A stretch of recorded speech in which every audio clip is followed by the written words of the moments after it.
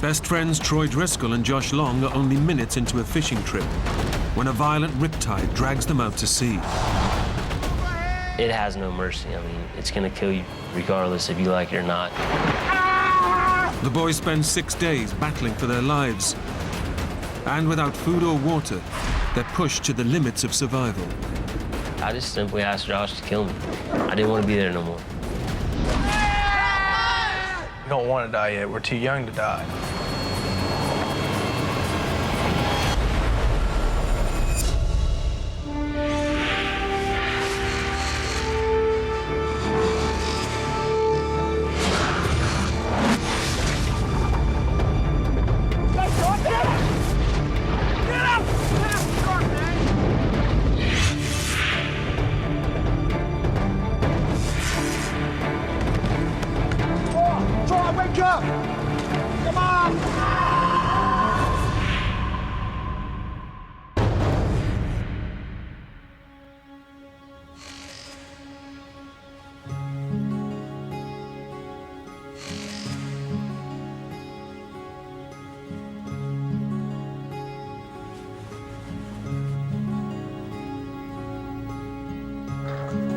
When we woke up, we were bored, you know, didn't have nothing to do. It was actually my idea to take the boat in the ocean. We can paddle it, I'm sure. You know, what can go wrong? Josh, What? let's take the boat out today. In the river? Screw the river, man. Let's do the ocean. Shark fishing. Troy, shark fishing. Troy was just, you know, like a younger brother to me. You know, he stayed probably the whole summer at my house. Come on, man, be great. Get a new pole, get in the boat on the sea, catch a shark, you're set. The best thing about Josh is he'll always be your friend. Once he commits as your friend, you know, he's gonna have your back. He'll never leave you. Let's go fishing. What's the matter with you? Well, here she is. My baby. First time I saw the boat, I laughed because I was expecting, you know, something a lot nicer. It's a project, you know, it floats. She's looking good. Troy, do you want to go fishing or what? Yes, I do.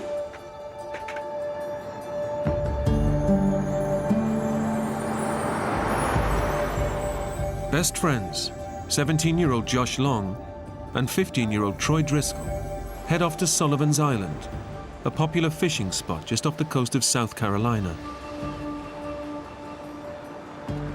The weather was great. The part of the beach that we put in was actually very calm. Josh has only just finished rebuilding the boat. It has no engines or sail and is completely untried at sea. We actually never used the boat before we put it in the ocean. What's with the wetsuit? I know, in case you might want to swim or something. The water's still a little cold. What are you, a baby? What you say? Nothing. The two boys have fished the waters around Sullivan's Island many times before and have no concerns.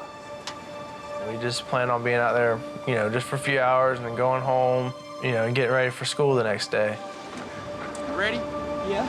After 3. 1, 2. No, wait! Forgot the bait. Troy, this is a fishing trip. I just had my cell phone in my pocket, and my dad's real straight about cell phones, and you know, he was paying for mine at the time, and I knew I wasn't gonna mess it up. So I just put it right back in the truck.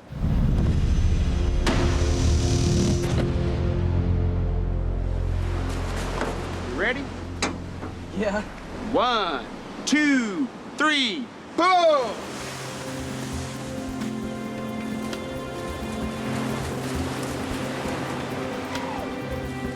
Okay, row, row, row.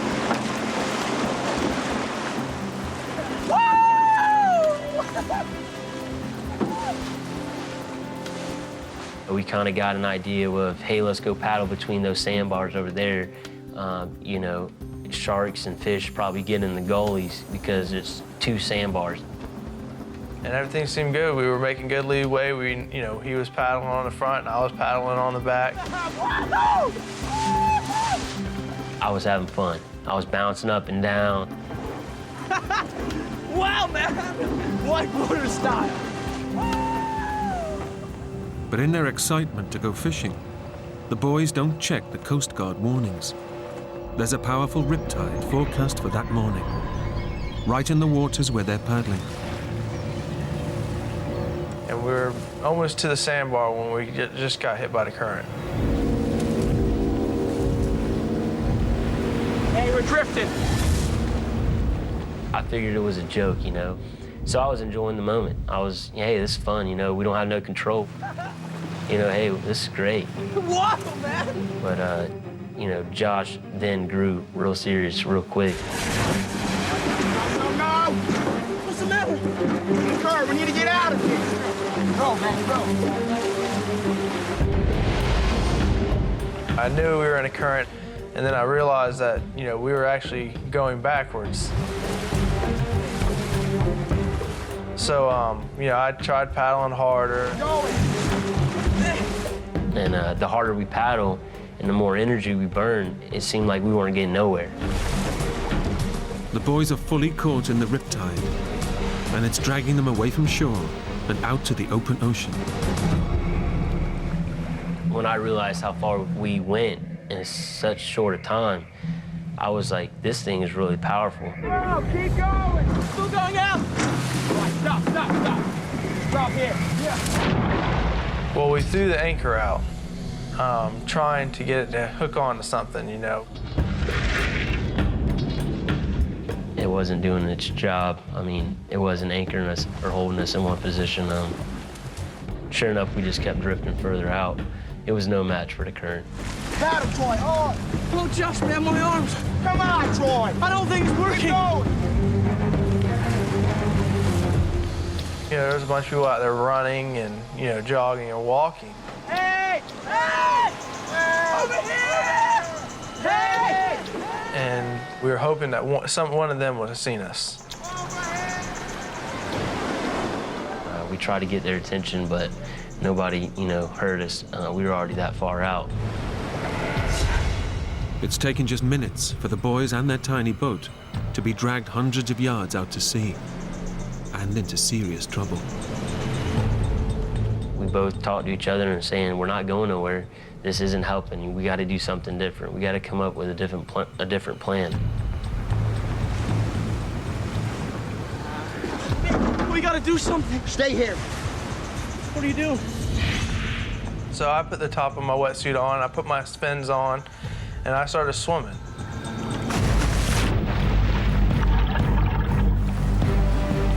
Josh's plan is to swim to the sandbar with the anchor rope and then pull the boat to safety. In a panic, Troy also tries to swim for the sandbar, but straight away feels the force of the current. John! I was almost there, and then I look back and see Troy struggling. Feels like something's trying to just pull me under. I just feel all my energy being sucked out of my body. And once you run out of energy and you can't swim against it, it has no mercy. It's gonna kill you regardless if you like it or not.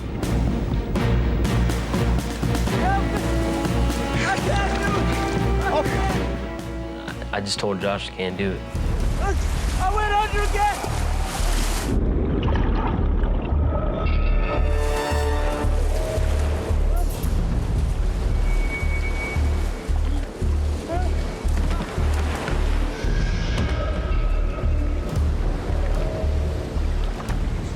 We were being pulled out to sea at a very fast pace, and couldn't do anything about it. Just 20 minutes after setting off on an innocent fishing trip, the two schoolboys' day out is going badly wrong as they're dragged out into the Atlantic Ocean. Alone in a tiny boat, they have no water, food, or mobile phones. And their ordeal has only just begun. John, get him!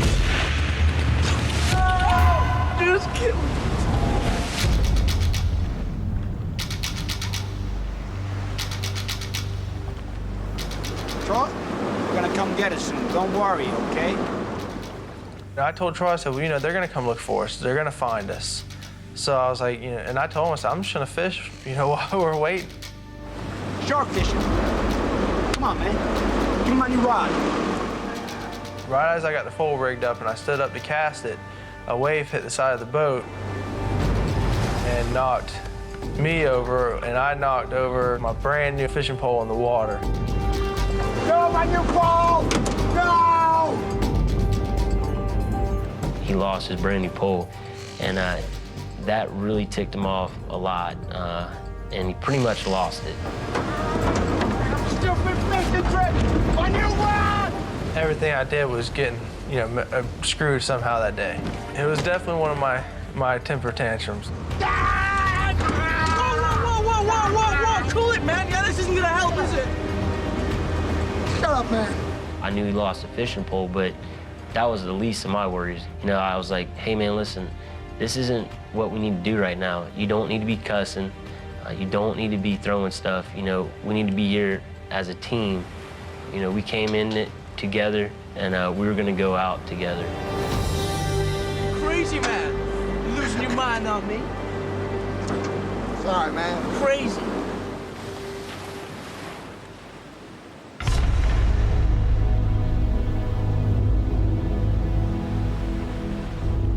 As dusk falls, and with no sign of rescue, the boys begin to take stock of their situation. Josh? What? When are they gonna come? I don't know, Troy. How will they find us? I don't know. But they don't know where we are. What's gonna happen then? Are we just gonna drift around in the ocean at night? Yeah? Shut the hell up. You know, I was telling him, I was like, Troy, we've only been out here for, you know, one day. I said, they're gonna realize tonight that we didn't come home, and they'll be out here the next morning. Okay. I knew it wasn't good, you know. We don't see land, we don't have a cell phone, we don't have food or water, but it's the first, you know, couple hours into the trip, so somebody's gonna realize, okay, the boys are not home, something's not right, and we need to go look for them. They're coming. I know they're coming.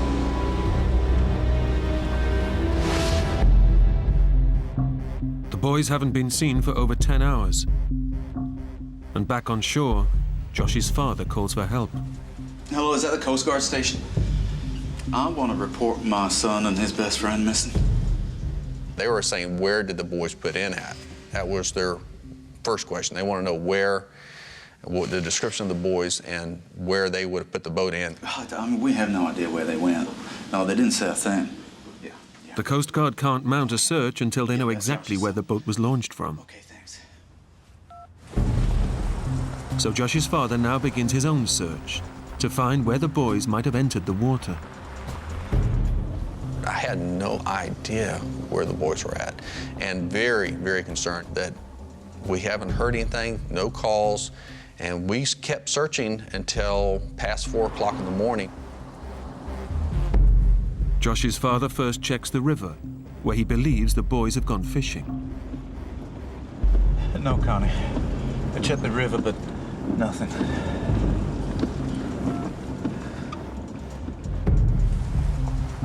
Finding nothing there, he also checks the ocean shore, close to Sullivan's Island. I went out on the beach. I walked until I stopped probably about 100 yards from where the trailer was. But his car was black. So, I mean, I drove right past it, didn't see the car. With no sighting of where the boys have launched, no search is mounted that night.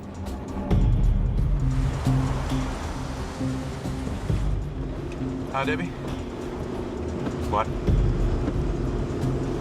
What, they're not going to launch anything tonight? Or anything at all? Really? All right.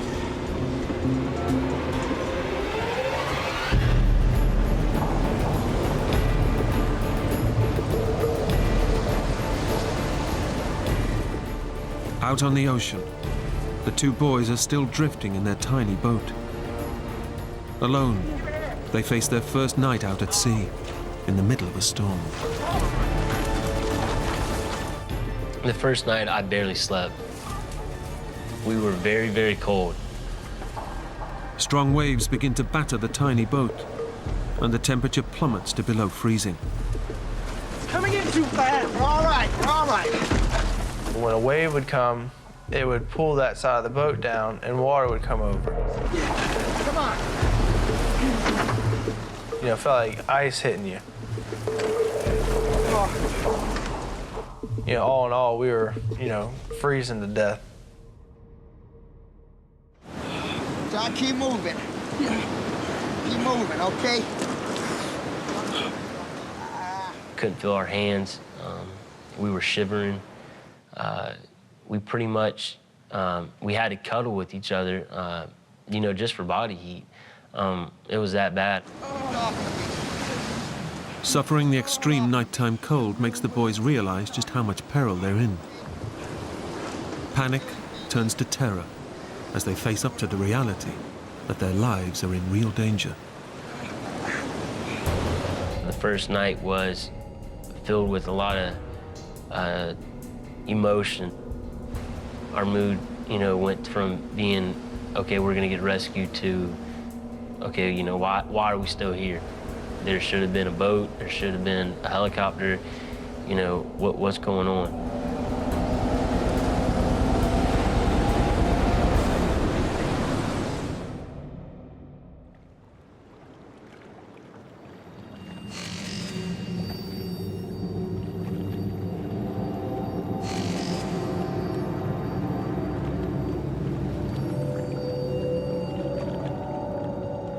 You know, when we looked out that morning, there was nothing.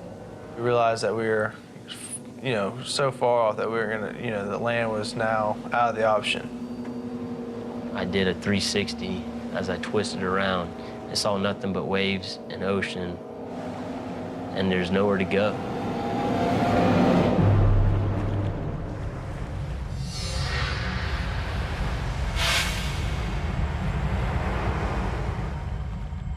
After a night shivering in freezing temperatures, Josh and Troy now endure over 23 degrees of relentless heat.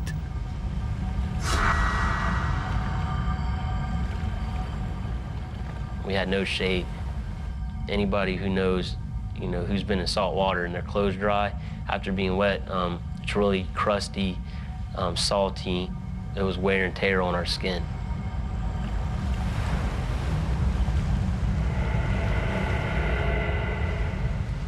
Every so often, I would get in the water. Just basically cool off in the water.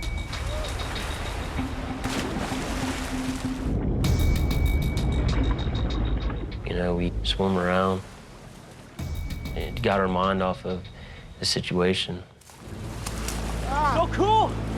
Oh, yeah. But the boys are swimming in waters notorious for sharks.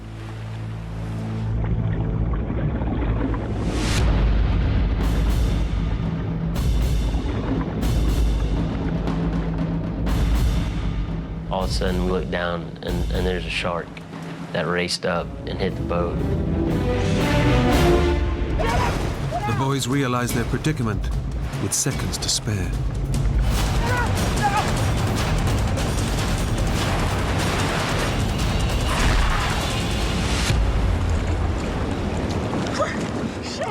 And we looked down, and the water was so clear, there was a shark. It was a good size. It was about 7-8 feet. There's a few of them just circling under our boat. So we were like, you know, that's it. We're not jumping in no more.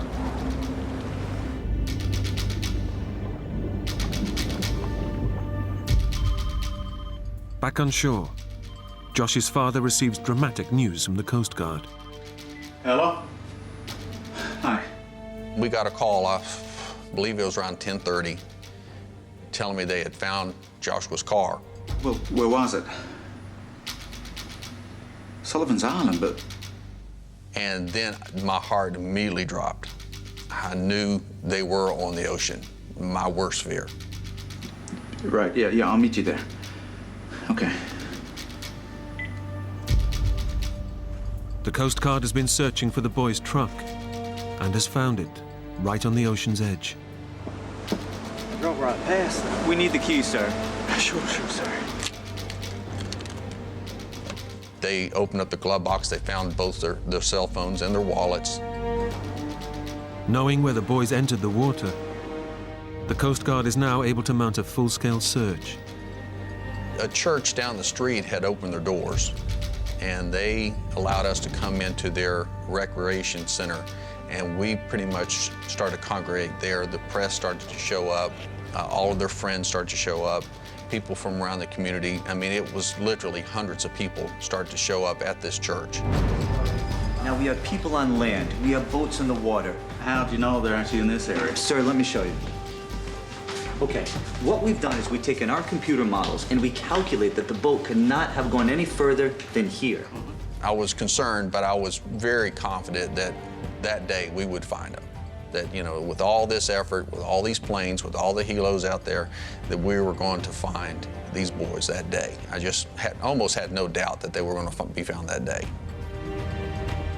But the boys have already drifted 90 miles further north, beyond the Coast Guard's search area. Out at sea, Josh and Troy are battling the elements. They've drunk no water for over 24 hours. So thirsty. And are experiencing severe dehydration. Their bodies have lost over 3 pints of fluid, causing muscle cramps, headaches, and extreme disorientation. They're desperate for something to drink. Very hot. I mean, there's pretty much no clouds in the sky. As the day progressed on and it got hotter, the water was very clear. Our mouths became drier and we were just thirsty. So it was almost tempting to drink.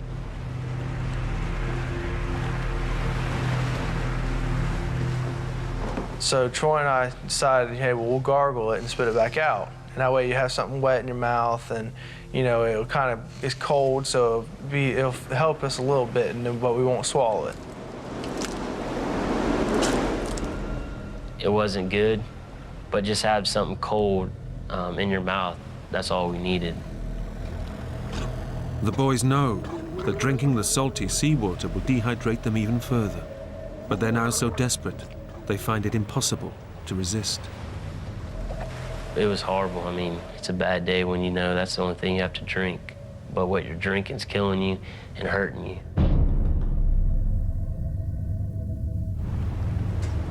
Weakened by dehydration, the boys are also suffering extremes of weather.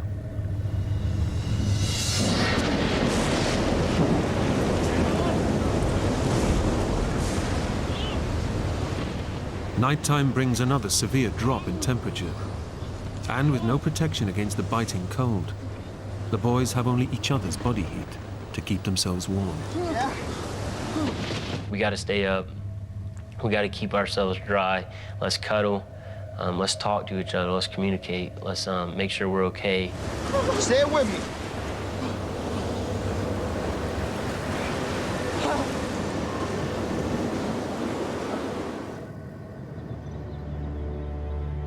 In the church, Josh's father is keeping an all-night vigil for his boy. Any news? Nothing. The Coast Guard. They're back out in the morning. You look tired. Why don't you try and get some sleep tonight? Hey, I am not sleeping whilst my son is out there. But you're gonna be no use to the boy if you fall over exhausted. Yeah, okay, come on. Let me lock up.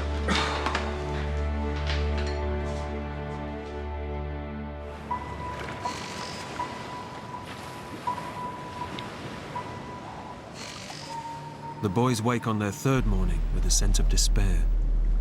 Then, on the horizon, a ray of hope finally appears. Hey! Hey! Help! Help us! Please! Please help us! It looked like a matchbox boat, you know, so little. Hey! Help us! A fishing boat is passing, just 100 yards away. The end of their ordeal is now surely only moments away. We yelled at the top of our lungs, tried to get somebody to see us, you know. Please help us! But it was like a needle in a haystack. We were so small. Help us, please! They just turned and kept on going. Please help us! Come on! Come on! Why don't they see us? It was good to see something else, but you know, they didn't stop. So you know, we lost a lot of hope. The boys begin to realize how unlikely it is that they will be spotted in the vast ocean. We knew that there was no way they're going to find us because the ocean's so big. And if they hadn't found us yet, they weren't going to find us. And how helpless their situation now is. You're in the hands of the ocean, and you can't do anything about it. It's either you're gonna suck it up, and you're gonna try to survive and hang in there, or you're gonna give up and you're gonna die. Morning. Josh's father, Eddie, begins yet another day's search for the boys, determined to remain optimistic. Okay, people, now, I know that we're all tired, but this is the day. We are gonna find them today. We're not gonna give up, because they are out there. Every day when I would get up on Monday or Tuesday or Wednesday, I would just think, today's the day we're gonna find the boys.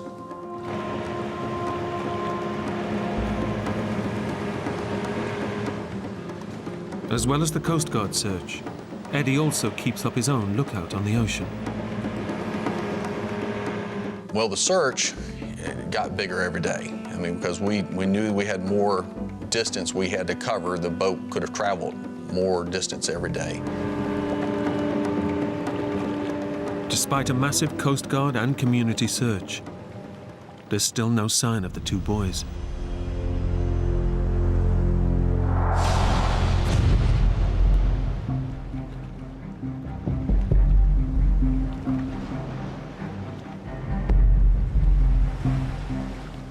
It was like Groundhog Day. Every day was the same day. You know, you wake up, there's water. There's nothing else but water. They're suffering from extreme dehydration. Only their youth and good health are keeping them alive. Well, when you have nothing to eat or drink, you know, for days, you know, it starts to really hurt, like wear on your body. I really didn't understand the meaning of starving or parched or, you know, dehydrated until then. The dehydration is now life-threatening. The chemical balance of their bodies is undergoing serious change, and they require urgent medical attention. But despite the desperate need for water, all Troy can think about is food and how hungry he is. I noticed my hands were peeling pretty bad because it was so hot. I was so dried out. So, you know, I decided to take a little piece of my skin off my hand, and I balled up and put it on a hook we had left over in the boat.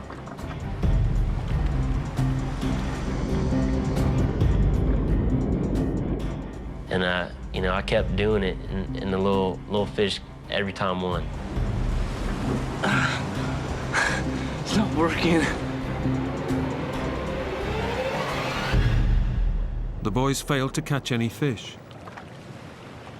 But Troy is now so desperate, he's prepared to eat almost anything.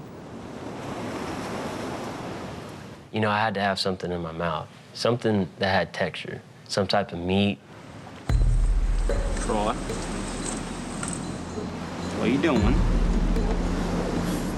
Nothing. Why you got the knife? I'm gonna do it, Josh. I just need something to eat. What? Don't be sick. Well, I seen him over on the side of the boat with a knife in his hand, and he was kind of just touching it to his skin, but he wasn't like cutting it. He was just touching it to see how sharp, I guess, it was. What the hell are you doing? What's the matter with you? Will you do it? What? Do it, Shut please. up, man. So I asked Josh, you know, can you please cut my finger off, you know? With me looking away, just go down on it as hard as you can. Please, shut up. Please do. You ask me that again, and I will knock you out. Do you understand? You crazy? Cut your own finger off? What's the matter with you, Troy?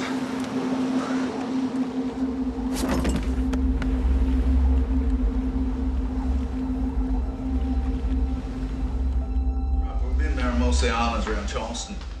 Back on shore, after 3 days of searching, the Coast Guard gives Josh's father some devastating news. Anything? Nothing. Right, well, first light, we're gonna target Lake Marion. Mr. Long. Then we're gonna go down to Ashley Riverbanks. You know, they might have run aground. Mr. Long, we've been searching for 3 days. This has been the most extensive search in South Carolina's history, and we found nothing. No, you can't call off the search. I'm truly sorry. There's nothing more we can do. Please. Coast Guard came to us and said they're going to officially call off the search. And now they're going to switch it from a rescue to a recovery. I'm sorry. Starting first thing in the morning, they were going to just start combing the beaches looking for the bodies. I just totally couldn't believe that they're going to stop searching for the boys. It melted my heart to know my little boy was possibly gone.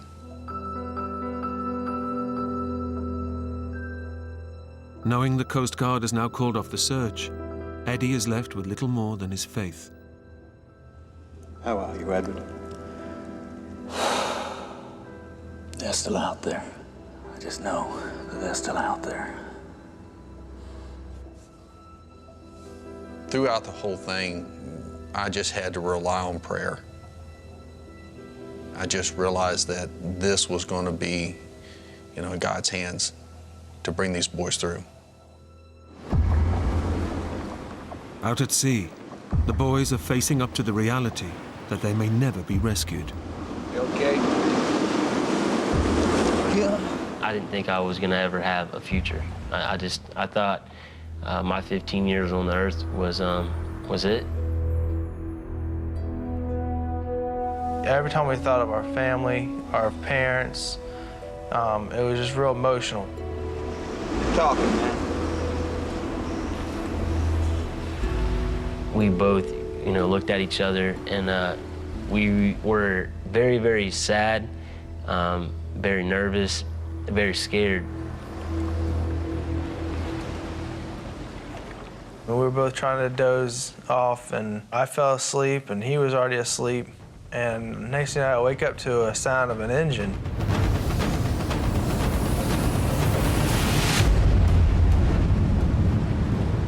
The boys have been woken by a huge cargo ship heading directly towards them.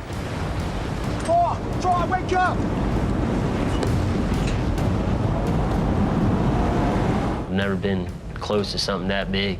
It was stories upon stories high. At the same time, it was so close, it seemed like I could touch it. Hey! Hey! Stop! Stop! Stop! Just as the boys had given up all hope of being rescued, it seems help has finally arrived. Stop! But the enormous ship doesn't stop and is now about to run over them. Come on! Hold on!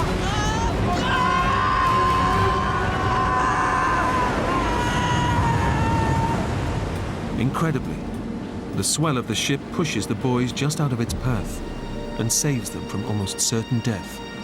Come back! Come back!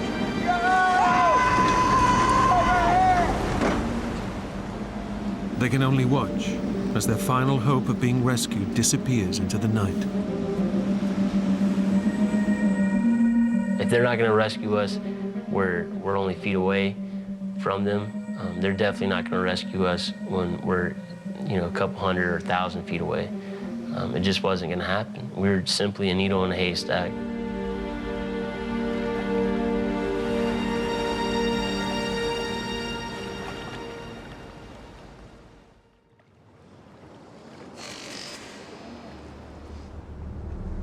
The boys have now been out at sea for over 5 days, and with no food or water, are in the most extreme stage of dehydration.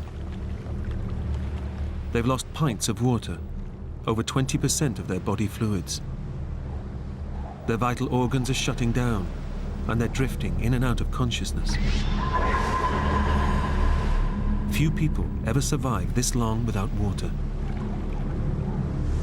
My body hurts. I didn't want to be there no more. I didn't want to be out in the middle of the water. I was suffering, and it was a slow death. I was ready to go home to God. Stop! Stop it! I can't take this anymore. Come on. It's not right. All right?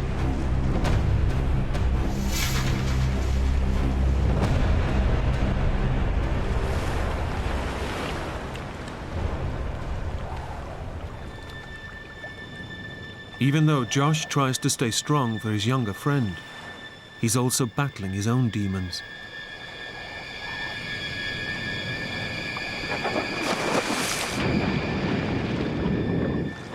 Josh?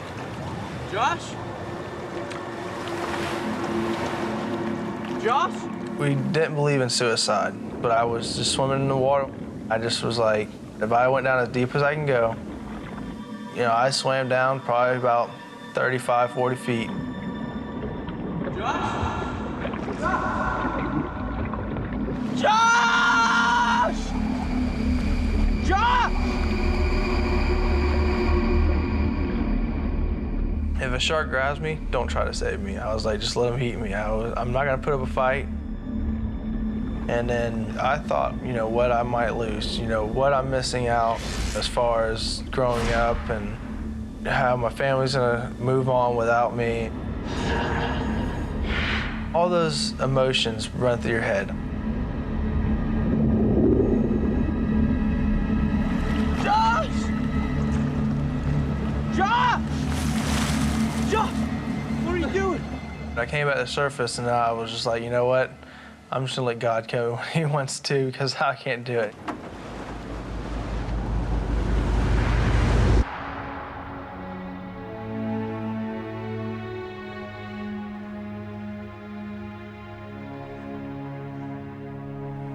I would go back and forth the whole time to hang on to hope, but also realizing that they might be gone.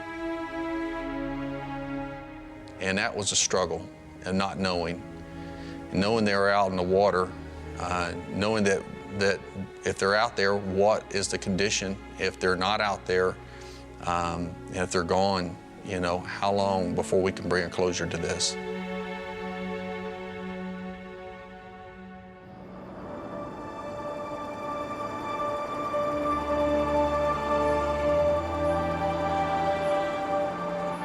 Every night when I would come home and drive down the street, someone in my neighborhood lined the entire street with bags with candles in them.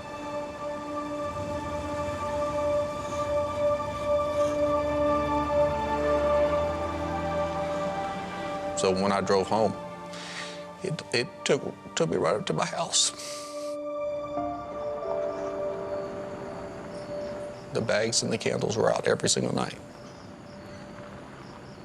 I was going to have to get ready for what I thought would be the memorial service once the bodies were found.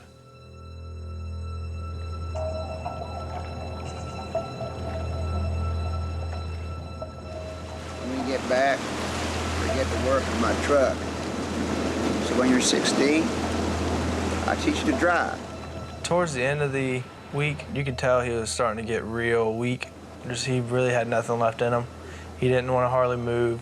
Basically, I keep trying to wake him up because I thought, you know, I really didn't want him to die. Trot. Trot. I didn't want to be in the boat no more. I want to be dead. I just simply asked Josh to kill me. You kill me, will you? Stab me, put an end to You're this, talking please. crazy talk. I'm done. I can't. Sure. I can't do it, man, never. Troy asked me if I would stab him. And I just told him that there's no way I could do that. Because if Troy had died, I wouldn't be able to come home, even if they did find us. Because I couldn't go home and tell his parents that I let their baby boy die. Come on. Troy has now completely lost the will to live. His best friend won't kill him, so he tries one last desperate attempt to put an end to the ordeal.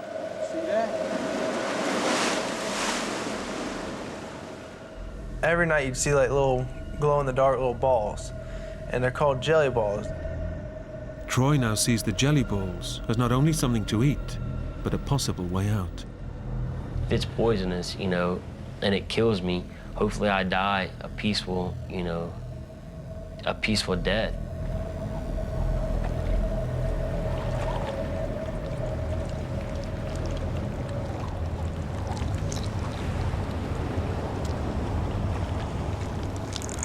I wasn't just gonna eat a little bit and get real sick and suffer even more. I was gonna eat a lot, and if they were poisonous, you know, I was gonna go out on the first hit.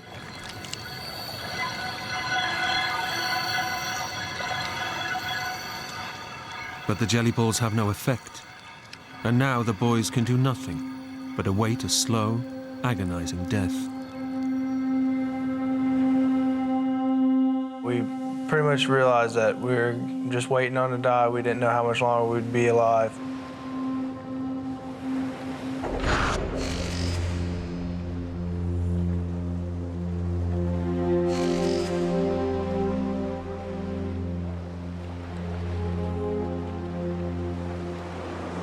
Be over soon. Of course, we both cried, saying, we don't want to die yet. We're too young to die. You know you're dying, but you're dying slowly, and it's painful, and it's long, and every second that you're alive, you're dying at the same time. I knew I didn't have much longer.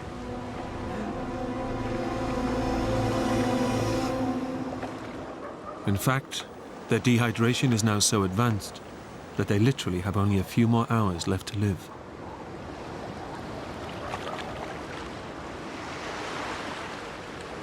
We should write something down.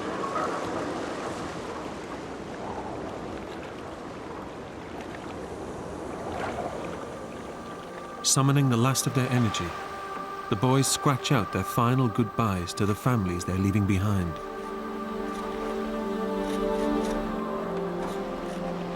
We loved them and we're sorry, and I thanked everybody for their support. And basically just said that I'm sorry for what happened.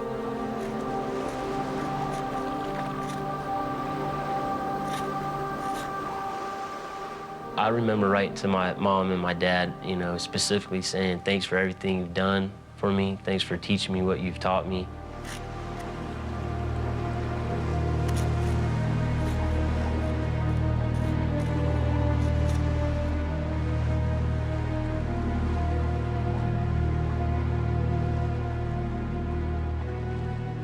The two schoolboys are staring into the abyss. They've given up on life and can do no more than await death's final call. Josh, I hear something.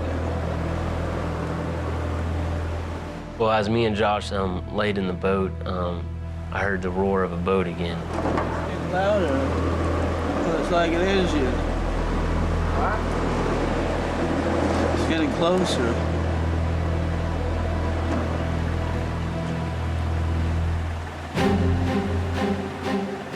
I see this huge fishing boat coming straight at us.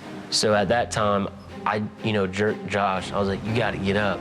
Josh, help us! Hey, over here! Help us! Please, help us! I was crying, but at the same time, it was like I wasn't crying because I had nothing to cry. I was just screaming, hey, please help us. Please, we need help. Over here! Help! Come on! Over here, please! The two boys are just a speck in the ocean. But unlike the boats on previous days, this time they've been spotted.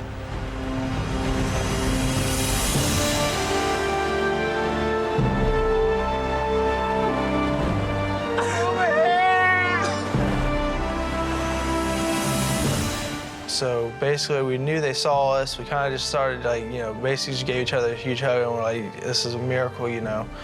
I can't believe we're actually getting saved.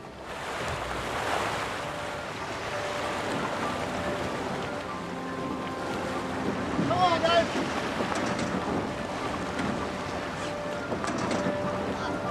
One at a time, one at a time. The captain reached over and, you know, pulled me up because I barely had any energy to get up. And, you know, I flopped on the deck. Some water! Some water! Get you up here! You okay? You okay? I couldn't understand them because they were whining, whimpering, happy, sad, the whole 9 yards.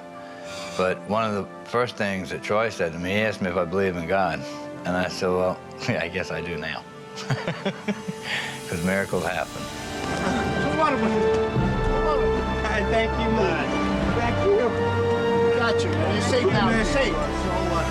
Yeah. Better now, huh?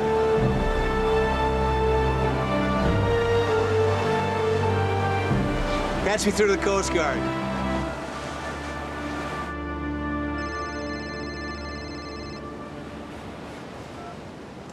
Hello? It was the Coast Guard. And he said, we have your son. Would you like to speak with him? And I said, put him on. And when I first heard his voice, it didn't even sound like Josh. It sounded so weak, and he was so incredibly weak. But he started saying, Dad, I love you. And to hear his voice, it was a true miracle. There's no doubt in my mind that it was a true miracle. Doctors believed that the two boys were within hours of death when they were rescued. He looked so thin and so exhausted, but he just, from the moment I walked in the door, he was just, Dad, I love you, I love you. I love you too, darling.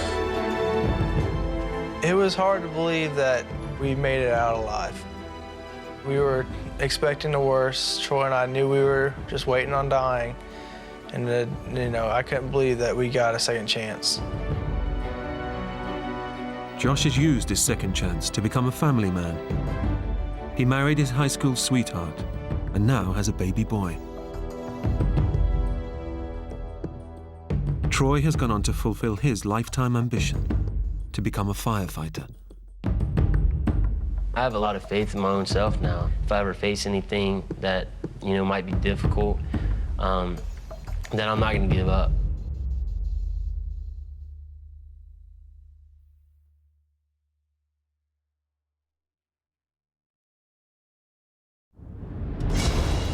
When a plane spirals out of control in a freak storm, three friends must jump to save their lives. Once that door was open, I just jumped.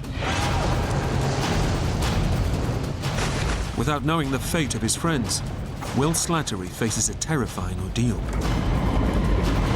He battles strong currents, the threat of deadly sharks, and of being driven to the edge of insanity. Death was imminent and very, very close.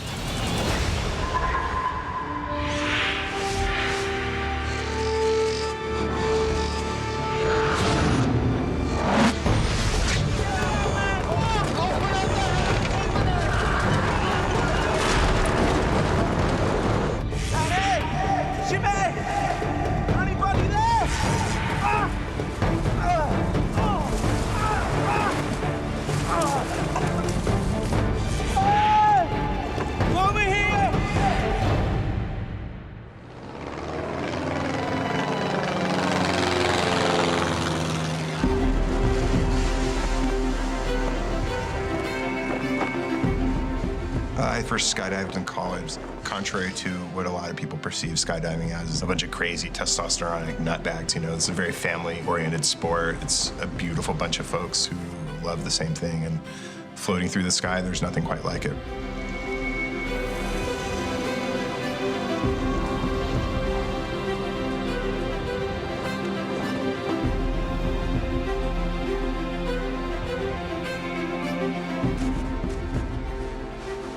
Will Slattery and his two friends, Jimmy Simplicio and Manny Sanchez, are on a dream vacation, skydiving in Costa Rica.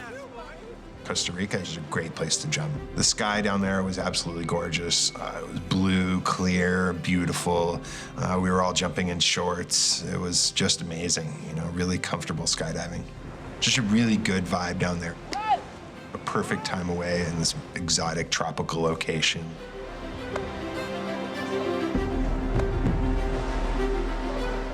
Jimmy was a really great coach, a really great teacher, a mentor to me. Manny was more of a friend. Manny actually used to wear this big jester's hat. It was quite funny. Get drunk and do it again, you know? I'm not going to take my hat off. No. Will and his buddies have traveled to Costa Rica from California, where they're all members of the same skydiving club. Elsinore Skydiving School? You knock yourself out. Giles Fabris manages the club and checks in with the guys, even if they're thousands of miles away. Elsinore Skydive Club, Giles Fabris. About Skydive Elsinore was the family of skydivers that live and jump there. The best group of people anybody could possibly ever meet. Fantastic family atmosphere between the skydivers, it really is. Well, like me with all this paperwork. They were going down to Costa Rica to kick back, relax, do some jumps, enjoy the scenery, and generally just have a great vacation with a ton of skydiving in it. Yeah, all right, you enjoy it. Cheers. Hey, it doesn't get much better. Good stuff. Hey, listen. We're gonna chug. Slide back. Hey, McMillan, guys, he's going to talk. It's a clear blue skies. And wind in Clear your hair. blue skies. Yeah, wind in your hair, except for mine. The next day, Will prepares for his final day's jumping. And as always, safety is the #1 concern. You check your gear over and over again. I'm probably more anal, so to speak, about that than a lot of other people, but I tend to check my gear several times to make sure that everything's in order. I'm an adventurous person, but I'm in no way a cowboy. I'm not going to do something that's going to kill me. People will tell you I'm quite conservative. If you pay attention to what your gear is doing and where things are supposed to be and keep them where they're supposed to be, it can be a very, very safe sport. Hey, Will, you almost ready, buddy? Yeah, man. All right.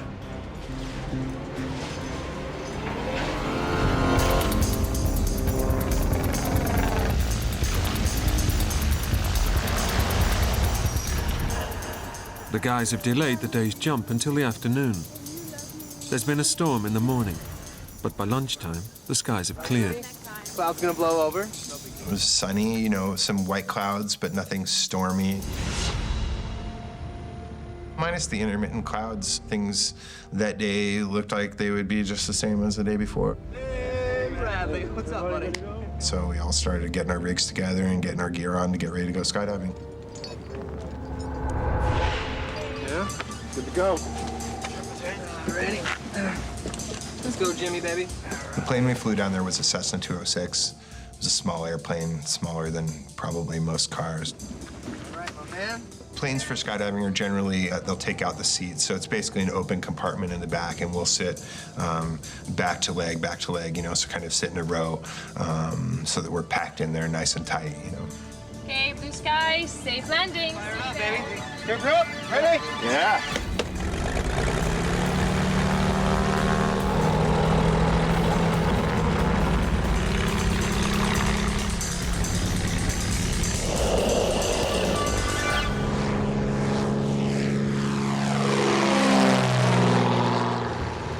Nervous, man? You look nervous. The atmosphere on board is light-hearted. I was there. But as the plane climbs, the weather begins to close in. Within 5 to 10 minutes after we took off, we actually entered the clouds. And from that point on, for probably 20 minutes, we were in complete whiteout, meaning all around the airplane was white. We couldn't see the land, we couldn't see the ocean, we couldn't see anything. Pretty thick, huh? Freaky. A little bit unnerving, you know. Will and the guys hold tight, obeying the golden rule of skydiving. Skydivers aren't supposed to fall through clouds. It's just a matter of safety because people can get disoriented. All right, guys, I thought we might find a break.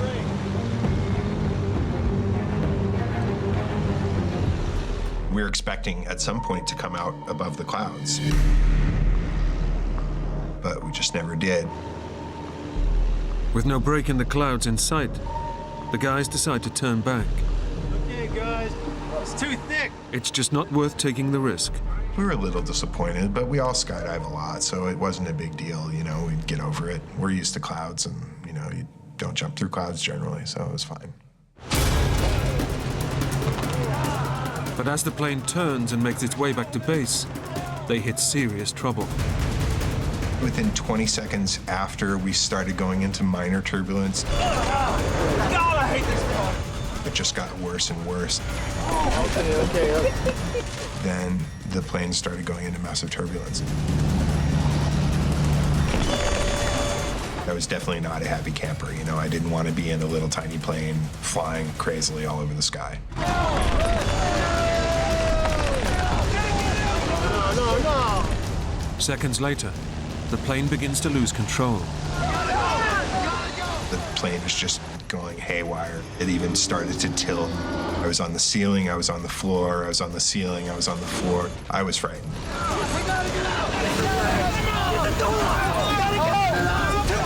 At that point, there wasn't much we could do except ride it out or jump out. With the plane now hurtling towards Earth, Will and his friends have no option but to take drastic emergency action. And at that point, we all started going for the door, trying to get it up. It was the only thing we could do. It took us 4 tries to get the door open because we were being thrown about the airplane so much. Despite not knowing how high they are and if they have enough time to parachute properly, they dive into the void. Once that door was open, my butt was out of that airplane. I did not want to be there. I knew that. I trust my skydiving equipment. I trust my parachute, and I did not trust that airplane at that point. I just got out. 5 to 8 seconds later, my automatic parachute went off, which means I was going at a very fast velocity at about 700 feet.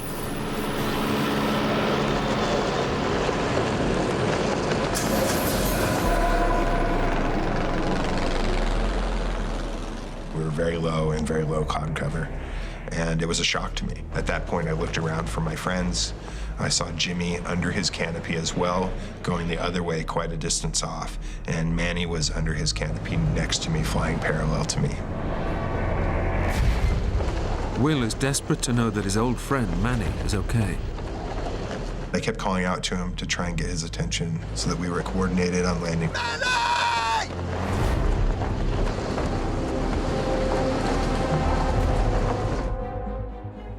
But he never answered. And he was just kind of limp, you know. His head was hanging down, and my assumption at that point was that he got hit by the airplane coming out. It occurred to me that he might be dead. Just seconds after jumping, Will is now hurtling towards Earth at 40 miles an hour, with absolutely no idea where he might land.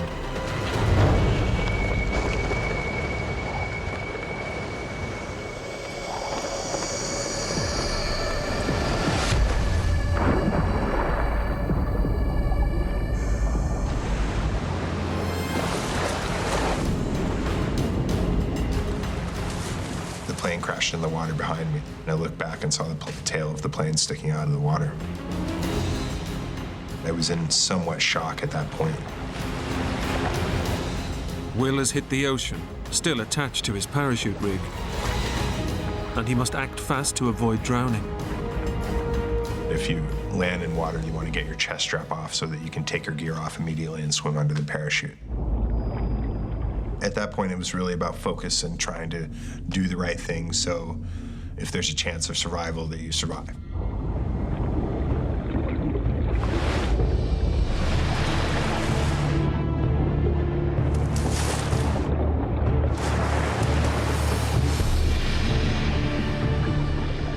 It took me 2 or 3 minutes, and that was a pretty scary feeling because you can actually get tangled up in the lines and drown. On surfacing, Will's first thoughts of his friends. They've also dived out of the plane. One of them, Manny, seemed in serious trouble. I removed my shirt and my shoes because I wanted to be able to freely swim over and find Manny.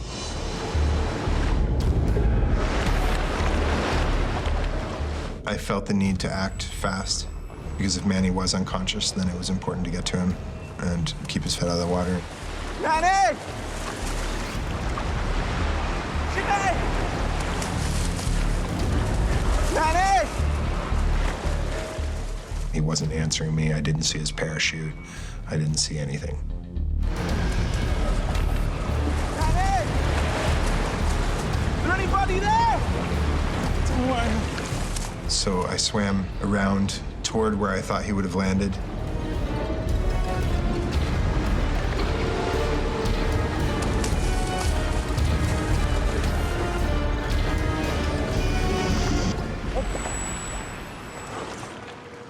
I didn't even see a lick of him.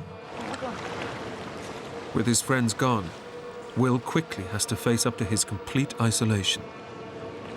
Hello! I accepted the fact that I was alone in a pair of shorts in the middle of the ocean. There was nothing. The plane went under. I saw no parachutes, no Jimmy, no Manny, no nothing, except ocean.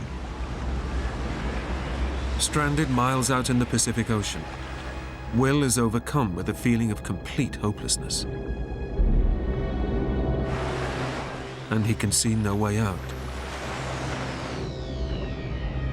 I couldn't see land. I saw no boats.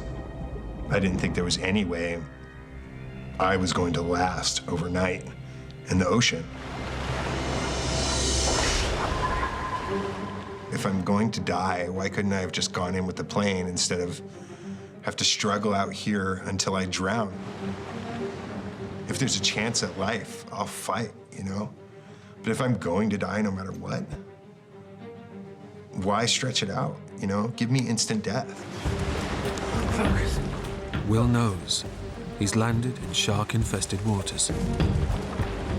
I had remembered what I'd known about sharks being able to smell blood and realizing that I was vulnerable in the middle of the ocean. If they want you, they can find you from very far off. But he begins to replace his fear of sharks for a feeling that they may actually offer him a quick way out.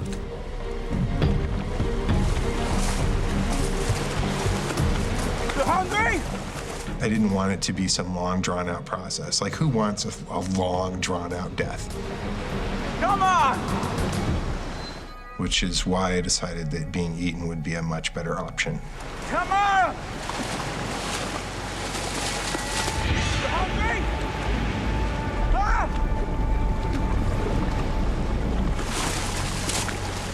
Come and get it, come on!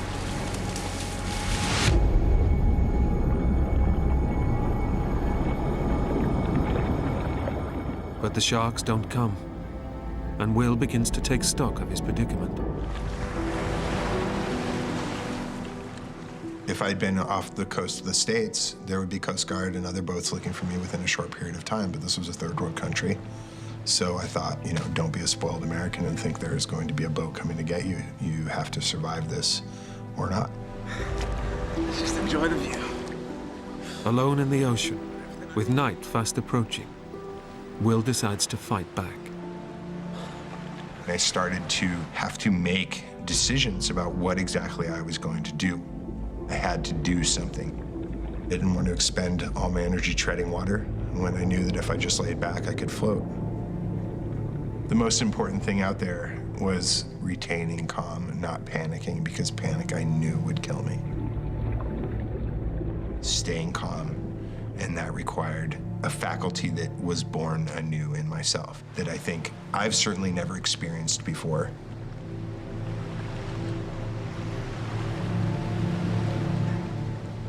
There's something very pure about the action of trying to live and saying, whatever happens, happens, but I'm going to do my best to try.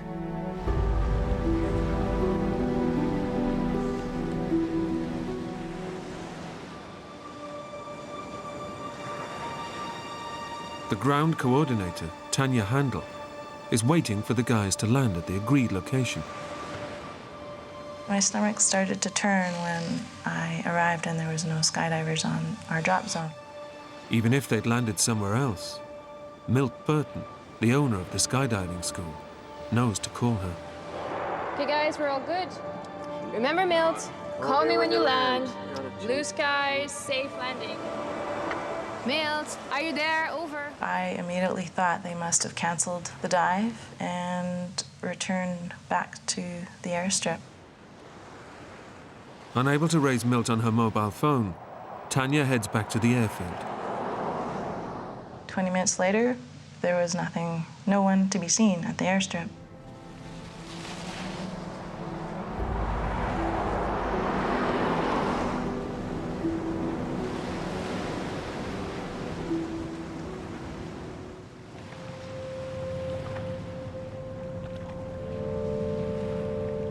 Out in the ocean, Will has been struggling to stay afloat for 5 hours. His muscles are drawing on emergency reserves of adrenaline. He's beginning to suffer acute exhaustion, and he's in complete darkness. I could scarcely see my hand in front of my face. It felt like I was in a dark, dark place, a dark world. It was very isolating. I don't think that I've ever felt more vulnerable.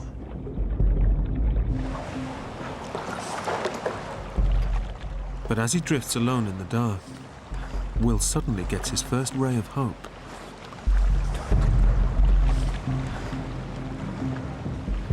I saw 5 or 6 lights spaced out across the land. I had no idea how far they were. I knew they were lights and therefore human, and I was pretty convinced that was where the land was. It's the glimmer of hope he's been waiting for, and Will makes for the shore. I had to go slow, calm, collected, cool. I would do maybe 20 to 30 backstrokes and then stop. It was a great thing I knew where the land was.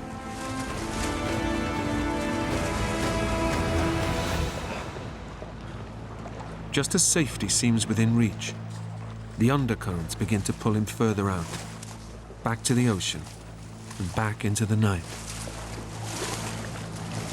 I was exhausted. I was just exhausted. I saw no actual possibility of me getting out of the ocean alive.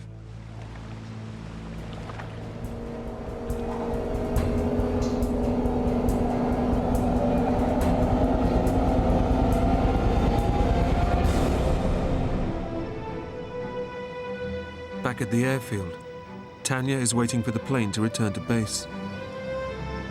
It's been missing for 6 hours, and there's been no sighting of the aircraft. Tower, any sign of them yet? Over. She needs to check the plane hasn't diverted to another airstrip before alerting the emergency services. We were all just praying that they were sitting in some cantina with no cell service and alive. We were just praying that they were alive. We didn't care where, just that they were alive.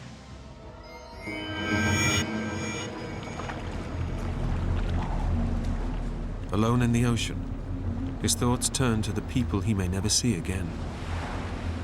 I thought about family, about friends, people back home, about Jimmy and Manny, certainly. I wondered how they were. Had they survived the initial landing in the ocean, getting out of the airplane, would they be able to survive the night?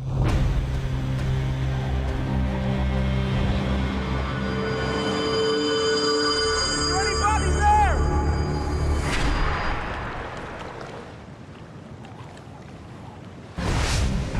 Ahora mismo. The weather's getting really bad. On shore, Tanya now realizes that something has gone badly wrong. The skydiving plane has not returned and is missing. Sí, tenemos que buscarlos. No, listen. Escucha. The plane has not landed. She knows the plane must have crashed, but the Costa Rican emergency services can't launch a rescue during the night. Visibility is just too poor. No, not tomorrow. Now, we have to go now. Panic was going through my head. I mean, they haven't called me. They always call me. We didn't know where to even put our energy into looking. Where could they have gone? north, south, up the coast, down the coast, in the mountains, off the coast. We had no idea where to even start to look for them.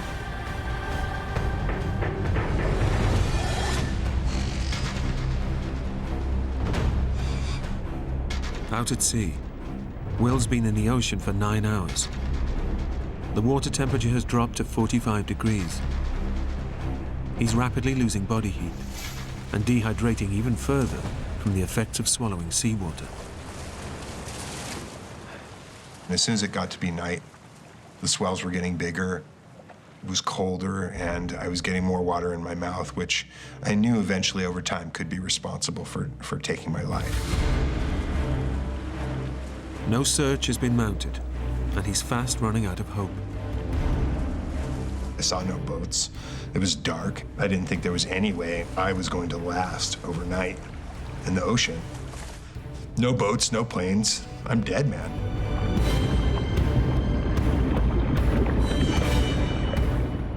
I don't think that I've ever felt more vulnerable. My life, my essence of actually the physical life anyway, was teetering on an edge.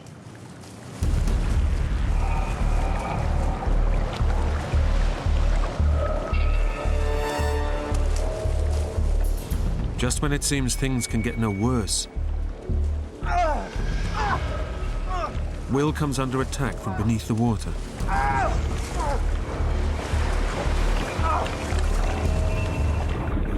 I realized that I was in a school of jellyfish, and they were stinging me all over my back. Jellyfish tentacles contain thousands of tiny needle-like filaments that deliver small doses of venom just below the skin. The pain was excruciating. It was all over my back, my legs, my feet, everywhere. It was extremely painful. The jellyfish is stinging Will's skin, leaving welts and bleeding sores. The salt water stings him relentlessly. It was excruciatingly painful. I was crying. I mean, it hurt so badly. Will desperately tries to escape the jellyfish. I swam faster to swim out of the school. But he just keeps swimming into yet another school. I was, taken aback by the amount of times I was stung by the jellyfish. My God, how much worse can this get?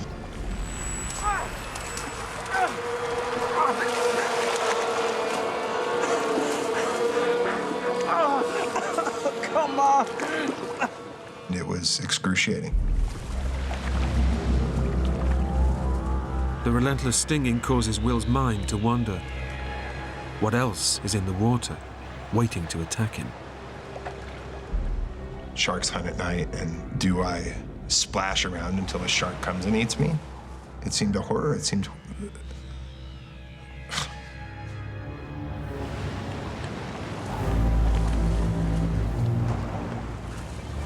And then his worst fears become real. There is something in the water, and it's heading straight for him. I saw something floating in the water. And be it shock, I don't know, but I thought, oh, it's crocodile. As it moves closer, Will is about to find out if a deadly nighttime predator is about to get him. Thought, oh, great, I'll get eaten and drowned at the same time.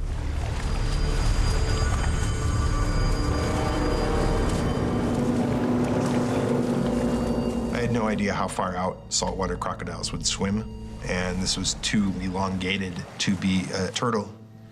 So I thought, oh, it's crocodile.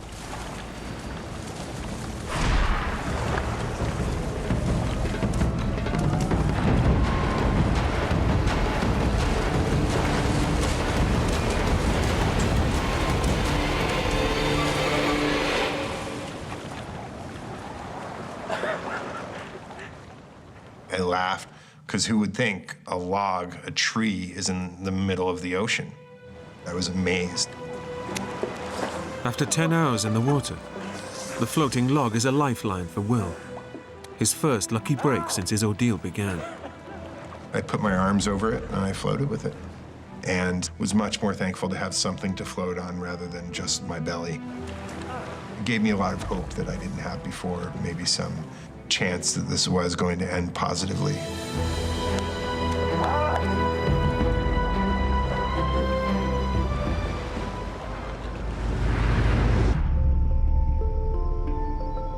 News of the accident reaches Will's skydiving club in California. Giles Fabris here from the club. I know it's late. His friends fear the worst. Will's plane's gone missing in Costa Rica. The first thing I did was the difficult task of contacting relatives and loved ones of the missing. That was one of the most difficult tasks I think I've ever had to do.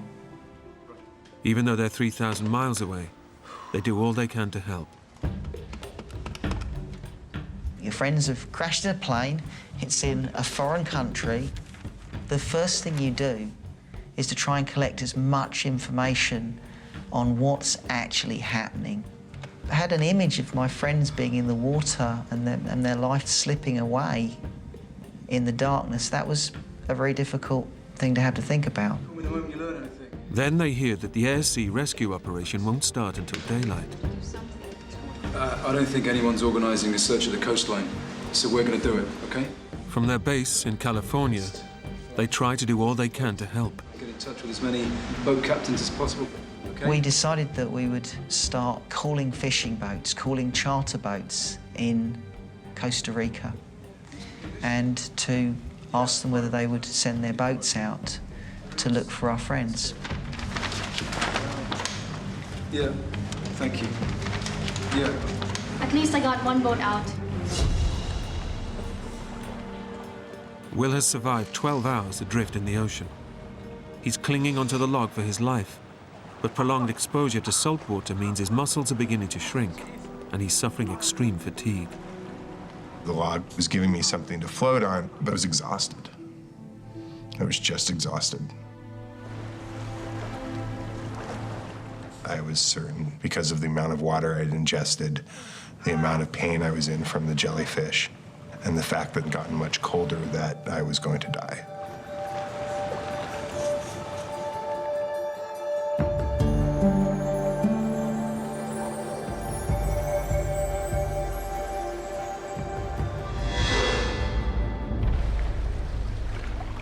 "15 hours after crash landing in the ocean, Will has made it through the night.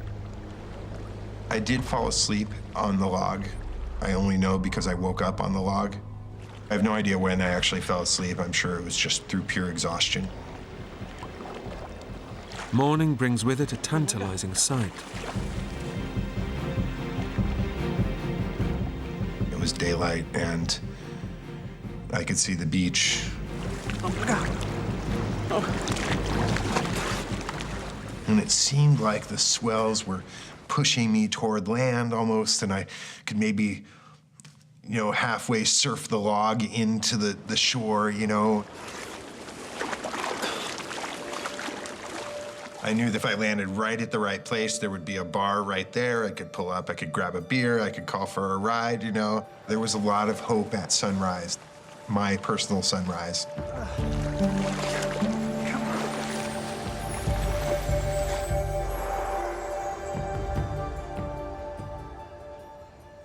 It was a long night. We were pulling data from the internet, we were calling the State Department, we were getting very varied sources back.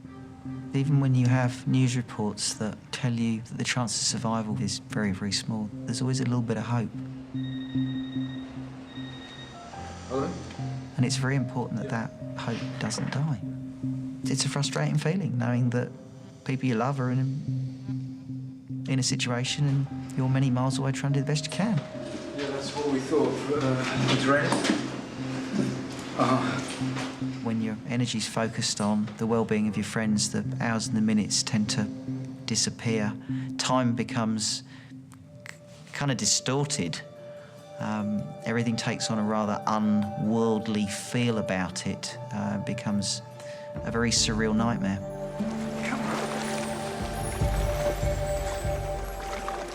Will rides the ingoing tides for over an hour.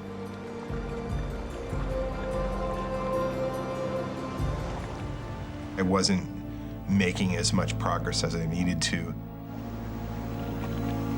But the tide turns, and the undercurrents begin to work against Will, pushing him back out to sea. I didn't feel like visually like I was closer to the beach.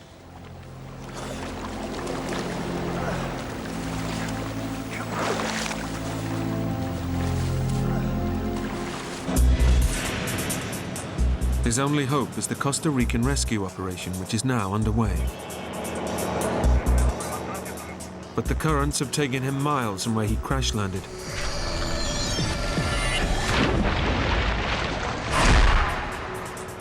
And the rescue teams are looking in the wrong place. Even if they knew where he was, it's like looking for a needle in a haystack. Throughout that day, boats and planes and helicopters would just pass, probably just doing their own thing and not looking for me. But it didn't make sense not to wave to it, so I waved a couple times, and then the log would roll over and I'd fall in the ocean. And that was a scene repeated over and over throughout that day.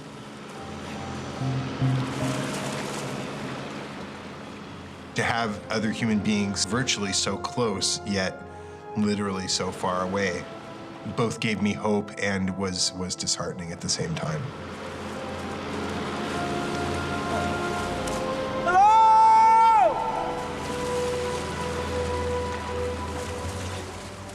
I realized how insignificantly, physically, visually small I was in the ocean and how virtually impossible it was going to be for any of them to see me. Hey! Oh, man!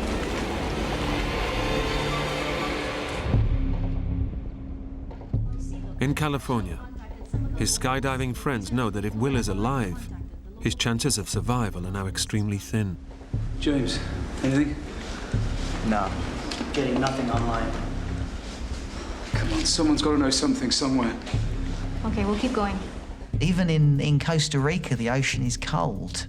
The ocean is pulling energy from anybody or anything that is floating in it. A few boats down that way. Let me see if I can find what I can online. I'll get you this one. As time goes on, the chances of somebody surviving dramatically decrease.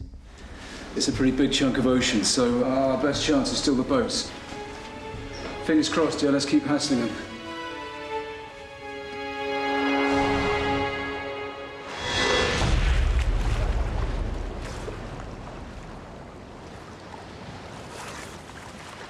Since the log was the only thing floating, I wanted to keep it with me.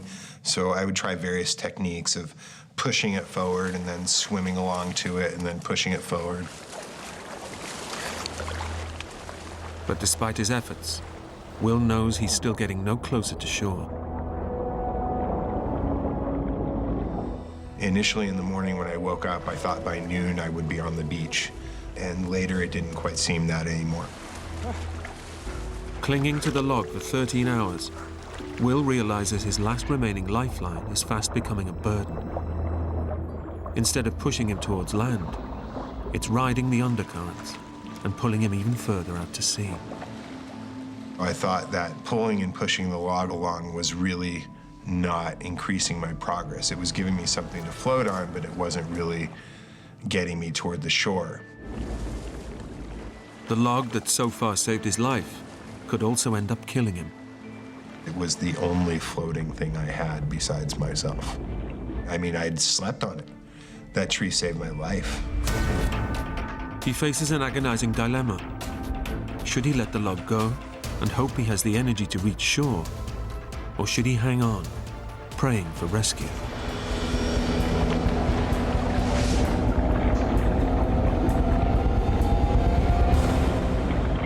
I ultimately decided that the tree was keeping me in the same place, that I wasn't making as much progress as I could were I just swimming with my body.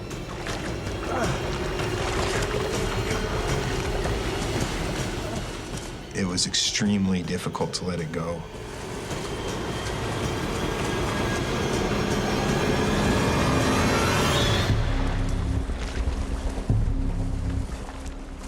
I swam maybe 20, 30 yards away, and then I said, forget this, and I swam back to the tree and was very glad to have it back.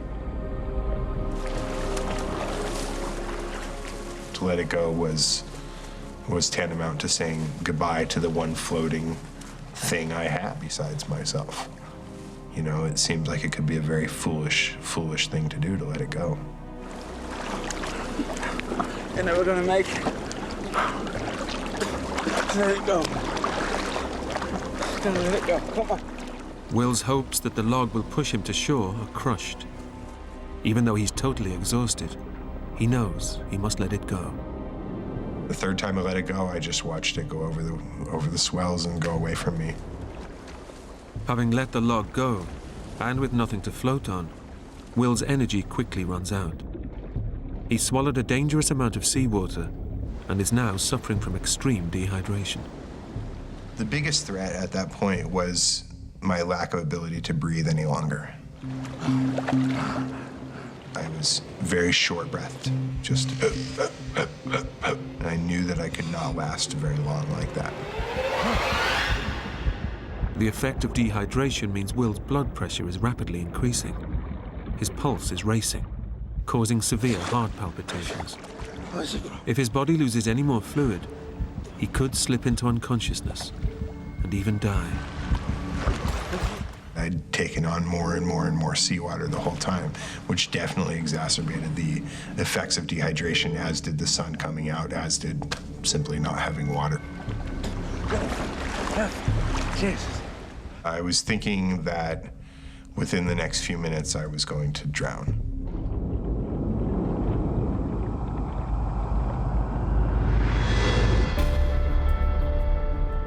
"3,000 miles away, Will's friends are desperate to find him.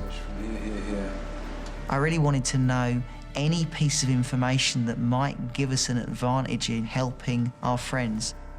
We found basic maps of Costa Rica and we looked at the weather data, and there'd been a large storm in the area. So it really told us that if the plane had crashed in turbulent weather, it had crashed in the ocean. Now, we reckon with the way the current's going, they may even be further down the coast. We've got boats coming out here, and here. So far, none of the boat owners they'd contacted has spotted Will. And after nearly 24 hours in the sea, he's running out of time. When the sun came out, dehydration really set in, and I started hallucinating pretty heavily. I noticed a severe deterioration in my mental state to comprehend reality versus fantasy.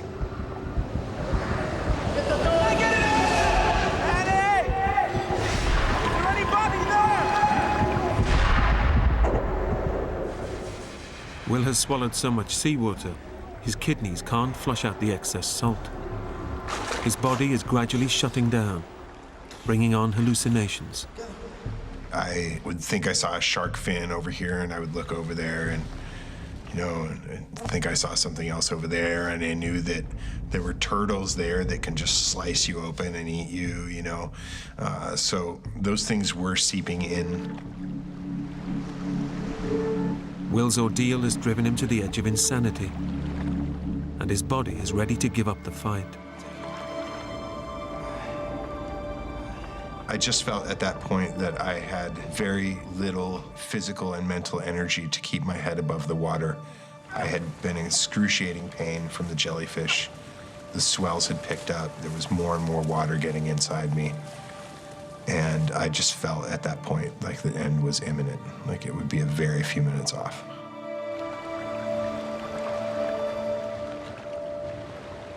He begins to say goodbye to the family and friends he thinks he will never see again. I felt alone from other humans. I felt that I'd left, you know, the other humans, the other people in my life behind. That part of my existence was over, and that I was going to die, and, you know, that I hoped that I'd done well in life, that I'd shown compassion and kindness to people, you know, and that they felt that love, you know.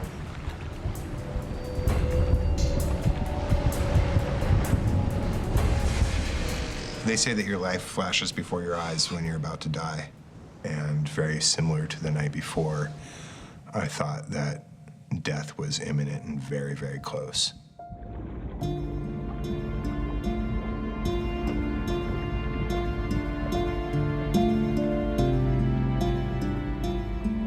I felt that I'd left the other people in my life behind. that part of my existence was over and that within a very few minutes I would be dead.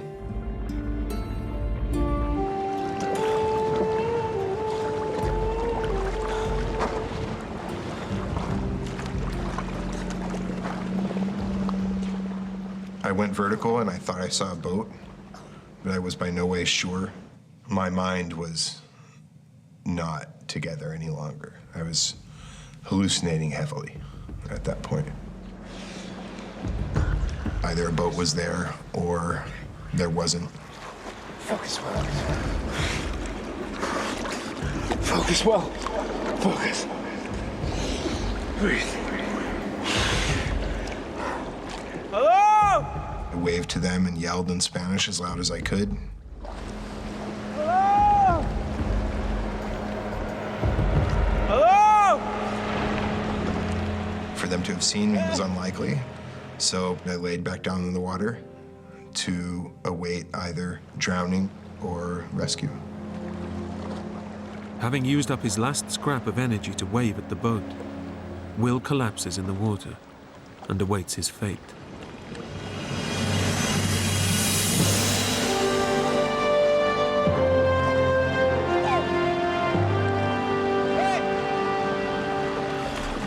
I looked up and saw them and I couldn't believe it at first. Will has drifted miles from the search area, and by complete chance, he's finally spotted by passing fishermen. He's so close to giving up. His rescues come in the nick of time.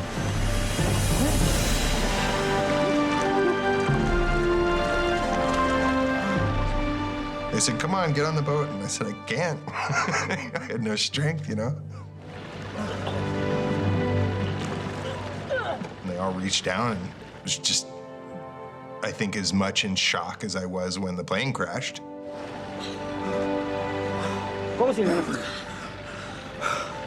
Oh my God.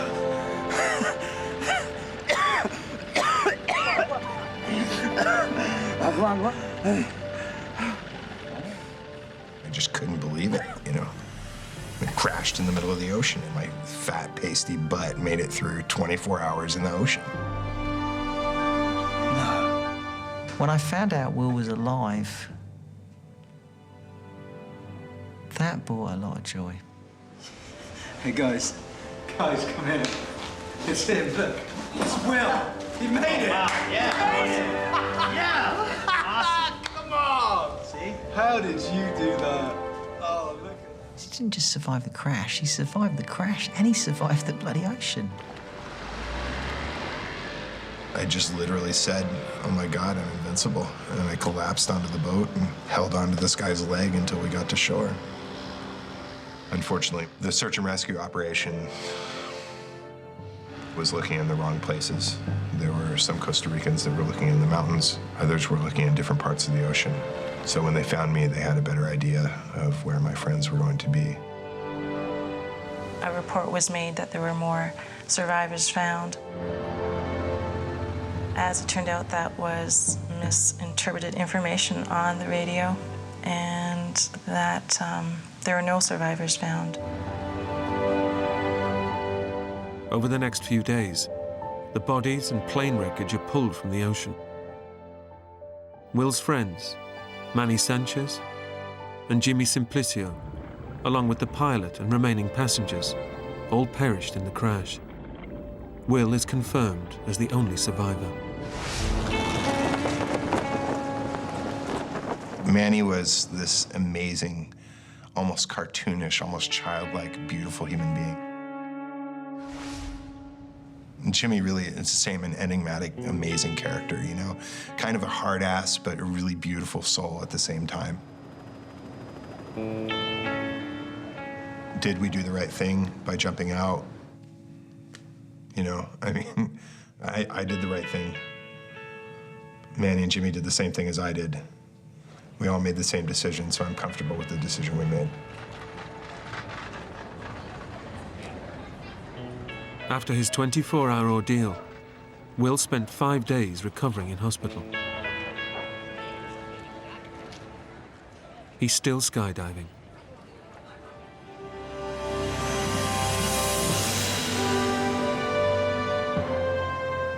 love skydiving. I've done probably 2,000 jumps since the accident. The airplane was the dangerous thing there. My parachute saved my life.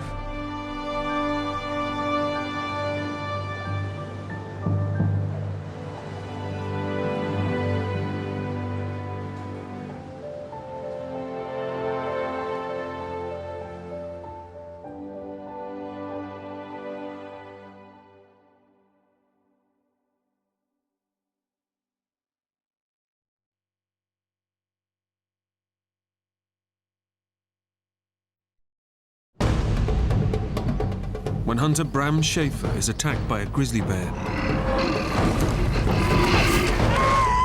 he faces a life or death battle for survival. I thought to myself, oh, you're dead. Severely injured and alone, Bram has to fight to get off the mountain in a violent storm. I was starting to think probably wasn't going to make it. Help me, please! Just when it looks like he might be saved, a deadly new threat appears. You could very easily be dead by morning. Bram, stay awake now, come on!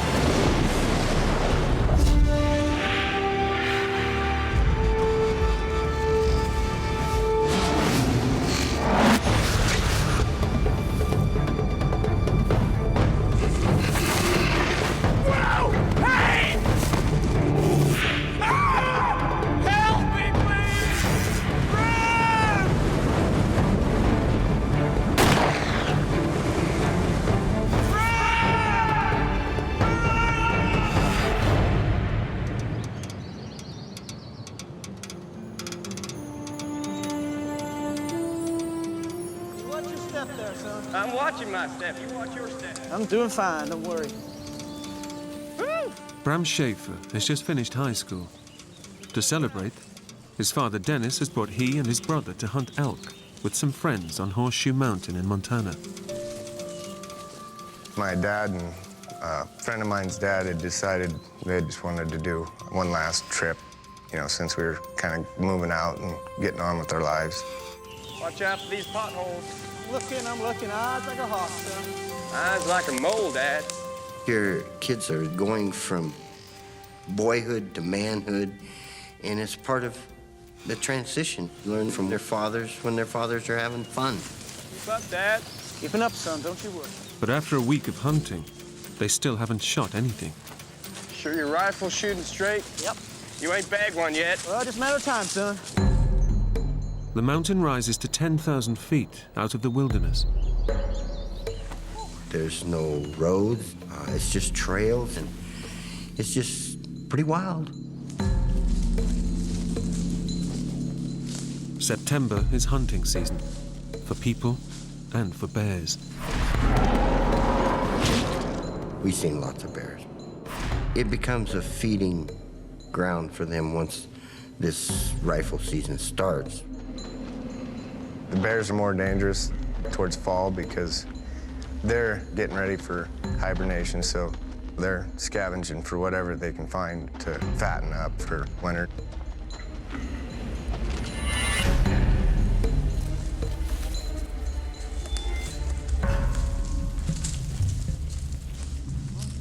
Today is the last day of the trip. The men climb almost to the top of the mountain, from where they'll sweep down in a wide line, hoping to find some elk on the way. They don't have much time. A big storm is heading their way. Okay, guys, why don't we all spread out, see if we can't flush something out. Bram goes to the end of the line. Okay, let's move it. Last chance, Pop. Last chance for what, son? Last chance to bag an elk. You said it. Bram had his own speed, and the way he went, he just went over a ridge, see? So he wasn't in sight of us. Bram takes off alone, ignoring any possible dangers. He was very strong physically and strong-willed. He was fearless. What's gonna hurt me? Bram's orange vest might stop other hunters from shooting at him, but it also makes him more visible to predators. But Bram's a high school football star, bold and brash. I was a pretty cocky kid. I didn't worry too much about anything. You know, I was 18, bulletproof.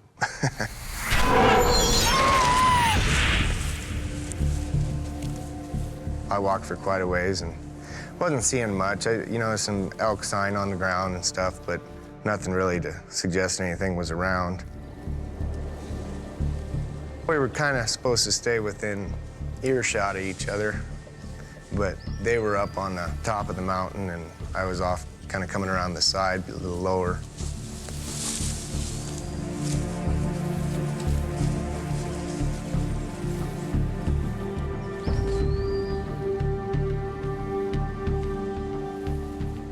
Now a few hundred yards away from his dad and the other hunters, Bram is suddenly aware that the forest is too quiet.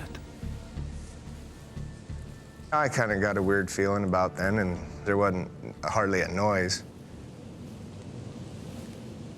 You know, there weren't no birds chirping or ground squirrels running around or anything. And there must be something around here keeping the birds quiet, you know, a predator of some sort around. Kind of made the hair on the back of my neck stand up.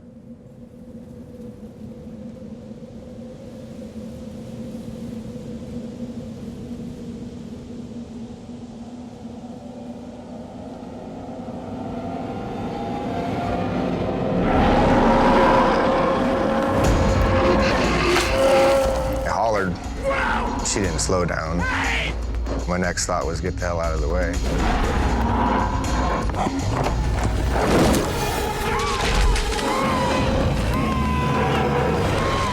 I was just freaking out.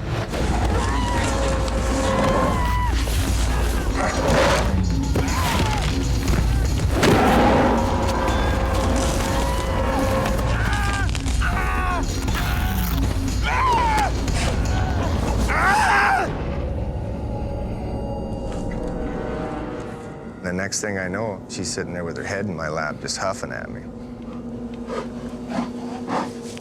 I was very terrified. I thought to myself, you need to either eat me or get off of me. My temper was starting to get the better of me. So I reached up and punched her in the nose. I come back with my other hand, and she bit through my thumb. And I got to looking around, trying to find my gun. She was sitting on it with her hind legs. Just picked me up and shook me like a puppy with a sock.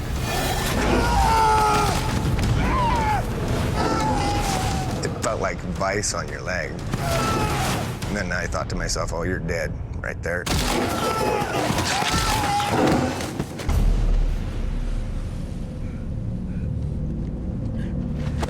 When she got done shaking my leg, she just kind of dropped me. I think she was just gonna see if she'd done enough damage that she could just leave me there. As long as Bram keeps still, the bear thinks he's no longer a threat. The moment he moves, the bear attacks again.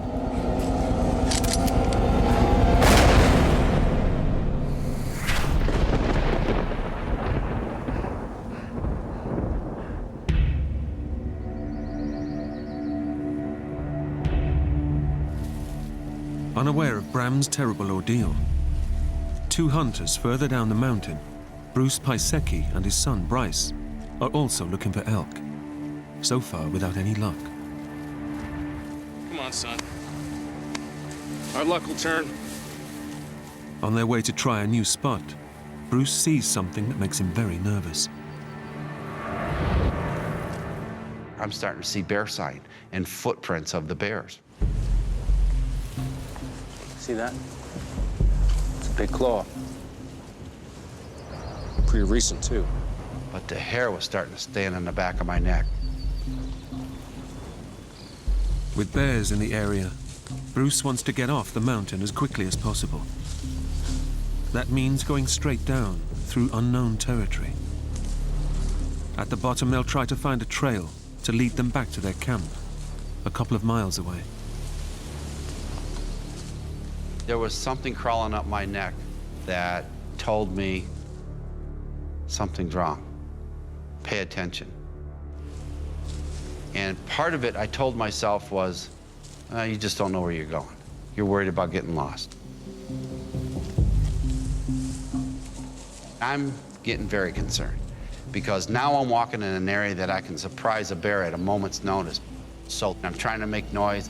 I was saying things like, okay, bear, here I come, you know, get aside, here I'm coming through. Okay, bear! Here we come! Coming through!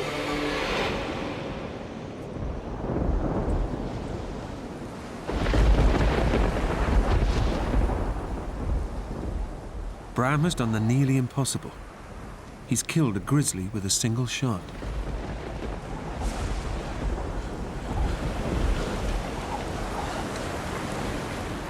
I felt just a lot of relief. I was pretty happy for, a few seconds anyway.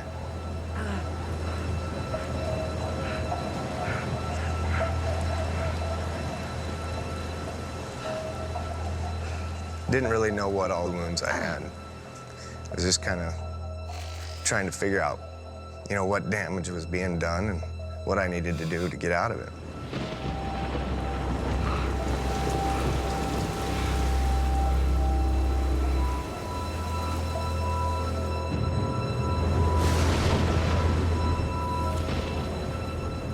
A mile and a half away, at the bottom of the mountain, Bram's father and brother arrive back at camp.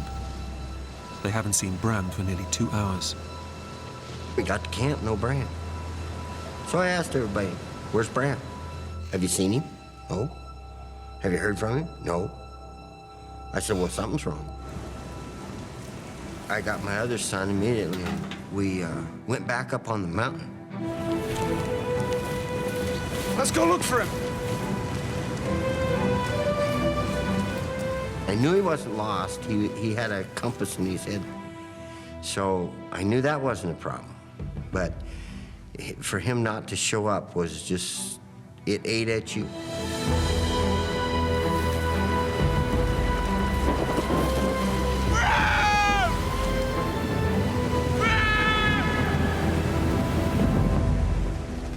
Back up the mountain, Bram is taking stock of his wounds.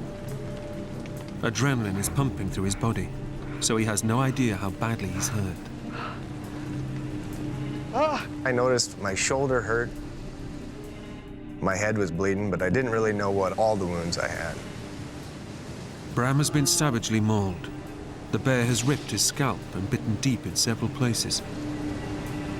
But the adrenaline is stopping him from feeling the worst of his injuries. Standing up for the first time since the attack, Bram is in for a shock. Ah! Ah! His right thigh has been ripped from the bone. My upper thigh was just shredded. You could see the artery in there just pulsing, and then just big slabs of meat just kind of hanging loose.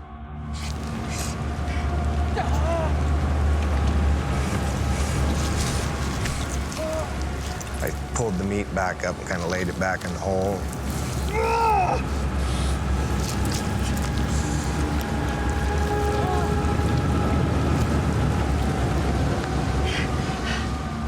I wrapped my hunter's orange vest around the wound and kind of tried to tourniquet it a little bit.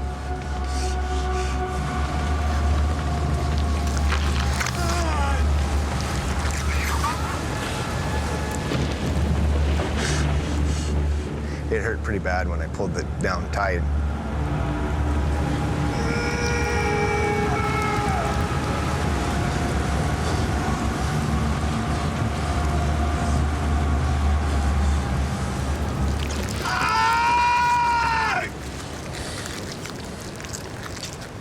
The first thing, I sat there and I shot 3 shots like they teach you in hunter safety, and it's, it's supposed to be the universal signal that I need help.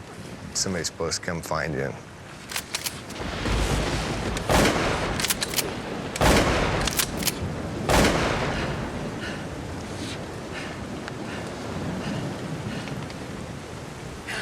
Come on! Damn!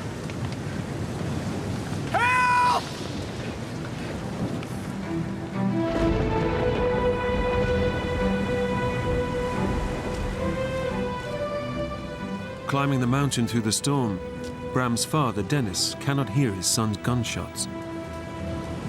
Bram! Son, can you hear me? Bram! It was getting really nasty. The wind started blowing about 30 miles an hour. We couldn't hear nothing. If he fell down, broke a leg, whatever, with the thunder and lightning, this was starting to become a life-threatening situation.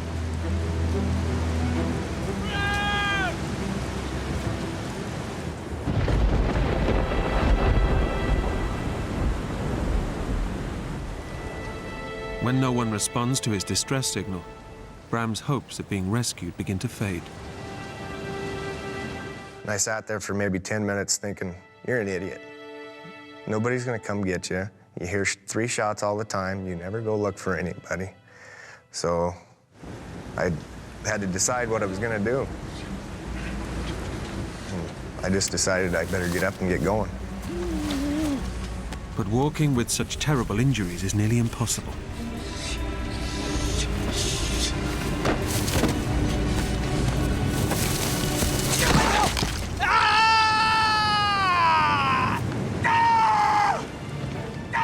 Bram must get off the mountain quickly. If he doesn't get help soon, his injuries will kill him.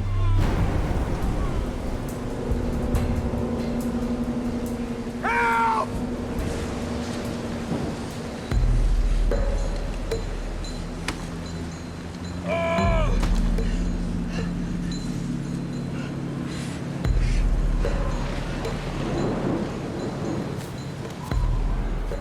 I was gonna try to head towards camp, but in order to get there, I would have had to go uphill.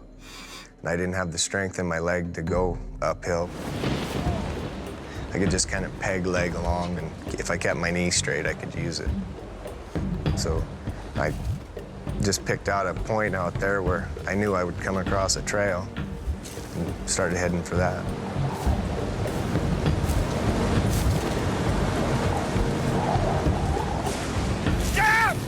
I was pretty pissed off at the world. I hollered and stayed mad as I could for quite a while.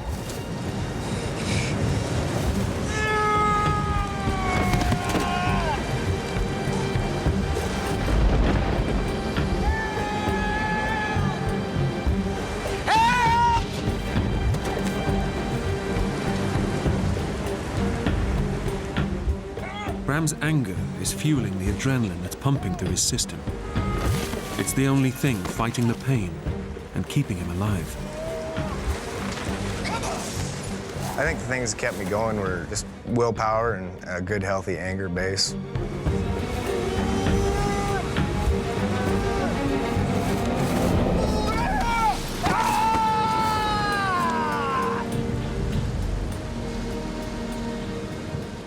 It was hard. There was a couple of times I thought about, maybe just sitting down and quitting, but I'm about as stubborn as they get. I knew if I didn't keep going, I probably wouldn't make it anywhere and nobody would find me. Oh, damn!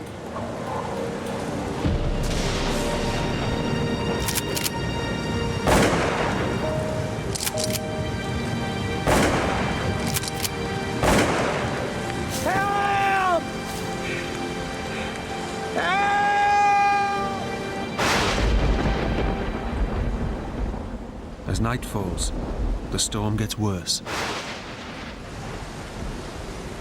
Further down the mountain, Bruce and Bryce Pisecki are still searching for the trail that will lead them back to camp. In the darkness, Bruce is now very nervous about getting lost in bear country.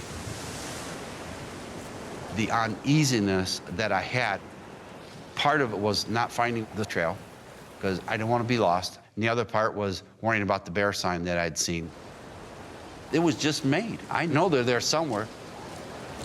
Dad, can't see. Let's use the flashlight. No! No! We get lost. We need them batteries full. All right? Okay, so stick close. So we can see each other.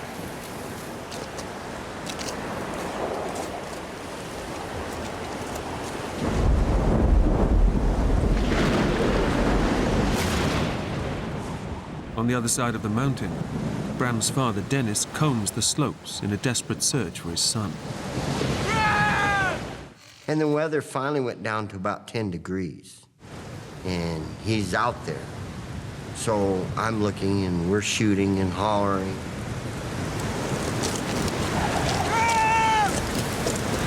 Son, can you hear me?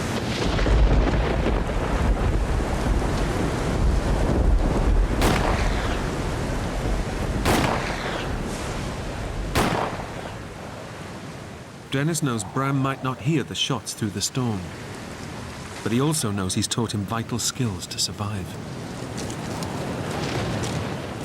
He knew how to get under shelter without having fire.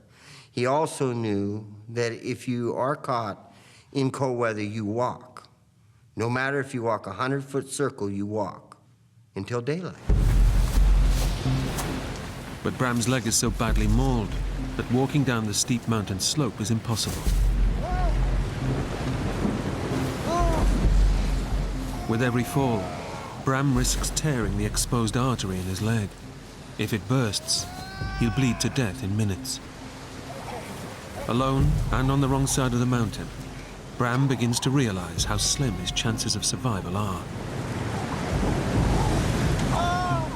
I was starting to think probably wasn't going to make it.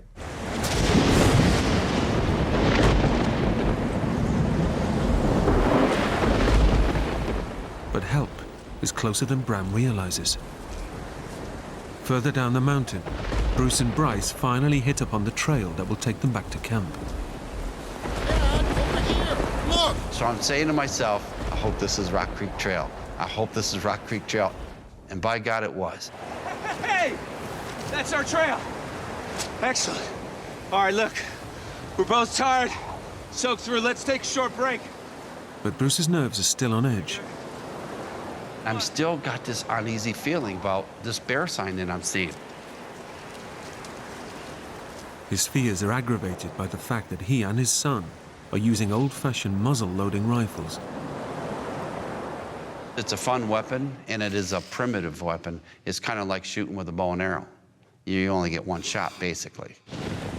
But if the powder gets wet, the gun is useless.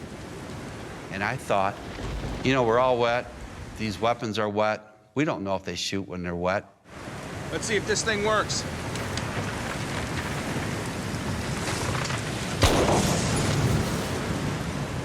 I heard a gunshot that was pretty close. I just about jumped through my skin, you know. I was pretty excited.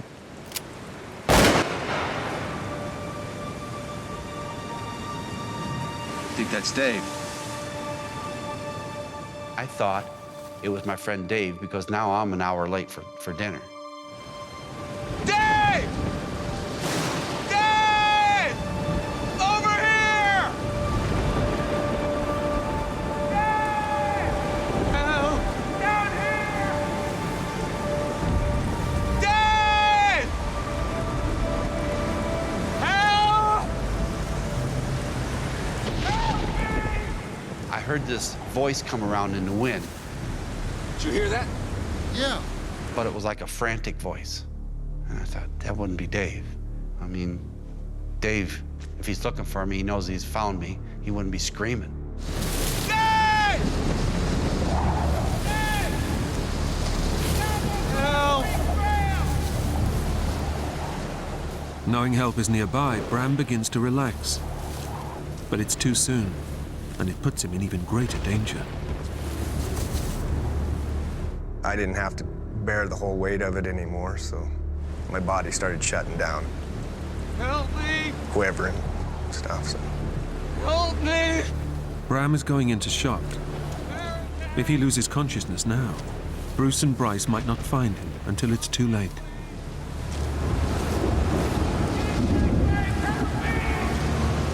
He was yelling back at me, but it was frantic. I couldn't hear what he was saying. All right, shine your flashlight up in those trees. Let Dave see where we're at. Dave! I didn't see no light from him, and I kept yelling. Dave! We're down here!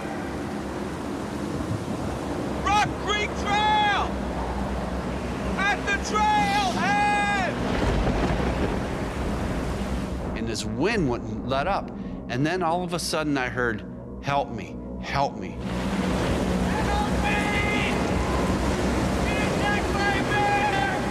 The wind came around and just carried it just perfect. And all of my fears of bears just came alive. Oh my God, somebody's hurt there. We gotta help. You stay behind me. Anything comes at us, use that muzzle loader, you understand? You all right? Bruce and Bryce start climbing towards the voice in the darkness. But Bruce is hesitant, fearing he's leading his son into a potential bear attack. Where are you? Where are you at? As I'm getting closer, I'm yelling at the top of my voice because now I'm scared.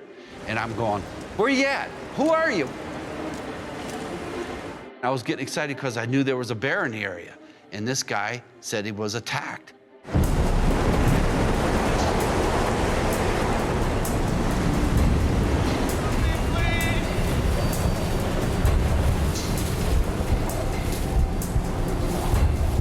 I flashed the light and I hit something up in the woods, but it was a red glow. And bears' eyes are red, I'm thinking, when they see him with the flashlight. I said, "Bryce, the bear's right on him. Let's go. Let's get up there."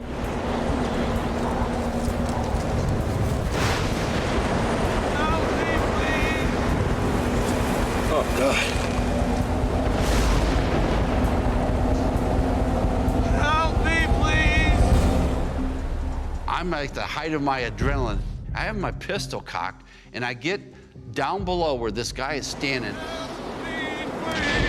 He's just shaking like crazy, and steam is rolling off of him.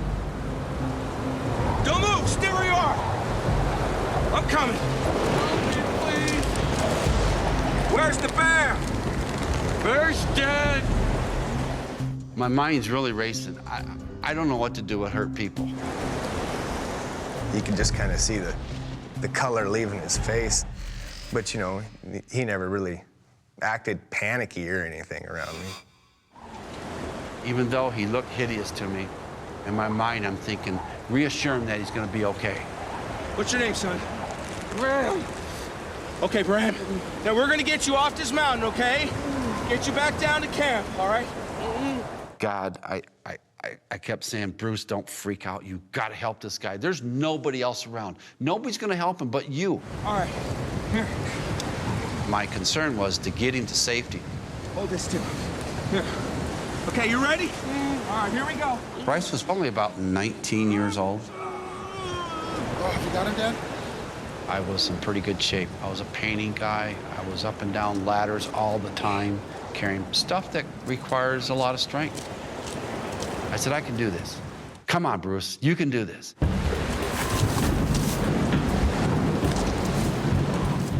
I just didn't realize how hard it was going to be.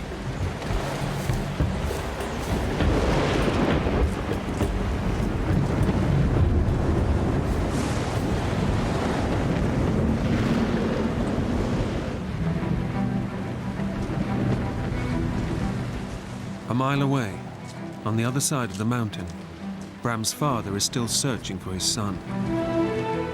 With each passing minute, his anxiety grows. My fears was he slipped, broke a leg, broke an arm, busted a shoulder. You know, anything could have happened. Your imagination runs pretty wild when you're afraid.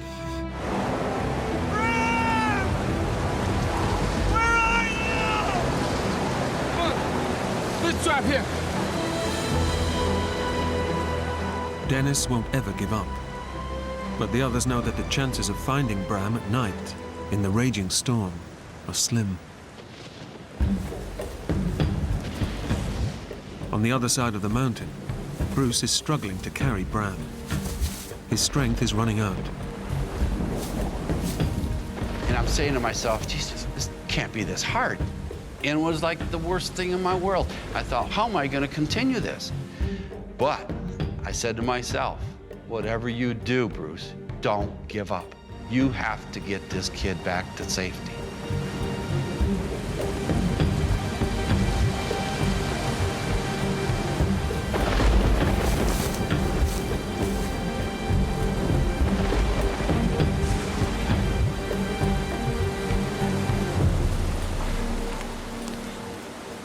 Bruce senses that Bram's shivering is getting worse.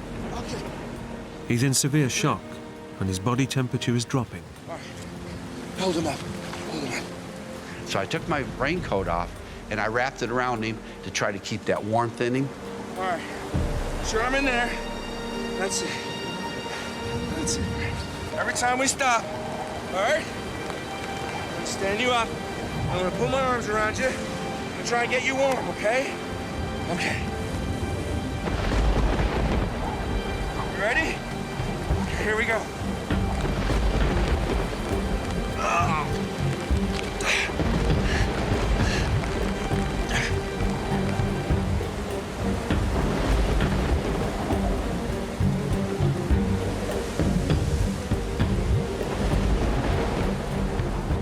But the relentless storm and the slippery ground are taking their toll on Bruce. Only a few minutes later, he has to put Bram down again. Now it's only been 50 yards, and I'm winded again. And I'm going to myself, you cannot give up, Bruce. You cannot give up. I'm exhausted. I'm tired. I am breathing so hard, and I'm sweating so bad. I know I'm in trouble. But Bruce knows he must get Bram off the mountain fast. If he fails, Bram will die.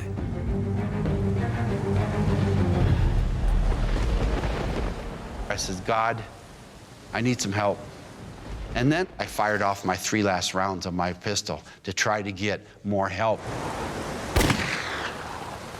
I heard a gunshot, and I thought to myself, what a fool. Who would shoot an elk at this time?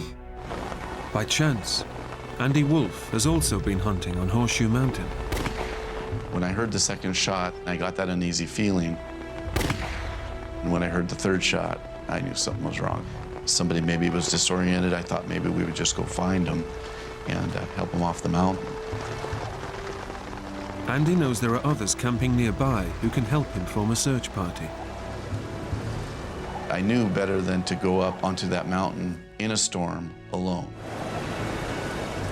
Joined by the other hunters, Andy Wolf sets off in the direction of the 3 gunshots.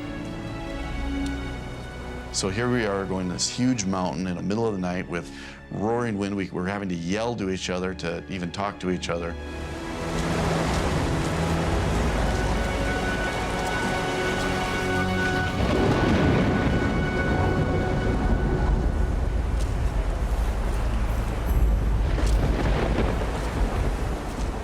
Unaware that anyone has heard his distress signal, Bruce struggles down the mountain. But the going is so tough, he can only manage a short distance before he has to put Bram down again. I said, God, I'm asking for help. I need the strength that this guy has. I need the strength that I had when I was his age. Give me that strength back just to get him to safety. He goes over my shoulder again, and I'll be damned, I started walking. And I didn't feel the pain anymore. And I felt stronger. And I walked, and I walked, and I said to myself, thank you, thank you, thank you.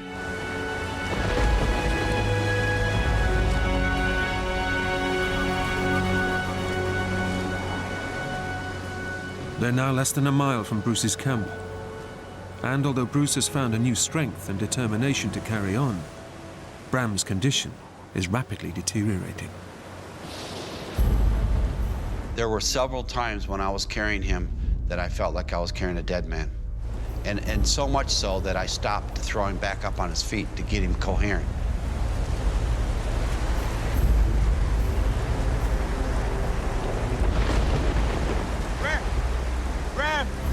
Bram, wake up, Bram. Stay with me. Bram? Well, Bram was like in and out, in and out. He was okay, then he wasn't okay. He was real coherent, and then he wasn't. I'm saying, don't you dare give up. Don't you dare give up. All of a sudden, Bryce started yelling and says, Dad, Dad! Bram! Bram! Bram, you're gonna make it! You're gonna be okay! Somebody's hit! Hey! Up here! We were probably 45 minutes into our hike when we started hearing screams for help.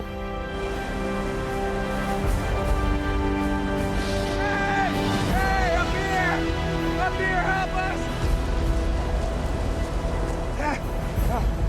What happened? I'll never forget the sight that I saw. It just was very surreal. Like, holy moly, you know, this is serious. It's chewed up really bad. I don't know if he's gonna make it. I need some help. It's okay, I'm a doctor. You're a doctor? By an extraordinary stroke of luck, Andy Wolf is a doctor with specialist training in shock trauma. What's your name? It doesn't take him long to see how serious Bram's condition is. He was going into shock. Shock kills people. Come on now, stay awake, son. The doctor's gonna look at your leg now. Just take a second, and we'll get you back home. Stay awake now. When I examined this thigh area, I reached my hand up in there, and my heart just dropped. I could feel his femoral artery just like a garden hose. And right then and there, I thought, this kid's can either lose his leg or his life. We're gonna be lucky if we save his life. You still with me? Talk to me, Bram. You're gonna be okay, son. You're gonna be okay. Andy was, checking my leg out. And he looks up at me and says, "Oh, you'll be all right." I said, "Yeah, that's what they say in the movies, just before the guy tips over." Let's go. Bram, come on now. That's it. Almost home. If we don't lose this kid from loss of blood, we could lose him from shock. Come on, give me your hand. If that artery goes and I don't get it stopped, we're gonna lose him from that artery bursting. We needed to get him off that mountain to save his life.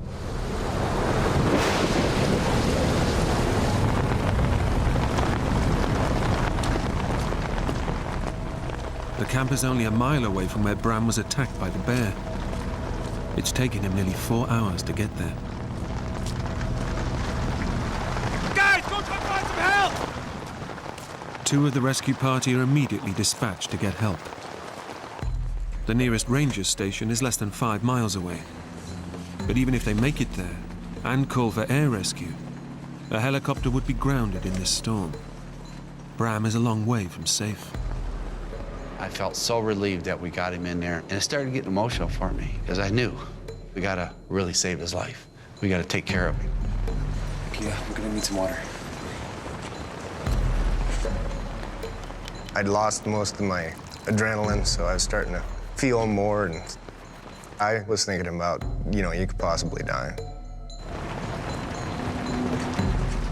Bram was in a tremendous amount of pain. You could just see it in his face, but Bram's a cowboy, and he would not complain if both arms had been chewed off. I put a lot of antibiotics into him too, trying to stem the tide of infection. The doctor knows that even if Bram survives the night, his injuries are severe enough for gangrene to set in, which means he could lose his leg, or, if not treated quickly, his life. Do you have my dry clothes? Yeah.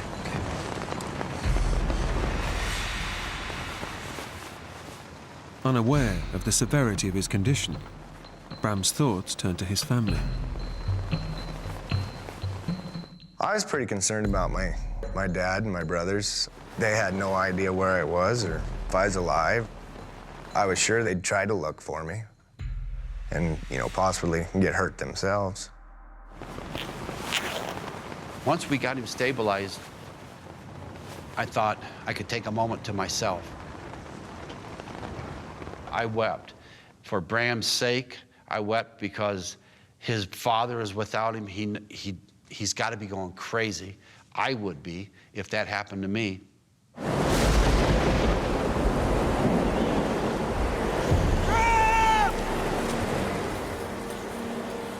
Up on the mountain, Dennis Schaefer is confronting his deepest fears. I got to thinking, man, I might not be bringing one home. And that feeling down in your guts, I'll tell you what, is an empty, empty feeling. Searching the dark, treacherous slopes in a raging storm is becoming too dangerous. Dennis's friends decide it's safer to wait until morning. Dennis, we can't go on. I don't care how bad it is. I am not going back. That is my son out there. Dennis, please. I'm sorry. I was determined to be out there looking for him, but the mountains are unforgiving if you're caught wrong, and they will kill you.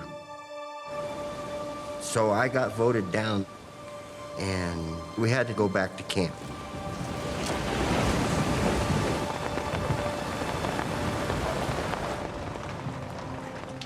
Andy has managed to keep Bram alive so far. But now, the doctor spots a new danger threatening to kill him. Gas gangrene. Gas gangrene is a deadly poison produced by bacteria trapped in infected tissue. It destroys flesh, blood cells, and blood vessels. Gas gangrene can travel 6 inches in an hour. If Bram's femoral artery was being attacked by bacteria, it would burst. Bram was in serious trouble at this point. He could very easily be dead by morning. How you feeling, Bram?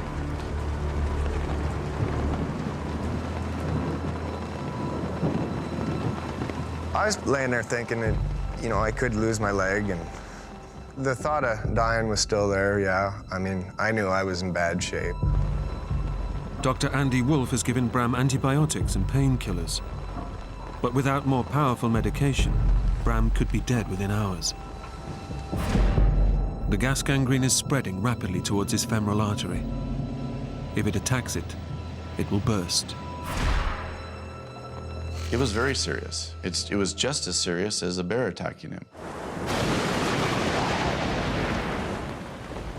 2 miles away, Bram's father has no idea what's happened to his son. He spends an agonizing night waiting for the storm to abate. They wouldn't let me leave camp, and that was probably the biggest torture I went through, was being in that camp, not doing anything. It could drive you nuts as a parent. One of your kids is missing. You know that the elements are horrid. It's unforgiving. I was awake all night, pacing, crying. Your heart just like it was going to explode, you know, because for the lack of ability to be able to go do anything and the unknowing, you know, you just sit down and weep sometimes.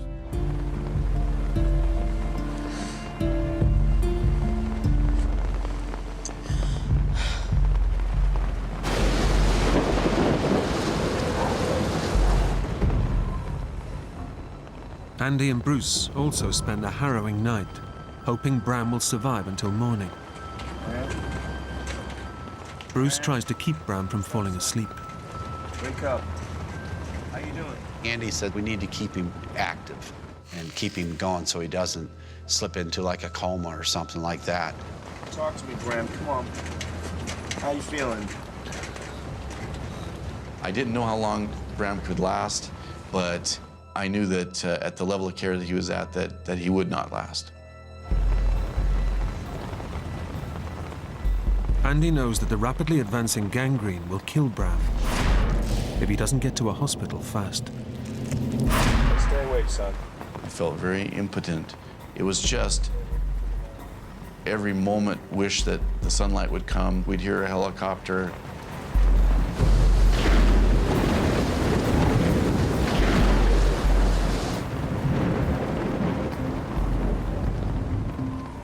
We stayed up the whole night. We took turns looking at his wounds, changing his bandage, waiting for help to come. But help is a long way away, and time is running out for Bram. Bruce and Andy don't know how much longer he'll survive.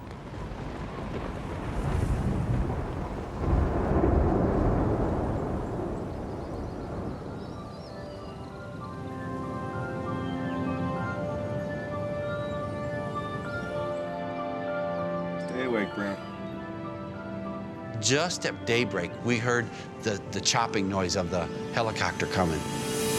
You hear that, Bran? You hear that? I was pretty excited when I heard that helicopter coming in. I've never been so happy in my life as to hear rotor blades. Help is on its way.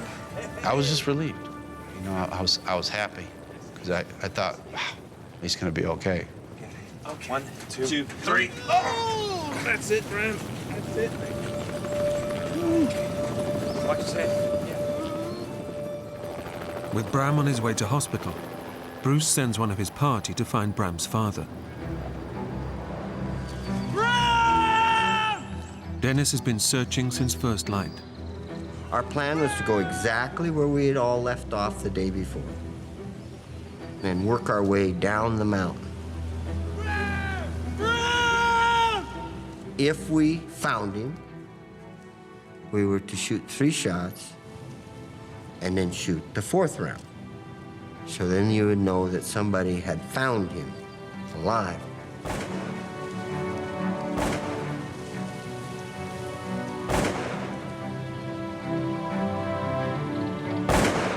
Jubilation. Tears run down my face, and we're literally running down the mountain. You're just so happy he was alive. It took 18 days for the doctors at Billings Hospital to save Bram's life. Miraculously, they also saved his leg. I was pretty happy to see it when I woke up, that's for sure. I feel very grateful for all the angels around the mountain, Bruce and his boy and Doc Wolf. Those people really done us a great, great favor by taking care of our son. I'm not a hero. I just did what I had to do. I just know that I did the right thing. And to this day, I care about him a lot, more than he thinks I do.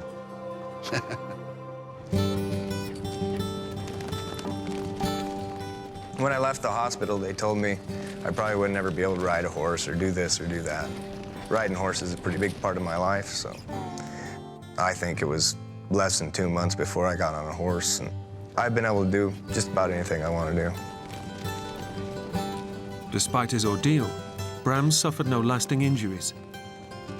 Today, he's also a father and looks forward to the day he'll take his own son hunting on the mountain.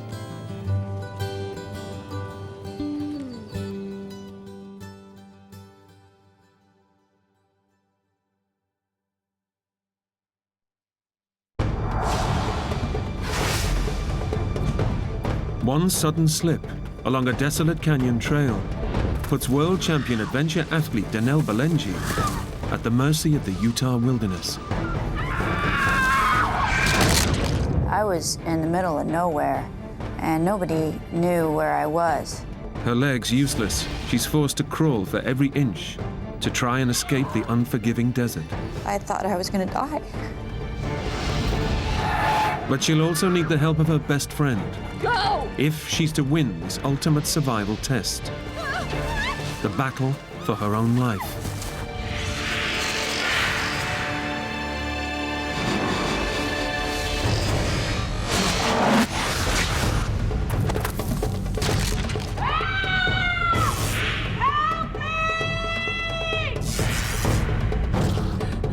Go find me help.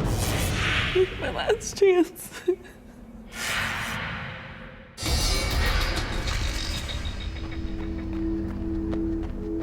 Danelle Balenji is a super athlete. In triathlon and endurance sports, her reputation is legendary. Several times national and world champion. It's no wonder she's just earned the title US Athlete of the Year for the 6th time. For Danelle, giving up is not an option, as paramedic John Marshall is about to discover. My first meeting of Danelle, she just ran 60 miles across open desert in 115-degree temperature before she got to the checkpoint that I was working at. This small-framed woman comes into the med booth. Her feet are blistered, she's completely dehydrated, somewhat delirious, and I said, hey, We would highly recommend we start an IV in you, get some fluids back in you. You're gonna need this.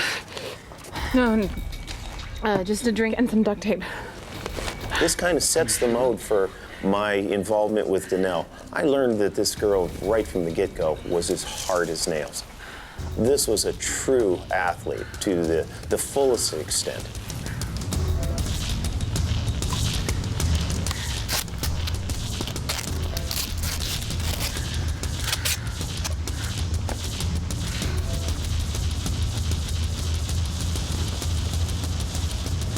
They say to be a great adventure athlete, first and foremost, you have to be hard to kill.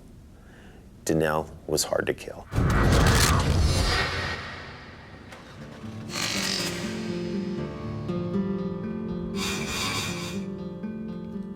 It was December 13th, 2006, and I was at my house in Moab. The winter season was approaching, and I was wanting to get in shape for the snowshoe racing season and also to compete in some winter triathlons. Oh, hey, Tess. Give me a minute, okay? Just give me a minute. So I was to head out on about a 2 or 2.5 hour run, and I kind of had one of my favorite loops in mind. I hadn't done this loop in a while. Okay, all right.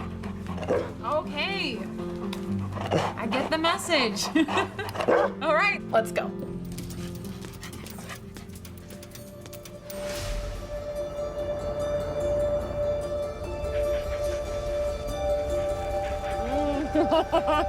One of the world's premier extreme sports athletes, Danelle is known for staggering feats of endurance in adventure racing. Single and living alone, her constant companion is her dog, Taz. I got Taz from a puppy rescue. I remember going to the shelter and there were several puppies there. This one puppy sort of stood out. Hi. Because he was energetic and he liked to run around and he was hyper and he had this real playful attitude about him that I liked. I sort of connected with that. Look at this one. Oh, you're cute. Oh. And I remember some other lady went up to Taz and was holding him. And I looked at this lady and that's my dog. He wasn't my dog just yet, you know, but I just knew that he was the one. And then so I kind of kept an eye on this lady while she was playing with Taz. And as soon as she set him down, I snatched him up and said, I want this one. There's something that drew me to Taz, that I knew that he was the one for me. I need you to help me.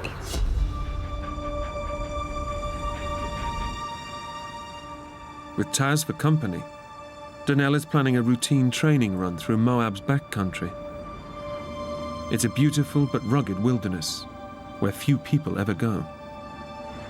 It was a sunny day, but it was cool, probably temperatures in the 30s, around 30 degrees Fahrenheit.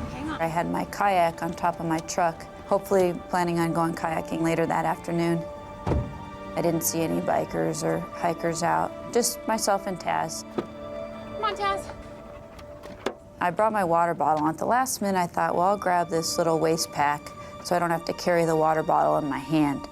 That way I could just put the water bottle in the waist pack. And it was a small waist pack with 2 zipper pockets. I didn't know what was in those pockets. I just grabbed it, and whatever was in there from my previous run was in my waist pack. And I headed out on the run. Let's go. I had absolutely no idea that my life was going to completely change that day. Come on, boy. Despite its beauty, the backcountry surrounding Moab can be hostile and dangerous. Just in the last month, 2 men have fallen victim to the deadly terrain, found frozen to death in the bitter desert night. Search and rescue teams are called out regularly to save hikers in distress. But Danelle is fearless. 6 times the winner of US Athlete of the Year, she thrives on pushing herself to the limit in the most extreme environments. I was actually in pretty good physical condition that I usually could push myself right to that limit of pain, but not quite go over it. It actually almost feels good, like you get into the rhythm, get into the flow.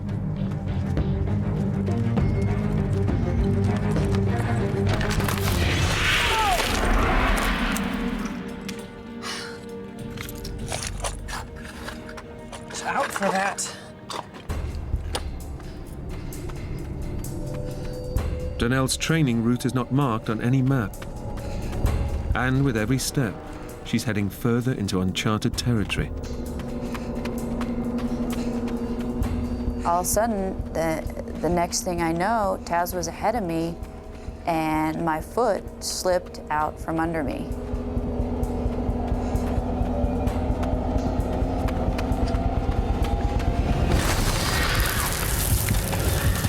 I almost immediately knew that I was in trouble because I couldn't stop. And I was moving fast at that point. And then the last 20 feet were an overhang. Free fall.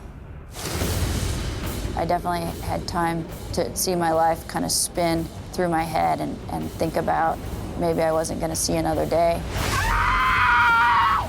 And then boom.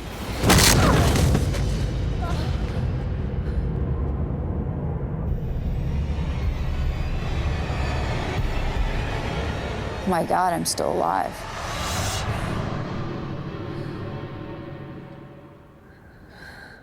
I didn't know what I had done to myself, but I knew I had hurt myself pretty bad. It's a horrendous fall. The impact has shattered Danelle's pelvis into pieces, leaving her skeleton severed in two. There's nothing but soft tissue connecting her legs to the rest of her body. Super athlete Danelle goes into survival mode. Somehow my brain didn't allow itself to think too deeply about what had happened. Despite her terrible injuries, Danelle's endurance training kicks in, and she's determined to keep moving. So what I did was I took my right hand and put it on my right leg, and my left hand and put it on my left leg, and I could feel my legs. And so I knew that I wasn't paralyzed. And my next reaction was, I gotta get out of this canyon. I gotta get back to my truck, and I gotta get home, or I gotta get to the hospital. Incredibly, despite her shattered pelvis, the endurance athlete tries to stand up and run out of the canyon.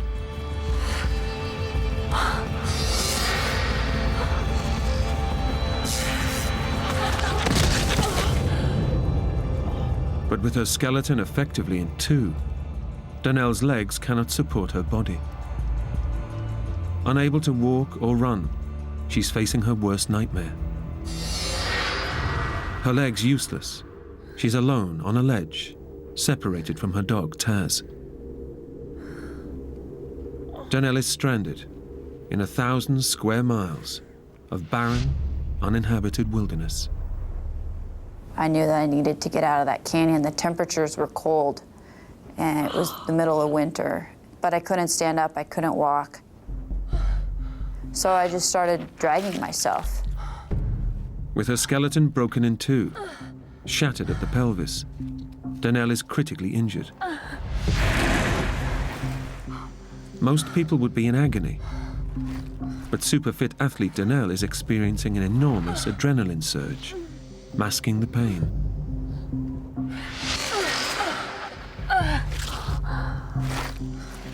But the problem for Danelle now is which direction to go. She's no idea if there's a safe way down from the ledge.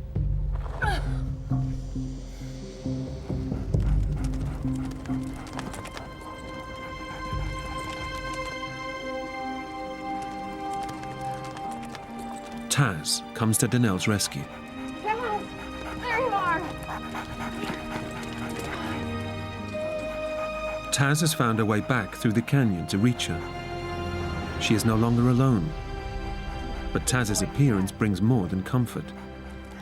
Since he had gotten to where I landed, I knew that there was a route out. So I used him as my guide and kind of dragged myself where he went along the shelf and then back down to the bottom of the canyon.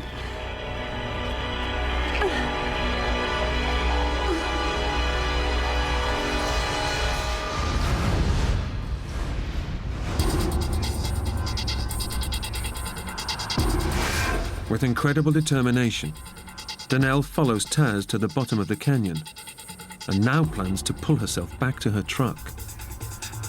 But as the adrenaline surge wears off, the pain is starting to take a hold. It would take all my energy to sort of drag myself an inch. And then the pain would be so bad I would have to regroup and try it again. Time is working against Danelle. She knows the dangers of this remote wilderness, and that if she doesn't reach safety by nightfall, the sub-zero temperatures could kill her. With her energy slipping away, Danelle remembers her waist pack.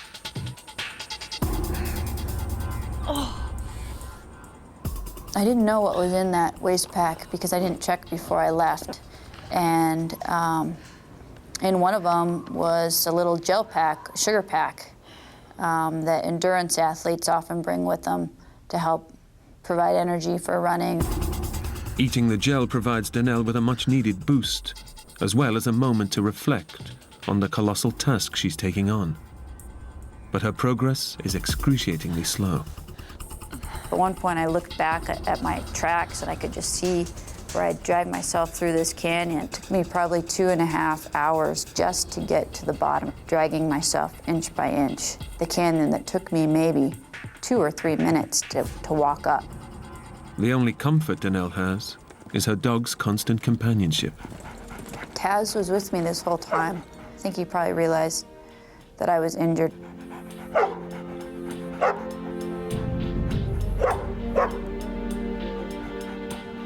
I think he was kind of wondering why I was going so slow. As the winter sun sets, the temperature is dropping below freezing. Daylight is fading fast, and with it, any chances of getting out of the canyon before nightfall.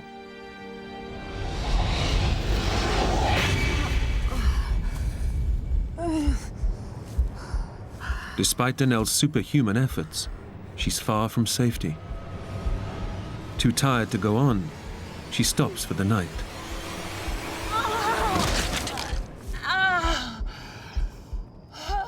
But she knows that this desert has a habit of claiming victims in the hours of darkness.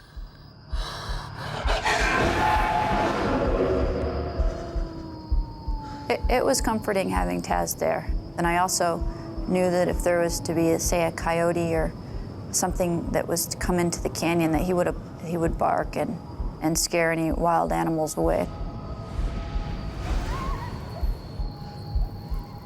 But Taz's presence won't save her from the bitter cold of the savage desert night. With the injuries to my midsection, it was a little bit uncomfortable if he got too close to me, because it would kind of move my bones around. I was really hopeful that I was going to make it out of there, or that somebody was going to get me. I should have realized right then that I was about to die and that I was in the middle of nowhere and nobody knew where I was.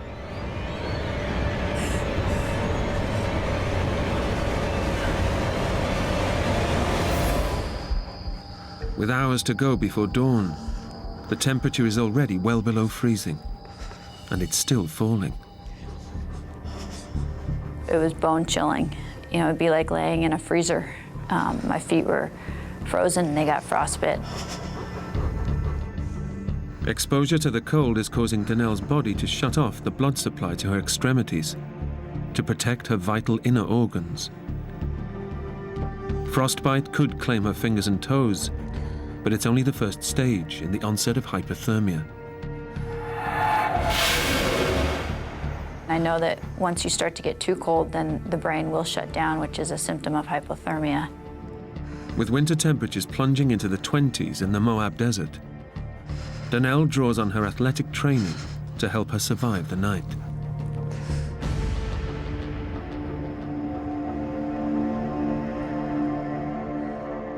Despite a fractured pelvis, Danelle starts to do crunches to keep herself warm.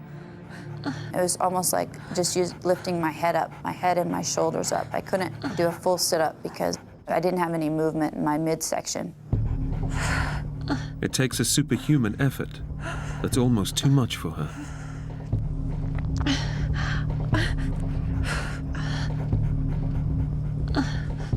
And then I started to fatigue, and I became tired, and I said to myself, I gotta find a pace that I could maintain through the entire night.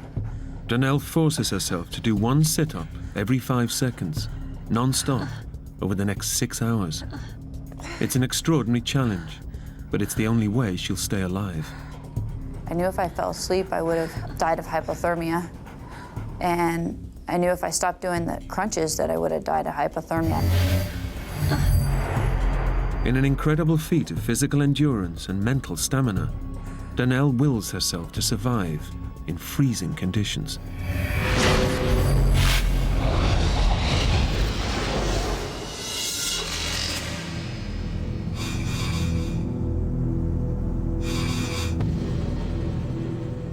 When most people would probably have given up, Danelle has made it through the night by doing sit-ups. In the morning, she has no time to rest. She intends to crawl her way 2 miles back to her truck. My plan was to take that gel to give me some energy and then to continue to crawl out.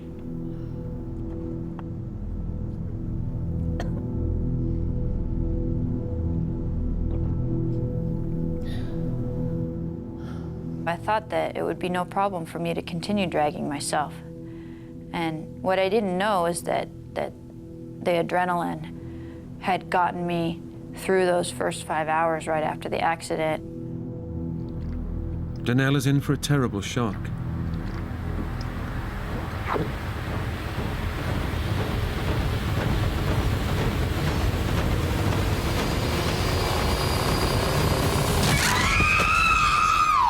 The adrenaline that protected her has completely worn off. Now, if she's to survive, she must face her ordeal with no defense against the pain flooding throughout her body. When I tried to move, it was just throughout my whole body, just this excruciating pain. And on top of the physical pain was the mental pain of being stuck there. I would have rather had 20 people around me hitting me with the hammer.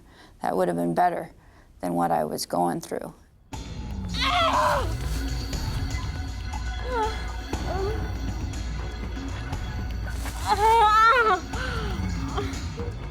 And that's when I started to think, somebody's got to notice that I'm missing. I thought maybe somebody will notice my truck is still parked there.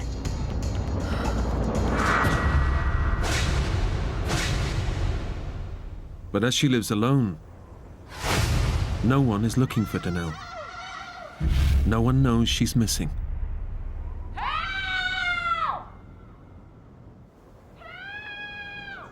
She is completely alone.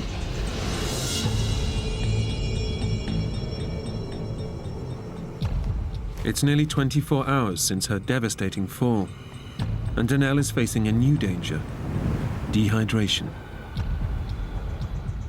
I was aware of how dangerous it can be to get dehydrated. With her fresh water supply gone, only a small puddle by her side is helping her stay alive. But it was really a struggle to drink from that water source.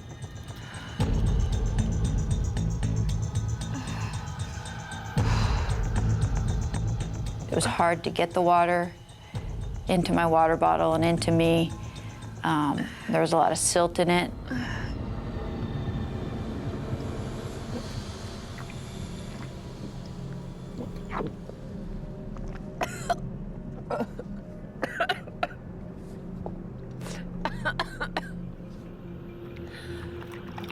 Easy for you. But while water can help keep her alive, it also carries a risk. But I didn't want to drink too much because if I peed on myself, then the risk of hypothermia would have been worse because it was so cold out there. Urinating would wet her clothing. In the bitter cold, it would freeze, speeding up the onset of hypothermia. Only Danelle's willpower has prevented it from already happening.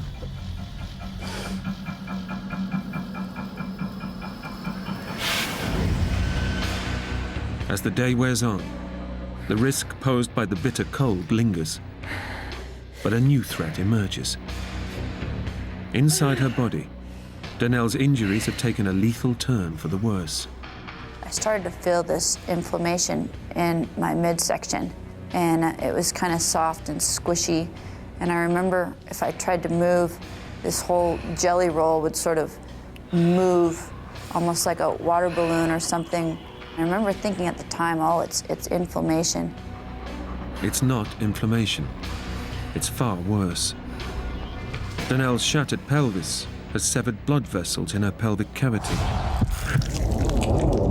She's been bleeding internally for a day and a half, starving her brain and other major organs of the vital oxygen they need for her to survive. Danelle is bleeding to death.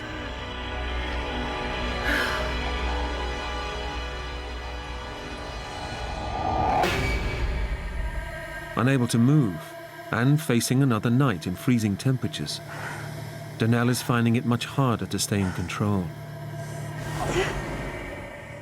She struggles to do her sit-ups. Worse still, she's beginning to hallucinate because of her blood loss and fatigue.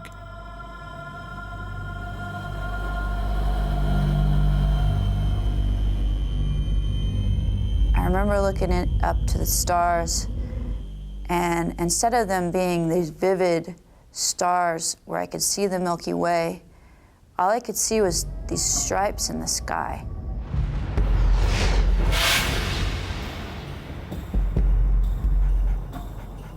The second night was a lot harder.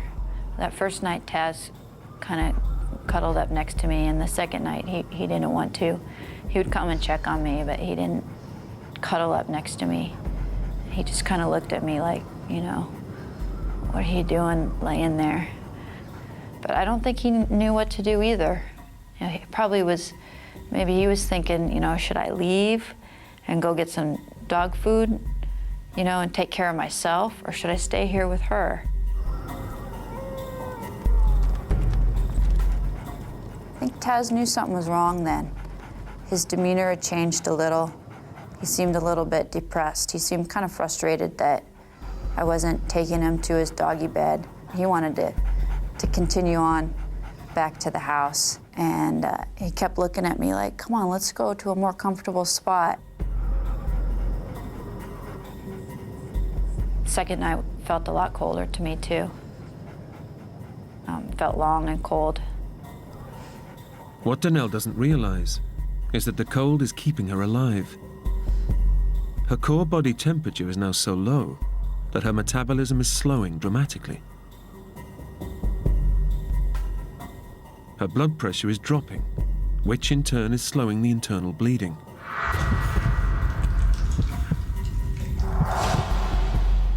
The cold is delaying the worst, but Danelle is already living on borrowed time.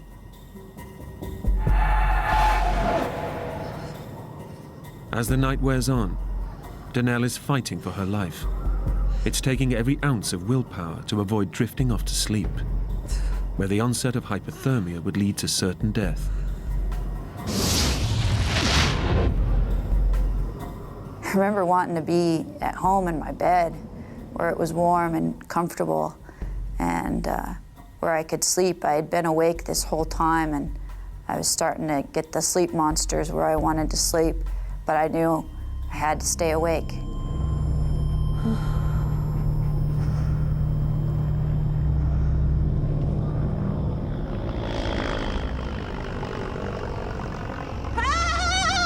And I still kept hoping somebody would notice that I was missing.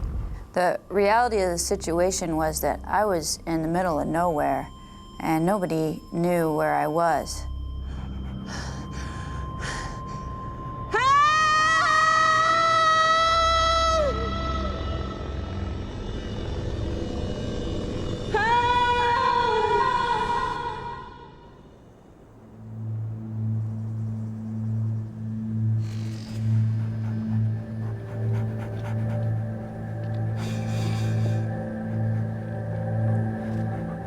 Thanks to her endurance training and extraordinary willpower, Donnell has survived a second night in the freezing winter desert, where most people wouldn't have survived one. But it's unlikely she will survive another. 3 pints of blood have seeped into her pelvic cavity, and she's becoming much weaker. On that lump around my midsection, it was blood. I couldn't see it because it was all internal, but I was losing a lot of blood. I didn't want to die, and I had to get out of the canyon, and nobody knew where I was, so I tried again. And I was determined to fight the pain and to try again.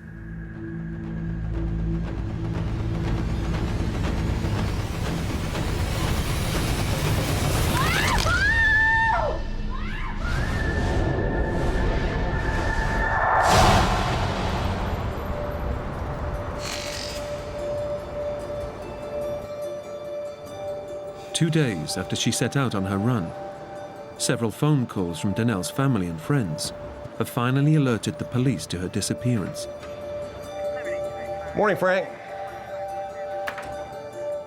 What do you got there? I got a possible missing persons call yesterday. I went out to the house this morning to check it out. Lights are on, laptops on, truck's gone. No signs of activity for a couple days at least.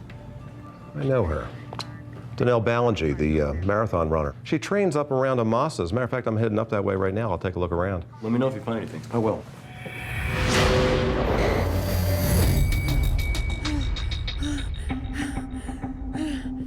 Oh, maybe I made it about 3 inches, and I got myself stuck in this small, wasn't even a pothole.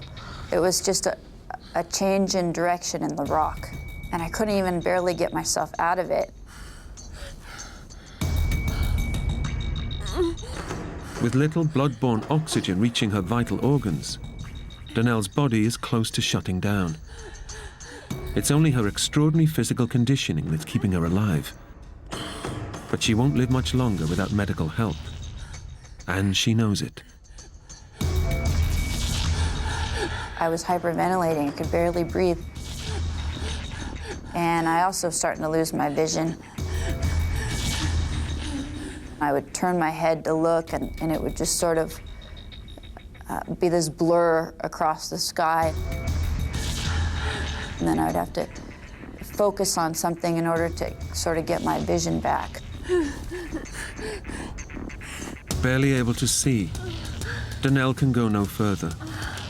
Defeated, she spends a painstaking 3 hours inching her way back to her only source of water. 50 hours after her dramatic fall, the adventure athlete's hopes of getting out of the canyon alive now seem futile.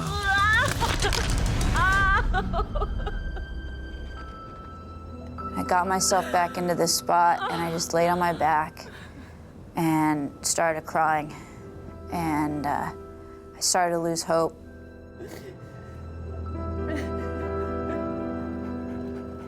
And Taz came over to me and was just licking my tears. And I was so sad that I wasn't gonna I didn't know what was gonna happen to Taz. There was not gonna be anybody to take care of him. I was gonna miss not being able to play with Taz, miss being able to run with him and do the things I love to do. And that's when, still can't talk about it.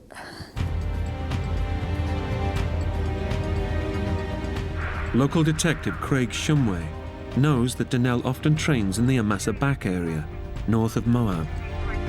He's hoping his hunch pays off.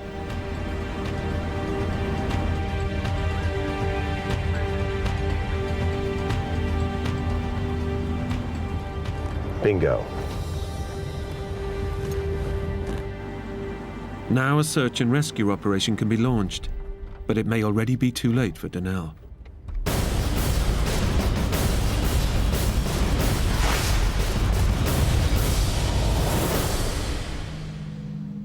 Within an hour of the discovery of Donnell's truck, the Grand County, Utah search and rescue team mobilizes. Donnell's been missing over 2 days, and they know any hopes of finding her alive are fading fast. Okay, we've got a missing persons, potential injury in the Amasa back area. John Marshall is in charge of the search team out in the field.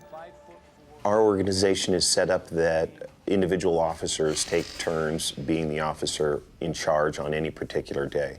That day just happened to be my day. Female, brunette, about 5'4", 120 pounds, name Danelle Balenji. Balenji? You know her? And instantly, in my mind, the story completely changed. We're not looking for a lost tourist, somebody who just wandered off the trail. We're looking for somebody that's got more backcountry experience than your average John Doe on the street. And if this person's been missing in the backcountry for 2.5 days, they're not just lost. This person's in some serious trouble. While critically injured and exposed to freezing conditions, Danelle's endurance training has helped keep her alive for over 2 days. But the physical ordeal is wearing her down mentally. I was pretty close to dying at that point, and I had lost hope that anybody would find me. Now, after 51 hours, her intense willpower is breaking down. Despite increasing risk of hypothermia, she can no longer stop herself from urinating. With night bringing colder temperatures, Danelle knows that without a miracle, she'll likely freeze to death by morning. The extreme athlete has finally given in. That's when I started to think about my life and everything that I did.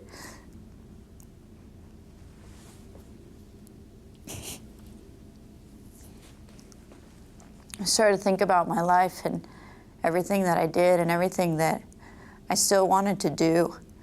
And I thought about my family and my friends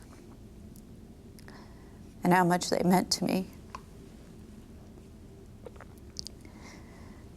And I thought I was gonna die. I mean, I was dying. Tess. Tess. Tess. I need you to help me. Taz was there with me, and he was all I had at that point. And I said to him, I said, Taz, I'm hurt, I need help. Can you go get help? Taz, I need you to help me. Go get me help. Taz, go find some help for me, please. Go. This is my last chance, Taz.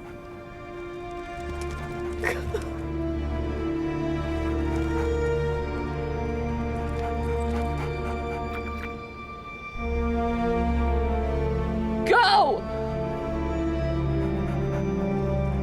And he turned around and he took off.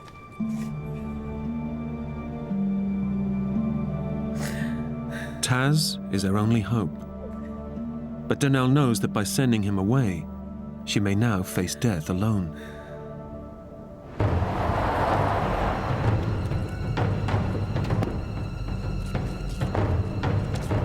With little time to spare, Moab Rescue Operations Chief John Marshall arrives at the Amasa backcountry search area first. The backcountry here in southeastern Utah doesn't play any favorites. It's a beautiful, awe-inspiring landscape, but it also is deadly.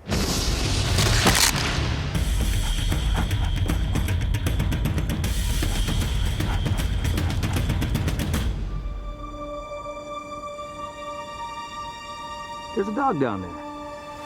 You see him? Yeah, I got him.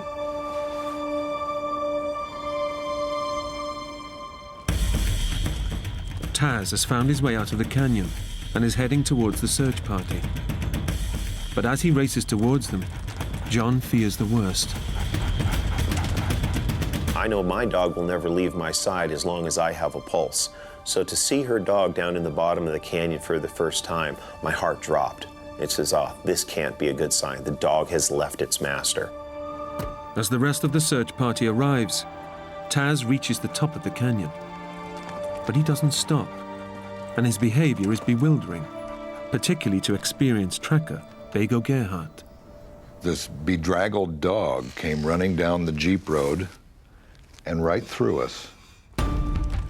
The odd thing was he didn't really want anything to do with us. Like he didn't walk up to the first person and go, "Feed me." John Marshall knows that Taz could hold the key to finding Donnell. But standard procedure dictates that he cannot delay the rescue operation any further. Bego, you take the Massaback Trail and the ATV. Bego Gerhardt is under no illusions about the enormity of the task facing them. It's usually you're going to look for somebody that's just out after dark, or they broke their ankle and you pretty much know where they are. But this was a full-on search, had no idea within, say, 20 square miles, which is huge in this country with all the canyons and cliffs. 20 square miles can take a long time to cover. It's time they simply don't have. As evening approaches, temperatures are already dropping. But Bego Gerhardt can't rush, for fear of missing a clue that may lead him to Donnell.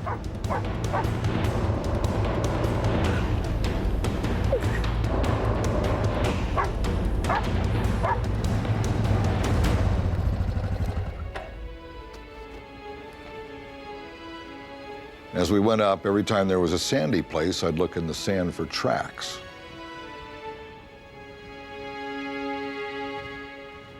And pretty soon I thought I found some tracks that could be 2 days old, and there were dog tracks along with the shoe prints. Back at the search and rescue base, John is now sure that Taz is trying to tell them something. This dog was on a mission, so it's almost as if it ran around and say, "Hey, look at me, look at me. I'm going to get everybody's attention. Now I'll show you where she's at."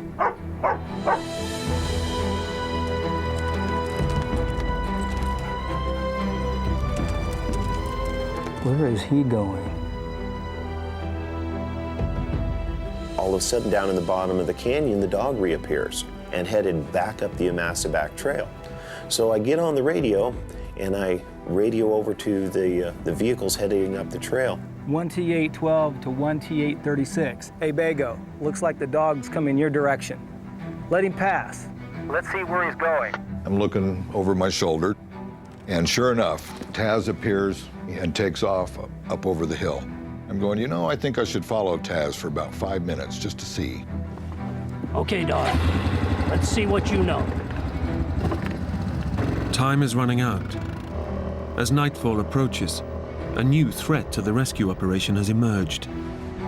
Heavy snowfall is forecast, which Donnell couldn't hope to survive. Following Taz may now be the last chance of finding Donnell alive.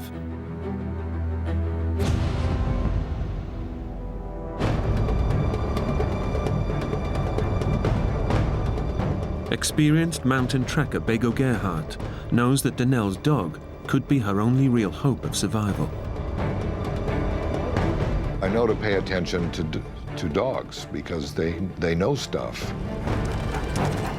So when he ran up over the hillside, I had a very strong feeling of I better follow him for a few minutes. As Taz leads Bego deeper into the canyon, the going becomes more treacherous. Bego must slow the ATV and risk losing the dog's trail.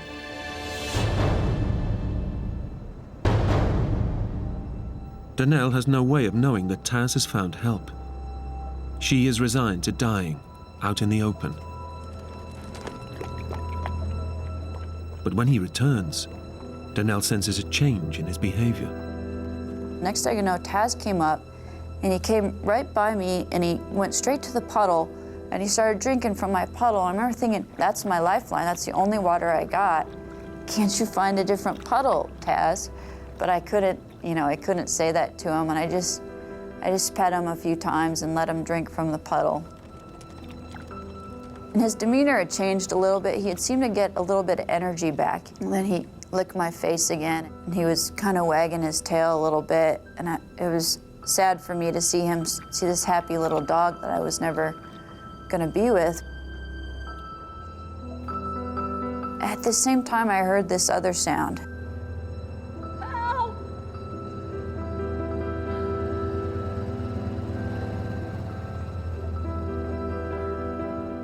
I wasn't hopeful because I'd been screaming help for, for 50 some hours straight, and nobody had come to help me. Help! And just about the time I thought I was going to run out of road, I heard this blood-curdling scream. Help! I'll never forget it. And had to be Danelle.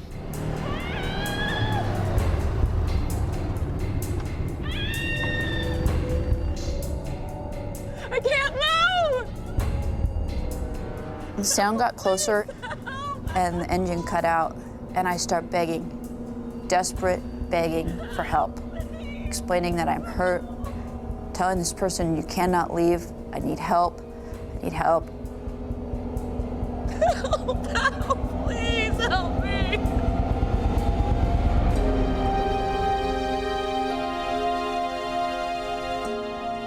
It was the best moment of my life, because I knew right then that I was going to get a second chance. I knew I was going to make it. And it was quite emotional, because not very often do you go on a rescue where somebody's life is really quite on the edge. The look on her face was one of relief, and then the tears came. Next thing he said to me was, you got one good dog. And I just started crying. I just laid there and started crying. I don't think any human could have survived another night in those temperatures. Taz's extraordinary bond with Danelle has saved her life. Taz certainly did make the difference in shaving hours or perhaps even days off of finding Danelle. And in this rescue, she didn't have hours or days to spare. She was on the brink as it was. I knew Taz was a smart dog, but to be able to do what he did, this was a whole nother level of communication. Suddenly, my dog was taking care of me instead of me taking care of him. I look back on it now and I'm so grateful. He's truly a best friend.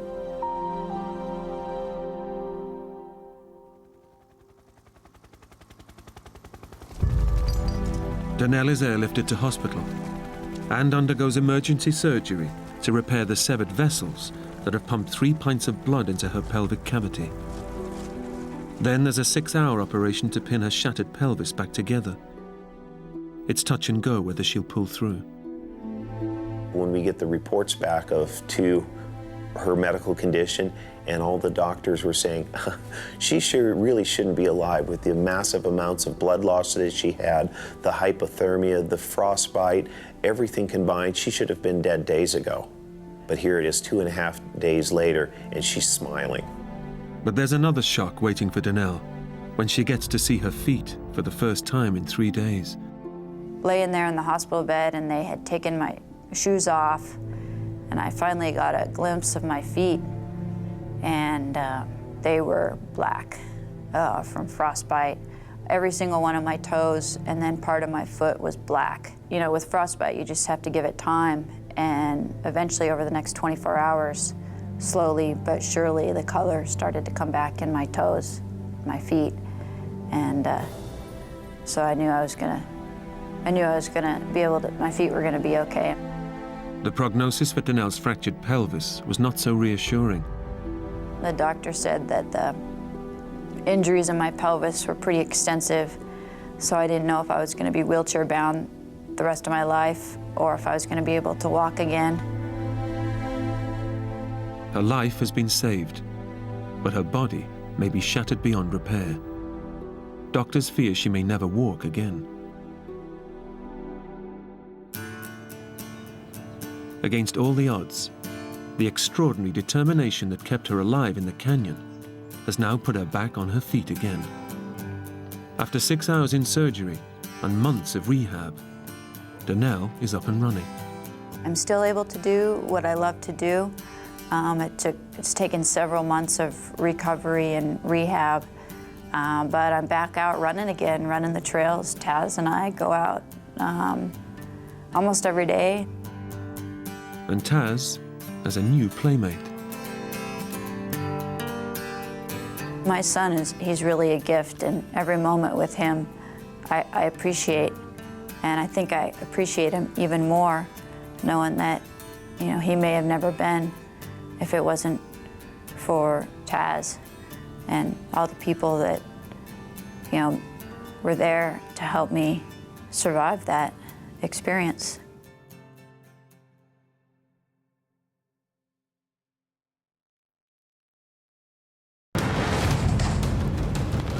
Three men set out on the expedition of a lifetime to capture one of the rarest big game trophies, high in the remote mountains of Central Asia.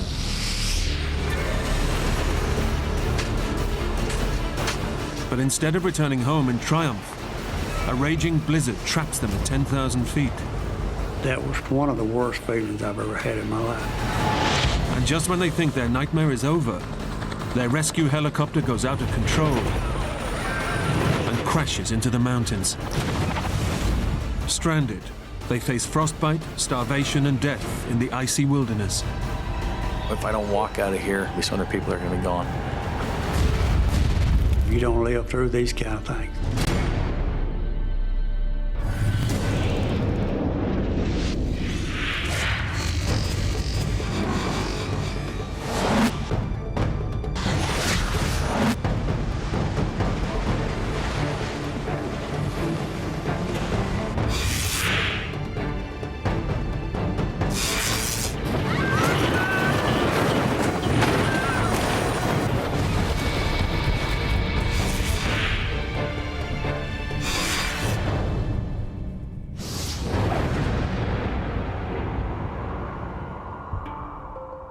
Kyrgyzstan is a remote mountainous country in Central Asia, formerly part of the Soviet Union.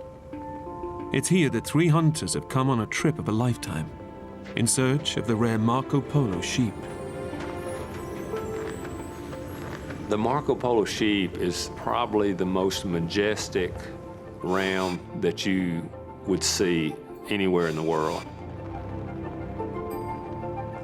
Spook Span is here with his father Denny. All right, let's go. The trip is the pinnacle of their lifetime's passion for hunting. We're very much country people. Grew up hunting, fishing, running up and down the creeks and the rivers. Hunting often takes them away from their home in Tennessee, but this is their most adventurous journey to date. I really didn't know anything about Kyrgyzstan, just that it was mountainous. I did know that. Hey, let's have a little wait for the camera, guys. Joining the father and son is Spook's Canadian hunting buddy, Clay Lancaster. The biggest appeal with the hunting part is the adventure. I mean, a lot of people think it's all about just shooting something, but it's not about that. It's about getting away from cities, telephones, people, getting into the high mountains. The three friends arrive in Kyrgyzstan and set off in minivans for their remote base camp.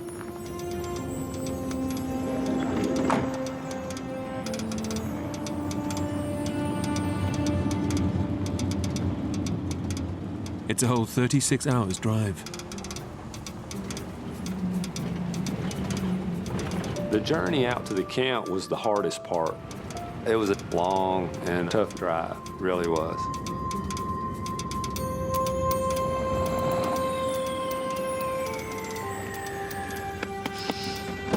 Come on, Clay, rise and shine. There. I remember waking up and going, wow, is this ever cold? My feet were cold, my body was cold. Hey. Oh. Mountains everywhere you looked, and it was absolutely beautiful. This is it. I felt about as remote as a human could possibly feel. I mean, we didn't even hear or see an airplane. I mean, there was nothing. Those are the kind of things that were a lot different than what I was used to. enough. I promise to be quick. Calling home already, Denny? Clay has brought along a satellite phone and GPS in case of emergency. Back in 1 minute. But Denny wants to check in with his wife, Ruby. Hello, Ruby? I called her and told her if we didn't fire a shot that this trip was worth it because it was probably one of the most beautiful scenes I'd ever seen. Boy, it was worth the journey. Thank you. Hope you said your goodbyes, Denny. From now on, this is strictly an emergency phone. Well, you're kidding, Clay. Every call to the wife is an emergency.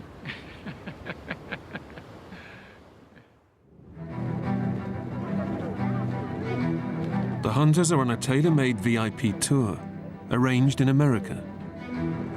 Based in a remote camp, 8 hours from the nearest town, they set off each day on horseback, accompanied by a team of local guides.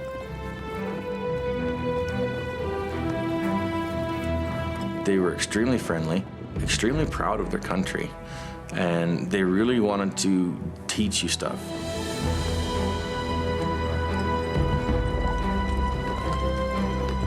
They spent 2 whole weeks crossing miles and miles of frozen mountains in search of their prize. They are a real challenge to hunt because there's times when you're in, snow waist deep. Just days before their trip is over, the hunters get a sight of what they came for. Seeing that ram, I felt like I was dreaming. I didn't even feel like it was real. It was something that I dreamed about for years and years.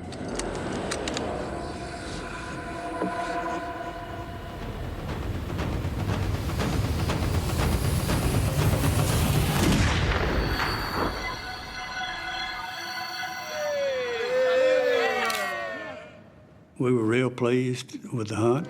We'd taken 2 real pretty Marco Polo sheep. So that night we had a special dinner to celebrate. It's the final night of the hunt, and the locals are determined to send the guys off with a bang. I don't drink, so I was having a hard time. I told them no, no, no, no, no. Well, they just wouldn't accept no for an answer. And so when they counted to 3 and they all threw it back, I just took the glass and threw it by the side of my ear and poured it out behind me and slammed it back down and shook my head just like it about killed me,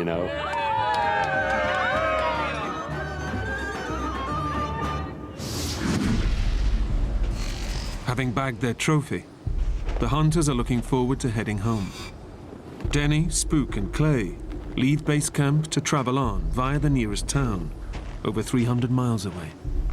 But as they set off on the 8-hour journey, the weather begins to close in. It had snowed a bunch. The road that we came in on, you couldn't actually even see it anymore because the wind got blown. It filled the road right in. I walked out away from the van, and I remember making a mark in the snow.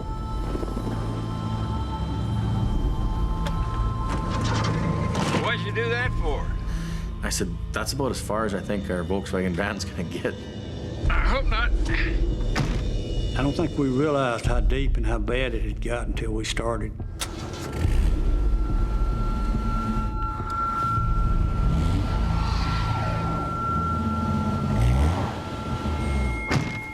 Jeez, even I was being optimistic.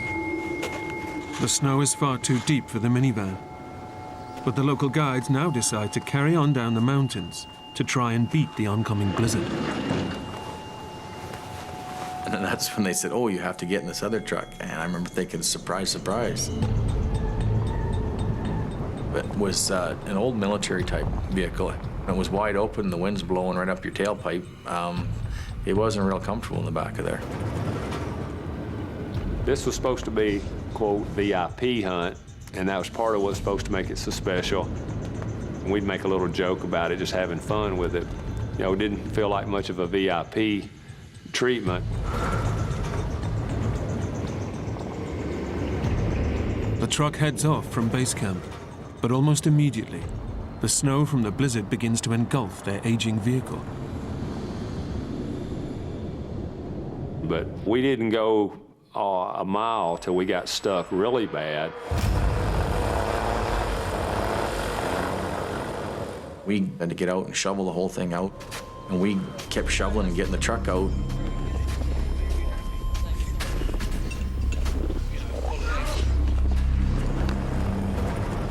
And everybody get pushing and get the truck rocking, and away it would go.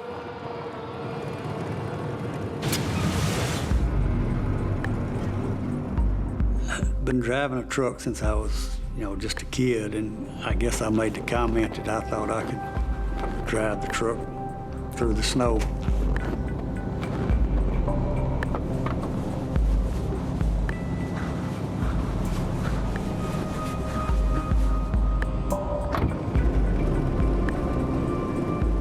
With Denny at the wheel, they struggle on through the snow. And he did an awesome job. We actually made it further while he was driving than we did with anybody else.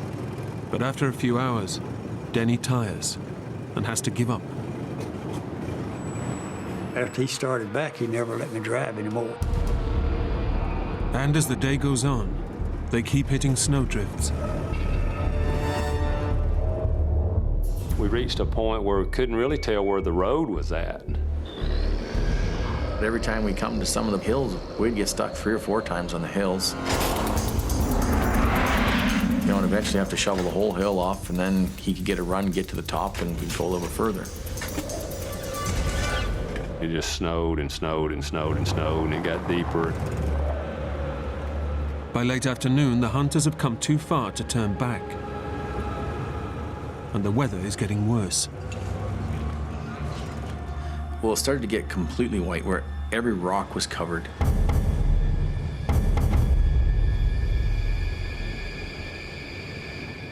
I mean, it was just solid white. The snow was snowing, and nothing looked familiar. You're in this huge, vast valley. We're getting stuck worse and worse and more and more.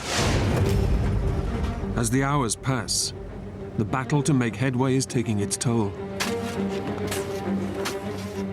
The snow got so deep, you'd shovel it out and you wouldn't go 10 yards.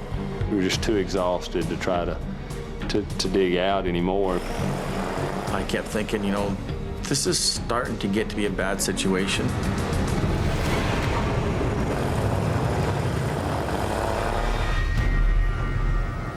When you start getting your progress down from, 200-300 yards at a time to 2-3 yards at a time, or 2-3 feet at a time, that's when you start to realize this is done. We're stuck. And where we're at right now is where we're going to stay.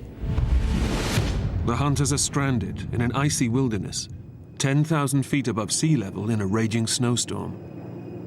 Night is fast approaching, and the temperatures begin to plummet to minus 40 degrees. How am I going to get out of here?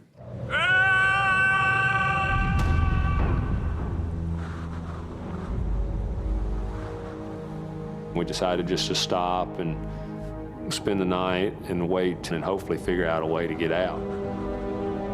That's when you're beginning to get a little bit apprehensive about, how am I going to get out of here?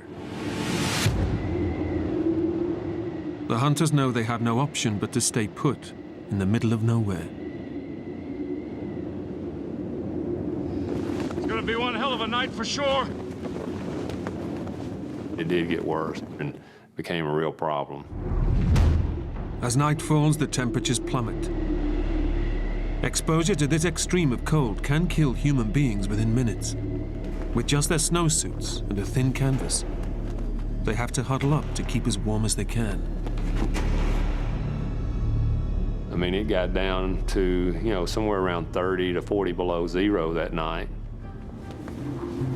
The back of the truck was very crowded and it was very cold. It wasn't a fun, comfortable night by no means. I was apprehensive, scared about the cold, being out of food. It was hard. Dad is very, compassionate, always thinking of other people. And he was worried about, were they going to be warm enough? We We gave them whatever they needed, socks, boots, you know, jackets, whatever we had that we didn't have on our body ourselves, we let them use. It's okay. As night wears on, the locals sense just how dangerous the situation is.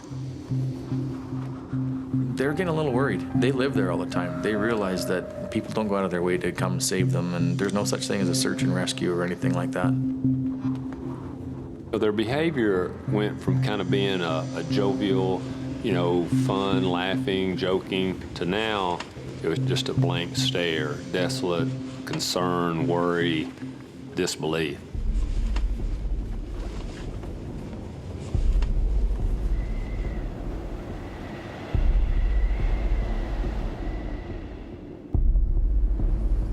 The hunters make it through a bitterly cold night. But dawn brings no let-up in the weather. And as Clay emerges from the truck, he's in for a shock. Overnight, the truck has been engulfed by a whiteout. Clay can now no longer tell land from sky. There was nothing to see anymore. It was just a solid snow landscape. You're in this huge, vast valley. Nobody really knows where they're at. That was a nerve-wracking feeling. To make matters worse, the local guides begin to turn to the Westerners for suggestions of what to do next. When you got them out of their normal routine, that they didn't have a clue what to do. And that was, I think, the part that got scary. And that's when we decided, look, they're not going to get us out. We're going to have to do something else. Seems like more and more, they're starting to look to me what to do. I'm in a foreign country, and I really don't know what to do. Clay knows that they're stuck and in big trouble. Using his satellite phone, he makes an emergency call to the man who they booked the hunting trip from. He was in Russia at the time, in Moscow. This is Clay Lancaster. And he kept making light of the situation. No, it's not bad, it's not bad. And I kept saying to him, you don't realize where we're at and what's going on right now. Like, we are stuck. Our truck is jammed in the snow. We can't dig it out.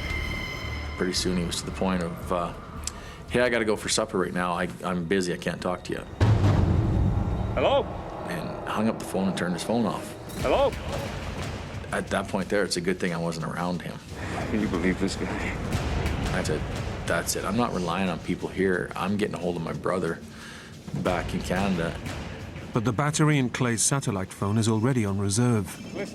It's just seconds away from dying out. These are our coordinates. It's north 42. It was a frustrating point. I was like, why did I let so much of that battery wear down? And it was the last battery that I had. Just as he's giving their exact location, 16. Hello? the phone goes dead. Hello? You think he heard you?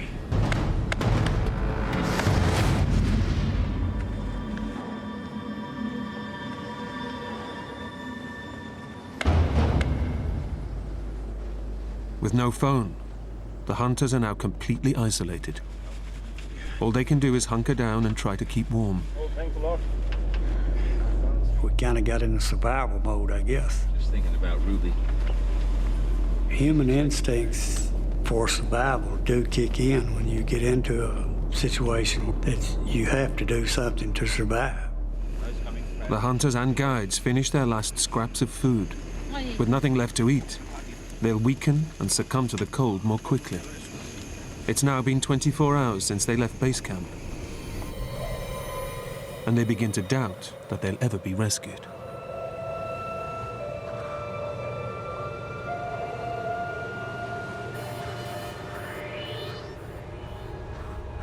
At this point, you're wondering, are they going to come after us, you know? You okay, Danny? Just thinking about Ruby. She's expecting you back tomorrow.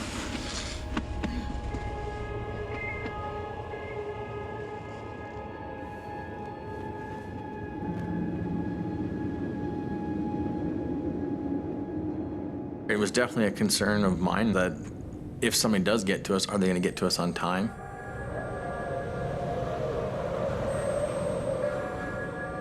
You're thinking about your kids, thinking about your family, your wife. I don't know, it's hard to stay motivated. I mean, you feel helpless. As the second night falls, the temperatures plummet again. And so does the mood in the truck. Having to be out there another night when it's 30 or 40 below and realizing that nobody's gonna be there, it's just, I don't know, it's an undescribable feeling. But despite everything, Clay is determined not to give up. I kind of set my mind that this is not where I'm gonna die at. I'm not ready for that right now. He wants to walk away from the truck towards their base camp, where he can recharge his phone and call for help. I talked to them guys and said, if nobody comes the following day, then I'm gonna try and walk out of here. One way or the other, I'm not gonna stay here and just wait. But leaving the vehicle breaks a golden rule of survival. You can't help but be just a little bit afraid of how hard that might be. What all the consequences might be if you started the wrong direction. There was basically no way to know exactly which way to go. The attitude from everybody else was like, we'll never make it. We need to stay with the vehicle. That's our best chance. The longer you stay with that vehicle, that's probably what your best odds are. It's an agonizing dilemma. Clay may never make it alive to the base camp, but staying put and doing nothing may also threaten the lives of the whole hunting party. If you look at it from the other side, that if nobody comes, that's probably far more dangerous. And how many days do you go without food before your strength's not going to be there to be able to do something like that? At what point should I go? At what point should you decide, hey, let's try and get out of here? Dawn on the third day brings a life-changing decision for Clay Lancaster. Stay and hope rescue will come, or risk hiking out to find help.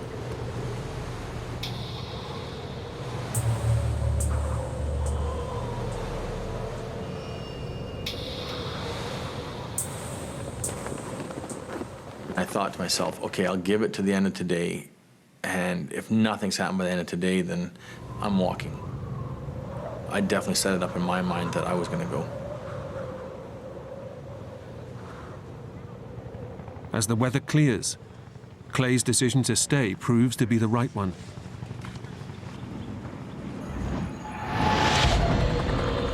Listen. Now it's like, there they are. It's a helicopter, I know it is.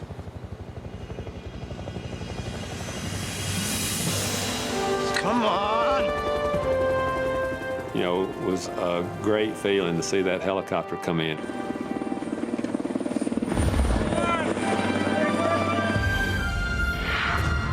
Clay's phone call of the previous day has got through. These are our coordinates.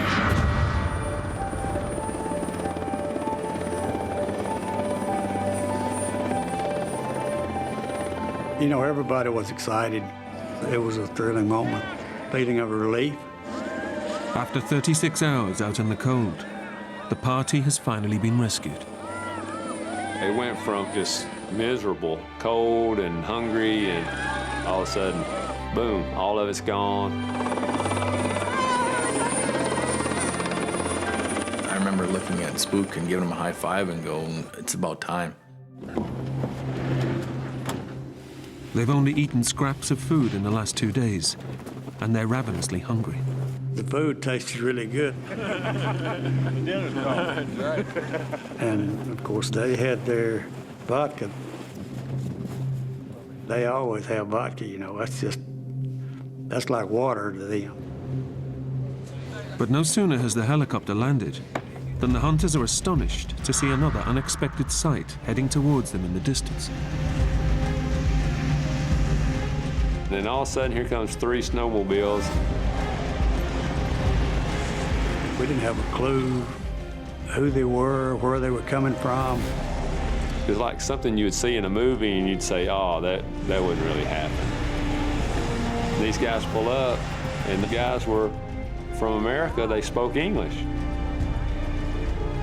We were kind of really shocked to see English-speaking U.S. Border Patrol guys on snow machines where we were at.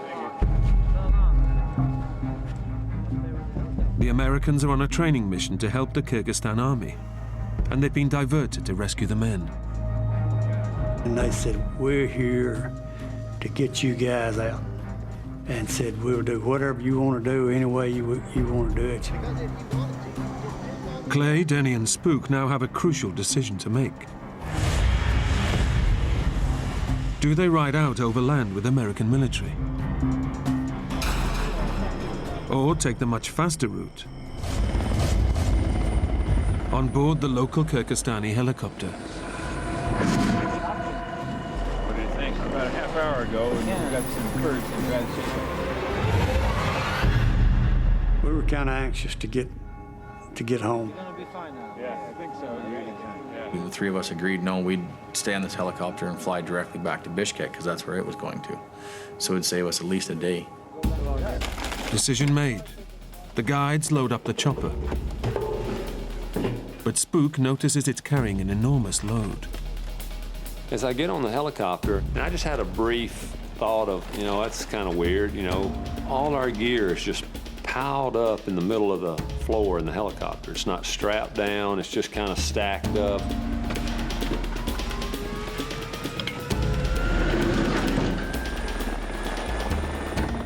As it struggles to take off, he begins to doubt they've made the right decision.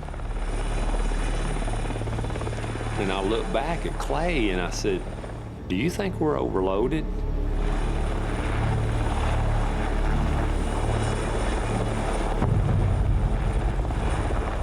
But I mean, the crew seemed to be okay with it, so we just kind of let it roll off our shoulders and went with it.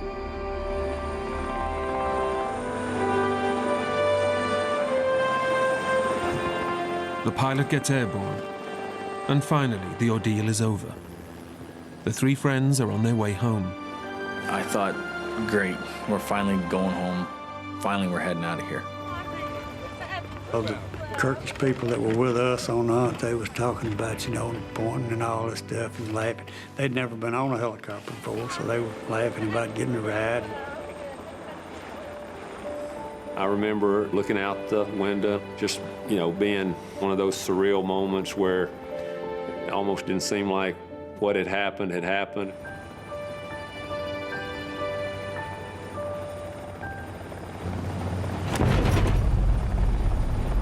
But as the helicopter makes its way over the mountains, it becomes clear something is wrong. I could feel the helicopter sort of tip ahead a little bit. I thought, well, maybe it's out of balance or something. Move back. Each move back one seat. Get back, move back.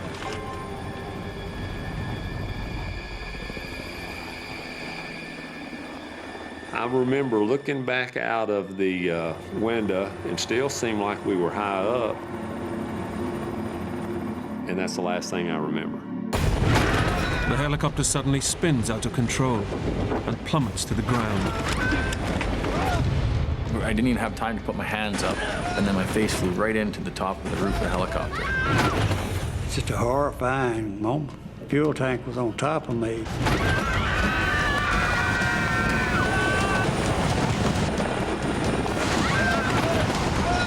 I remember all of a sudden going, that looks kind of close. And then boom, we hit.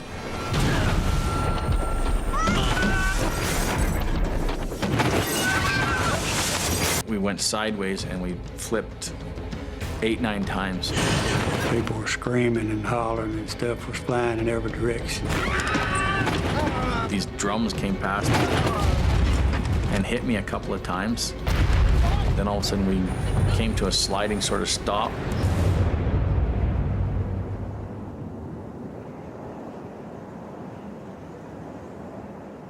First thing I thought of was, you don't live through these kind of things.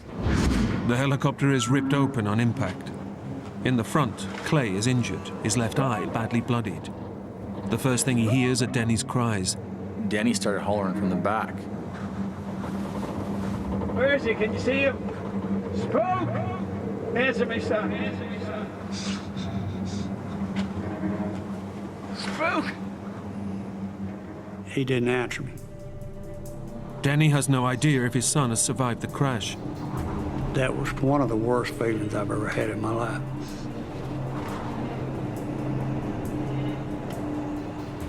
And I don't know whether it was 1 minute or 5 minutes or whatever it was. It seemed like an eternity.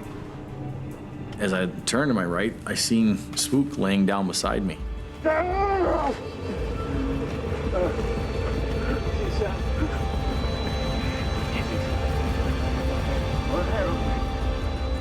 I said, it's okay, he's right here, he's right here. I said, I got him. Spook! Spook is alive but badly injured.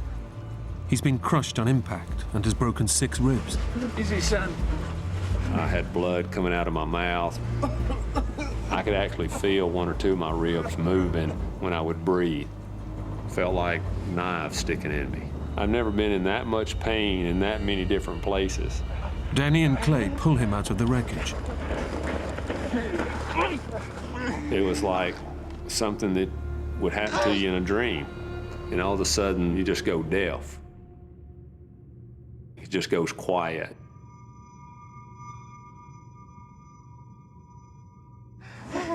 And it's only now Clay realizes that he too is badly injured.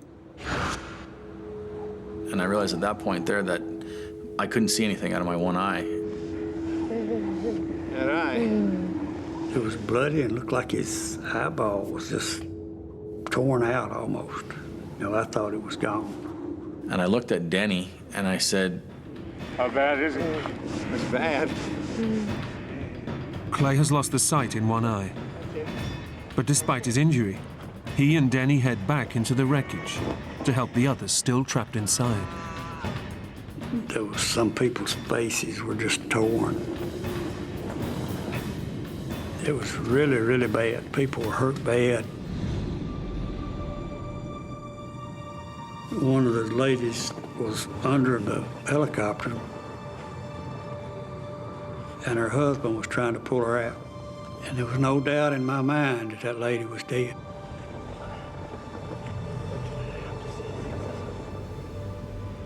I don't remember how much time had passed, but he put her in his arms, carried her out, and he'd got her way away from the helicopter, and she was actually alive.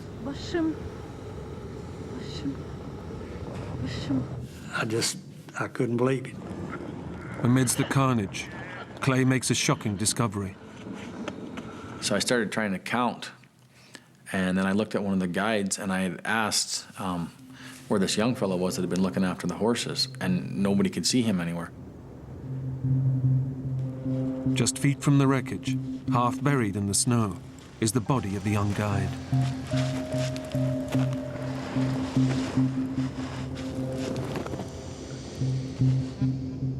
That was it, he was gone. It was a really weird feeling for me because 15 seconds before that, he'd moved into my seat. Everybody, move back. I've thought about it many times since then. I've looked back on it, wondering and thinking what would have happened if I hadn't moved.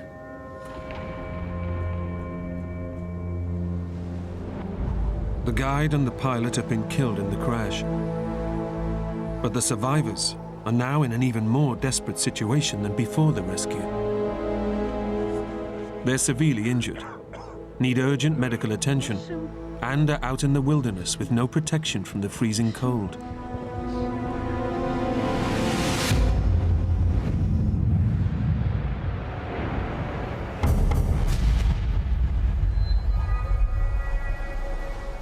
One of the ladies that was one of the cooks had really bad internal injuries plus a broken pelvic bone. There was another fellow that was unconscious. He was breathing, he had a pulse and everything, but didn't seem to respond to anything at all. It was a sad feeling, and knowing that people were hurting like they were, and it didn't seem to be anything that you could do. They're totally stranded, and with no life left in the satellite phone, they have no communication with the outside world. And we knew that we had already run the battery down to dead. But Clay knows he can't give up. He has to do something. It's their only chance.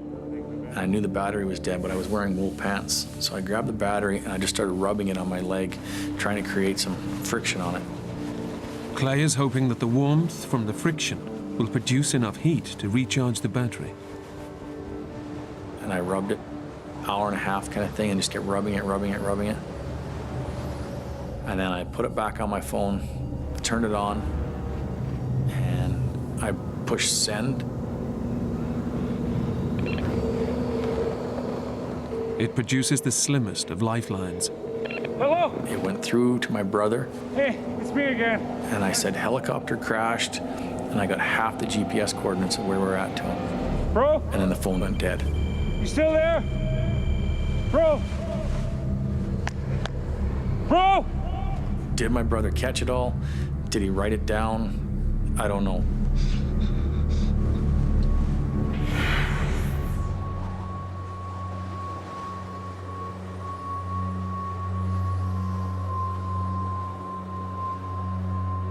With no idea if the coordinates got through, they now face their third night out in the wilderness. And Clay realizes Denny is in extreme pain. You okay, Danny? My pain seemed to get worse as the nights went on. Okay. I had him lift up his shirt and could see a lot of bruising. It's my ribs. The adrenaline has been masking the pain until now. I could tell his ribs were broken, and I was worried that, something was going to happen to him, whether it was puncturing a lung or maybe he'd already done something. Maybe he had some bleeding inside, too. I say you've broken a couple of ribs there, Danny. Yeah, well, maybe, but you don't look too good yourself. The temperature plummets, and exposed on the mountainside, they have no protection against the minus 40-degree cold. Several of the other people had gone and built a fire. And there wasn't really that much stuff to burn other than just stuff that was on the helicopter, The local guides turn to alcohol to keep warm and blot out their fear. They opened up a bottle of vodka, drank the entire thing, grabbed another one, chugged about half that. They really had the attitude, well, we're definitely not going to make it now. Nobody's going to come get us. I think people really believed they weren't going to make it through the night. Drinking alcohol may numb their senses, but it also dilates their blood vessels, causing their bodies to lose heat even faster. And there was a lot of people. Their attitude was, this is it, we're done, and they just started drinking the vodka.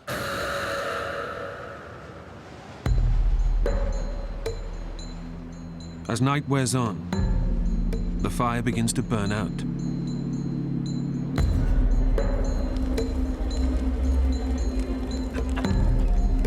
In a panic, the local guides look for anything to keep it alive.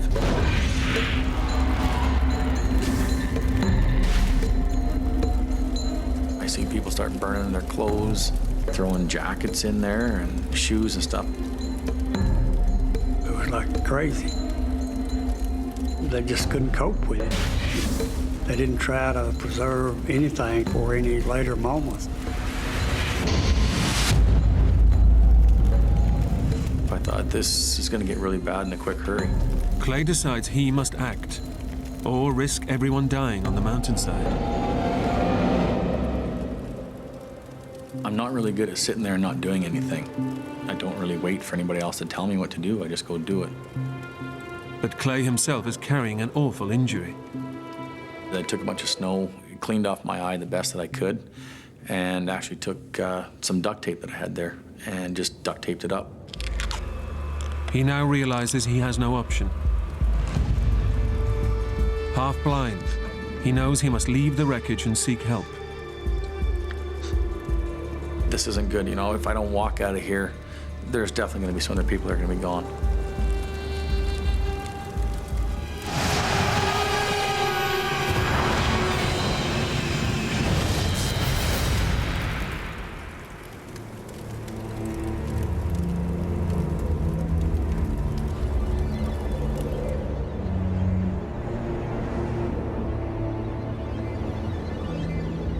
you sit and wait when it could be 2 or 3 days before somebody comes along. I wasn't willing to take that risk. I think this is where we are. Spook and Danny are too injured to go with Clay. You'd never make it. The one husband, he was extremely concerned about his wife. Take one of these guys with me. There's a real strong bond that as soon as I got to camp, I could see between the two of them. So I thought at that point, you know, if we wait 2 or 3 days here, she's definitely not going to be here. And that's when I said to him, I go, tomorrow morning, you and I are going to have to walk out of here. And he really didn't want to lose her. He broke down pretty hard. So that's when we made up our mind the next morning that we were taking off.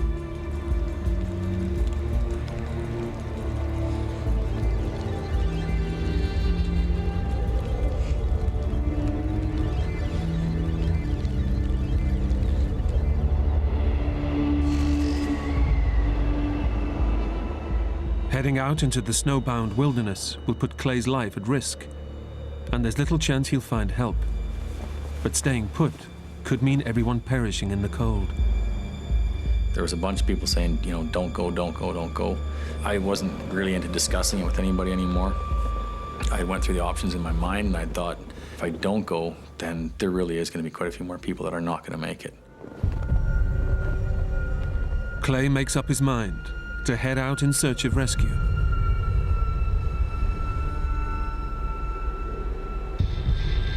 The husband of the seriously injured Kirk woman volunteers to go with him.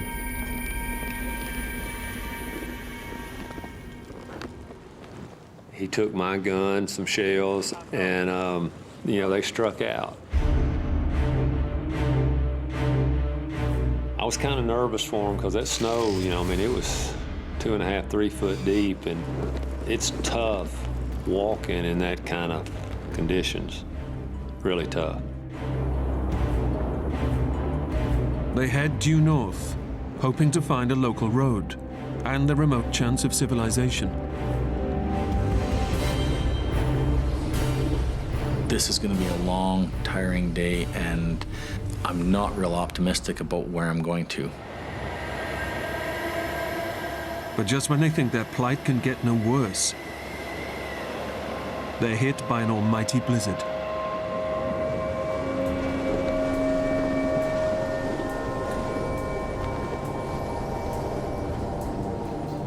It started snowing again like crazy.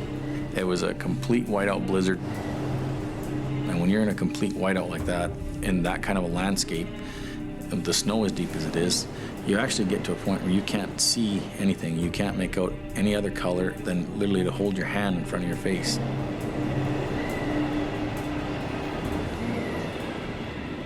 I would walk, then I would stop and I'd reach in my pocket. I would take the compass out, and I would find I was going in a completely opposite direction than I thought. I thought I was walking in a perfectly straight line. With only one eye, the blizzard causes Clay debilitating snow blindness. You know, there's a lot of strain on my eye, and just not having any depth perception where you can't see rocks or trees or grass or anything. Everything you look at is white. You don't know if you're going uphill, if you're going downhill. You just step, step, step, step. I concentrated on my family and thinking about them, and just kept walking.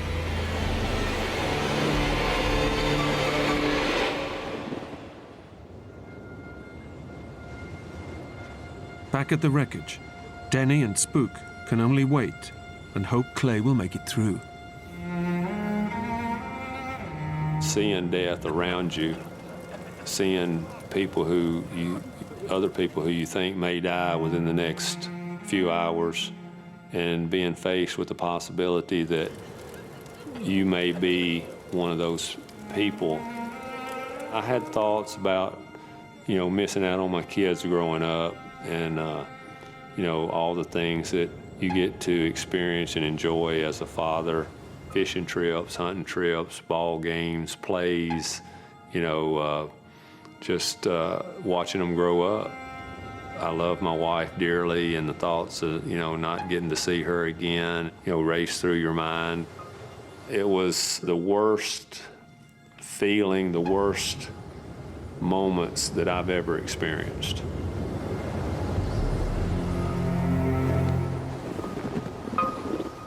Clay and the guide have been battling through the snow for 10 hours. My legs didn't have the energy. Every time I'd step, I was like, take a deep breath, and it's just like picking up a chunk of lead.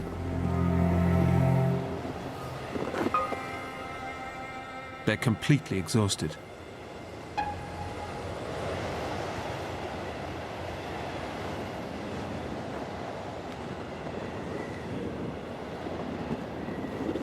It was getting closer to dark, and I hit the top of the hill. Then, out of nowhere, he sees the sign of life he's been hoping for. I looked in front of me, and I could see a military outpost, and I could hear snow machines. It's a chance of rescue. But the riders of the snowmobiles can't see Clay and the guide.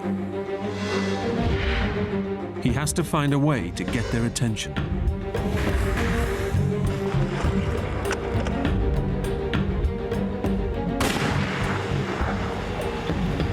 It didn't seem like it got anybody's attention.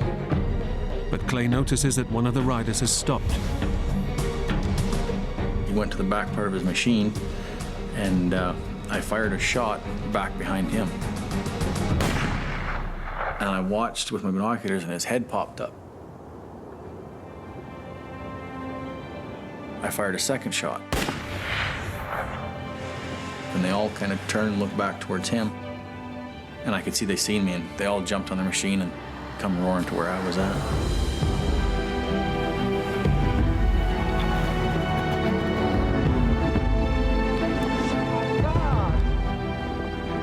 Incredibly, the snowmobiles are the same ones from the US military that Clay, Danny, and Spook turned down a lift with just 36 hours earlier. Seeing English-speaking guys on snow machines at that point, I was pretty happy to see them. After 3 days out in the mountains, their ordeal is finally over. Hearing that snowmobile get closer and closer and seeing him pull up, it was a sweet feeling. Oh, it was just a great feeling. That was one of the greatest feelings I've ever had. The hunters are flown to Hong Kong, where they receive medical treatment.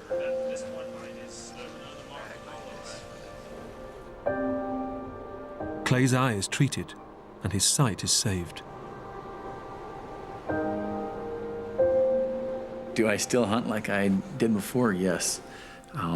Probably with more respect for nature still, and with a big smile on my face that I'm still here to do it. I had a great love for life before the crash, and I have that same love for life afterwards. I'm a very blessed man. Not only to get out of a helicopter crash, but to have great people to come home to.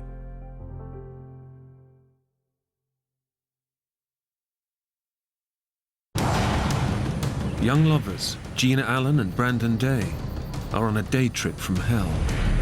Lost in a freezing mountain wilderness with no way out. The city dwellers are trapped in a nightmare they cannot escape. We're stuck. We're completely stuck. And just when it seems it can't get any worse, they're plunged into a tale of death and despair, which threatens to engulf them too. If we make a mistake, probably will die. Brandon, hurry!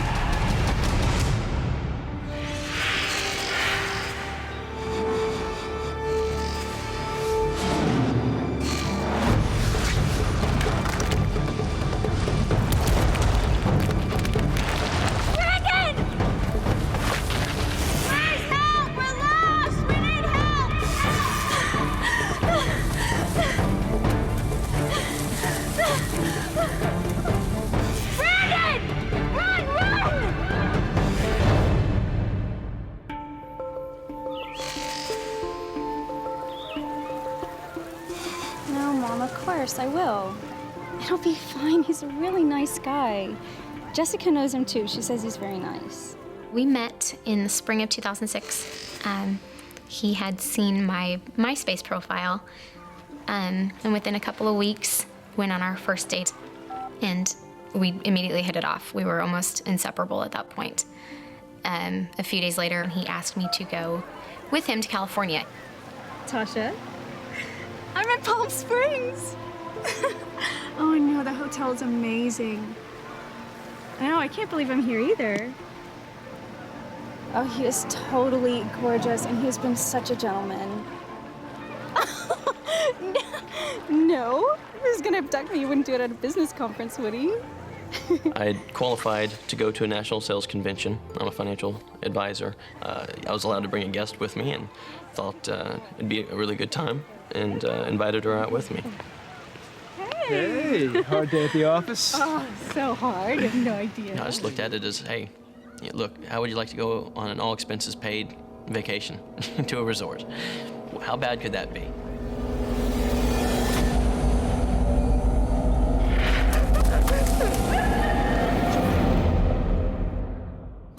At the end of the convention, Brandon and Gina head out on a day trip to a nearby beauty spot.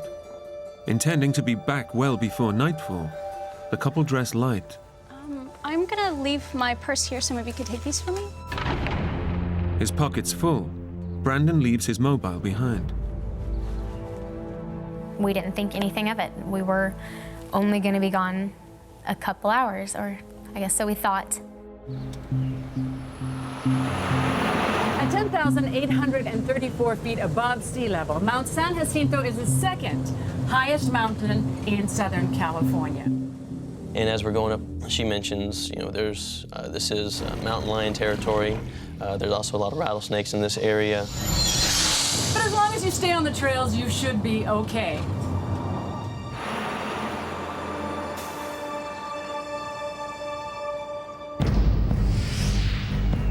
Among the most rugged wilderness regions in the US, Mount San Jacinto is the second highest peak in Southern California. With no access road, the only way up or down is by cable car. And while temperatures can hit the 80s and 90s on the desert floor during May, the summit is still dusted with snow.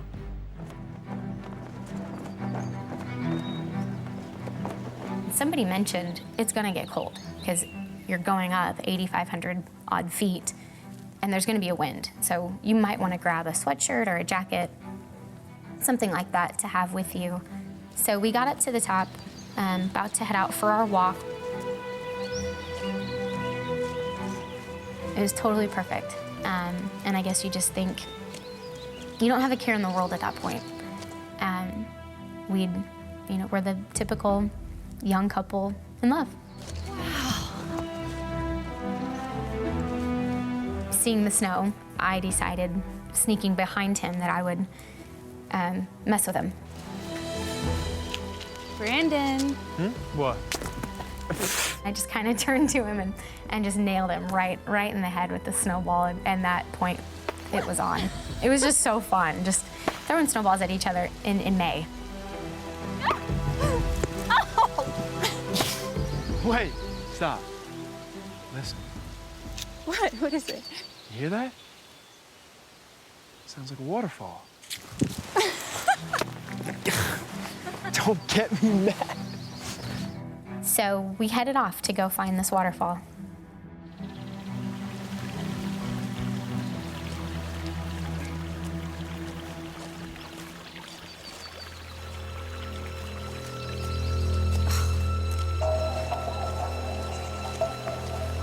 I can hear it.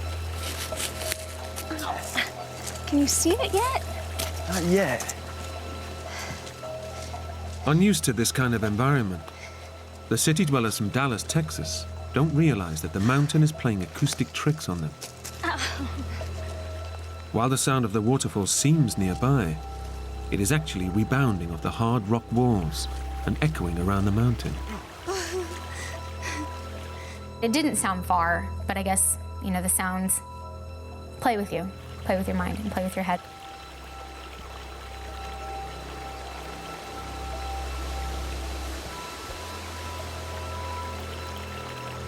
gotta be here somewhere. Are we there yet? I mean, this is getting to be like a real hike. A little further, Gina. Should be really cool.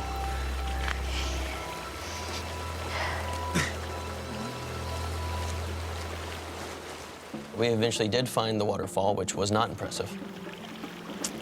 Wow. It's not exactly Niagara Falls, is it?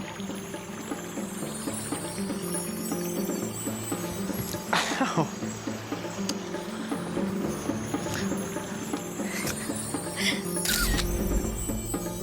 Did you get one? Oh, maybe you don't want to see this one. See? Let me see it. See? We took some pictures, which didn't turn out very well at all, and then decided to turn back. Time should be getting back.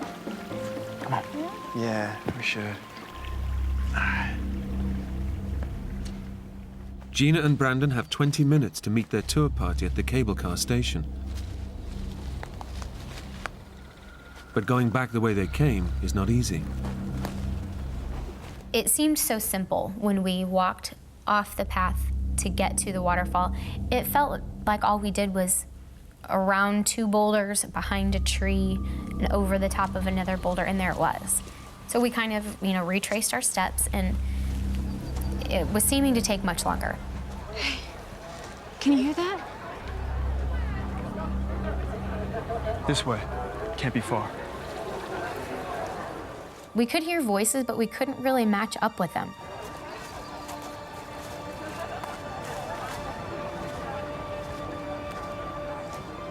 It's now less than 10 minutes before the tour party leaves. Brandon and Gina can hear the other tourists, but they cannot find them. This way. We couldn't get to them. They seemed to be just right there, and we lost voices. We couldn't hear anyone else talking. And at that point, you kind of, okay, something might not be right here. Meanwhile, the rest of the tour party has descended without Brandon and Gina and will soon return to the hotel. Beautiful, isn't it? Brandon and Gina now realize they've not only missed their rendezvous, they've lost their way back to the station. It's beginning to be a true test of their fledgling relationship. You've got no idea where we are, have you? Not exactly. But at least I'm looking for a way out. He goes, you can sit there if you want to, but I'm gonna keep on moving. I think he wanted to be the big, strong, tough guy that's not scared in front of me. At that point, it was probably important that I sent a little message of, okay, we can't panic. We have to stay focused on the task at hand.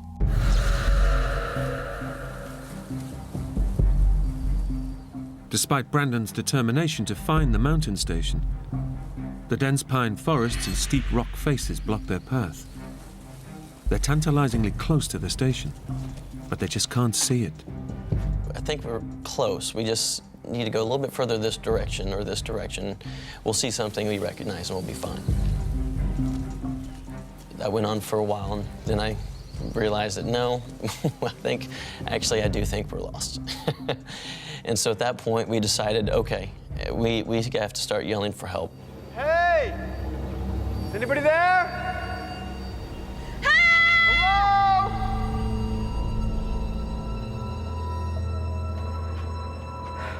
We're too short. Must have taken a taxi back. Okay, let's go. We've now passed the rendezvous time. Now we have a real problem. Okay, before it was something that was very manageable. Now it's sinking in. I think we have an issue. As night falls, Gina and Brandon are lost in one of the most desolate and unforgiving parts of the Southern Californian wilderness. But even worse, no one knows they're missing. The most immediate danger for Brandon and Gina is hypothermia. Lightly dressed, they're at the mercy of the plunging mountain temperatures, which can drop well below zero at night. they must retain body heat, or frostbite, exposure, and eventual death may follow. All we had was wind pants and windbreakers on, not any type of gear or something to prepare for this type of weather, or food or water or anything, because we originally had only intended to walk maybe a few hundred yards to take a picture and then head back to a mountain station. So we weren't hikers, we were tourists. Brandon, I'm so cold. It's okay, Gene, it's okay. I really felt responsible. It's one thing to put yourself in a bad situation, but to put somebody else in a bad situation is tough to stomach. And so, at one point, Gina started to cry. She was very scared. And, I started to just apologize. I'm so sorry for putting you in this situation. And she stopped me right there. And I said, no, we're okay. We're in this together. We both took the wrong steps. We're both following each other here. We're okay. We're in this together. So I think at that point, he accepted that I was not blaming him by any means, that I was right there with him, that we were gonna get through this together. You can't stay here. You'll freeze to death. You got to move. Where? We passed the cave a little way back. It's better than being out here in the open. Come on.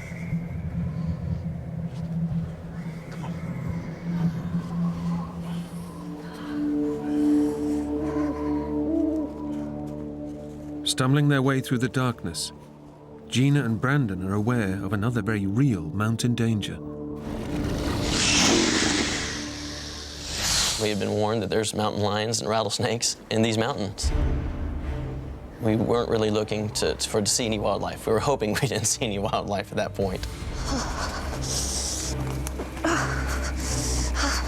There it is. Wait, don't go in there. Why not? I don't know, anything could be in there.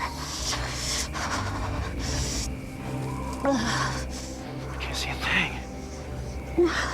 I don't know if it was just a gut reaction or just instinct or how he knew to do it. He took my camera, which I thought was genius. I don't know how he thought of it. Give me your camera. Camera? It's a flash, doesn't it? Turn on there.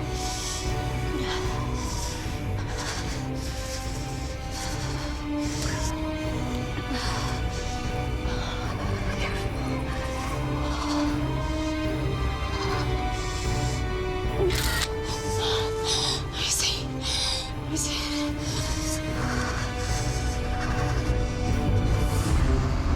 It's clear. There's nothing in there.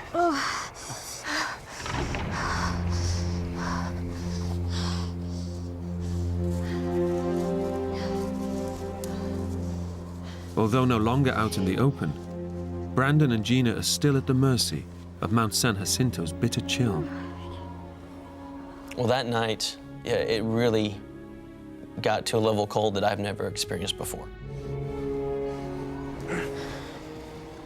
I'm looking at my watch, and it's 11 o'clock at night, and I'm thinking, okay, we have 7 more hours of this? And we're already freezing, shivering, and how much longer can we endure this?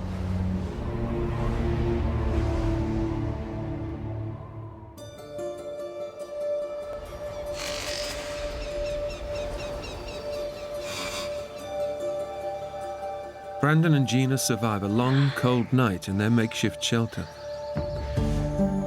Exhausted, they've had nothing to eat or drink in the last 24 hours. Even so, Gina's mind is on more everyday anxieties. This was by far the most awkward date I had ever been on in my life. Here I am with this guy I barely know, and I'm stuck. Now he's going to, smell my morning breath, and he's gonna see me without my makeup on, and I have dirty hair. And it's all those classic girl things you think of when you're in a new relationship. Brandon's thoughts are on more practical matters. In my mind, I'm going through a checklist, okay? There's a series of fail-safes. First off, the tour bus had a head count and a list of names, so they would have known we didn't make it back on the bus. Secondly, at dinner that night, some people from my firm would have noticed we're not there.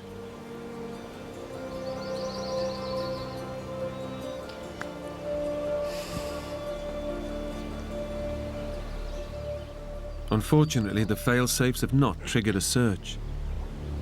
With the convention winding down, Brandon's work colleagues have not noticed their absence.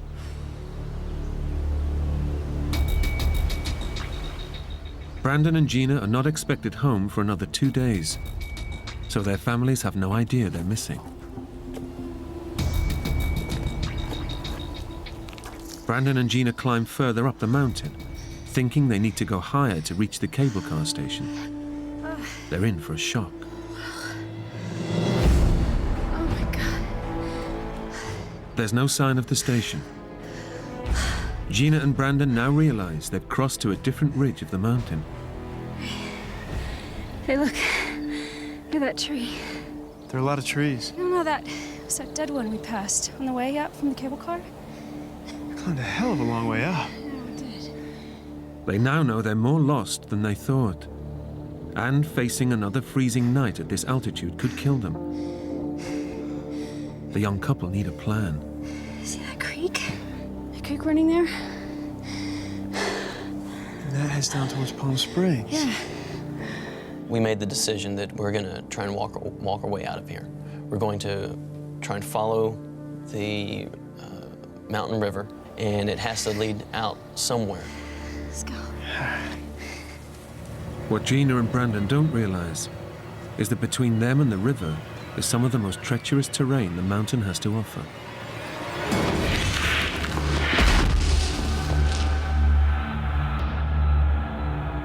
So we kind of look at each other and say, all right, well, we have nowhere to go but down.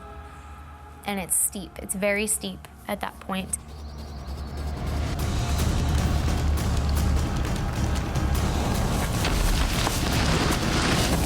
We slid on our butts, I guess, with one leg straight out in front of us, the other leg bent up. And we moved. Definitely shook loose some of the rocks around us, which got a little frightening. A boulder about the half the size of a suitcase goes tumbling all the way down, and then you hear that just hit the bottom of this rock face. If we make a mistake, we're either dead or we're hurt to the point to where we probably will die.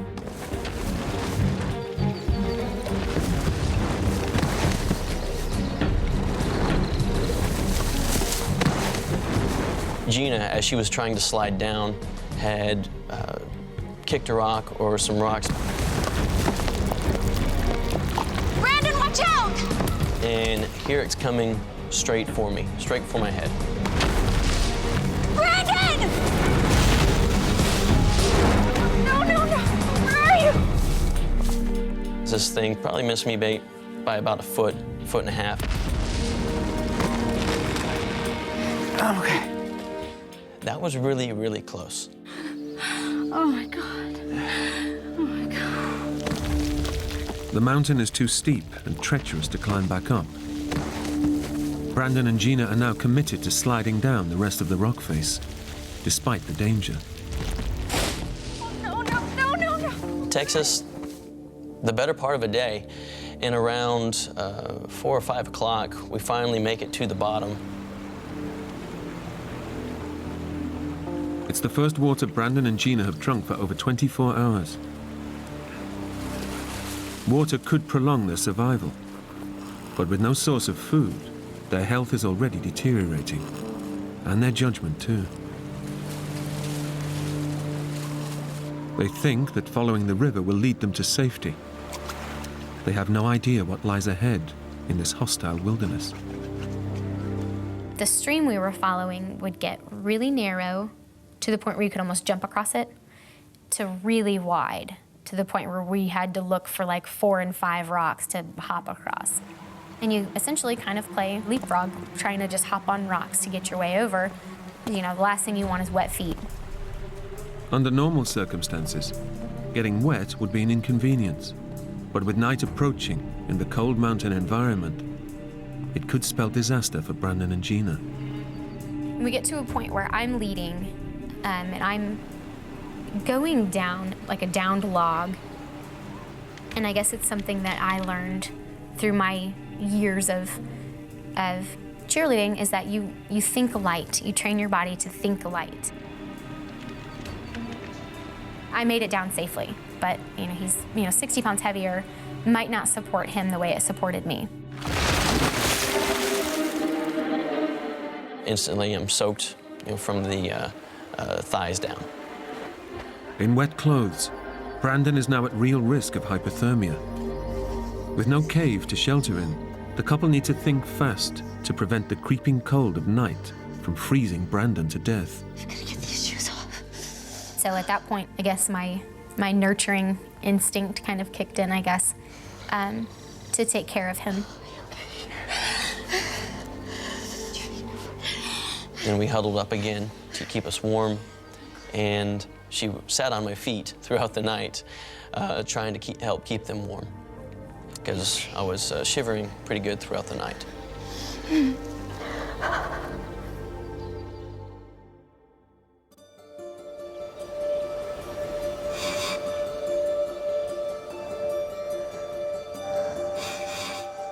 The sun comes up Monday morning.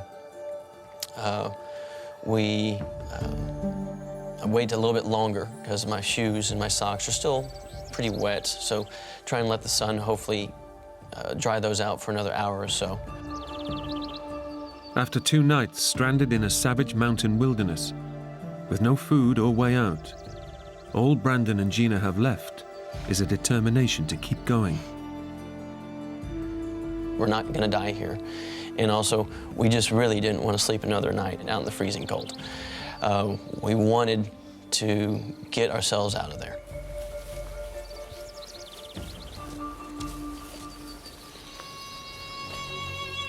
Now at this point on Monday, we haven't seen or heard anything or anyone. So we have no evidence, no reason to believe a search has started. At that point, it seems surreal that we haven't heard anything, but that's the situation we're faced with. And I think we had come to accept that for whatever reason, that a search wasn't coming, or at the very least wasn't started.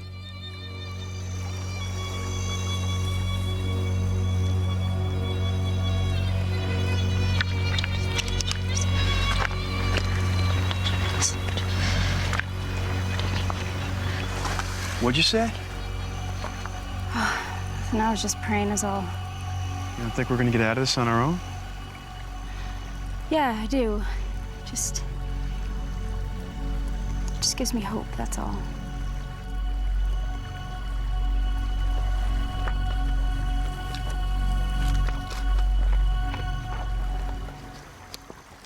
But Gina's prayers are going unanswered. Their hotel computerized booking system has automatically checked them out. But the rooms have not been made up, so no one knows they're lost in the mountains, fighting for survival. And we really just have to be careful as we make our way. We don't get ourselves into a situation where we can get bitten or fall and get hurt or anything that's going to get us stranded. With little sleep, nothing to eat, and no sign of rescue, they'd been driven on by grit and sheer determination. Then suddenly, signs of life appear in the distance. Well, first, I'm making sure I'm not hallucinating. We haven't eaten, we haven't slept. At this point, I'm sure that my judgment is starting to not be as sharp as it once was. You see that? What? That. Oh my God. Hey! Hey! All of a sudden, you just get this feeling of, oh, I think we made it.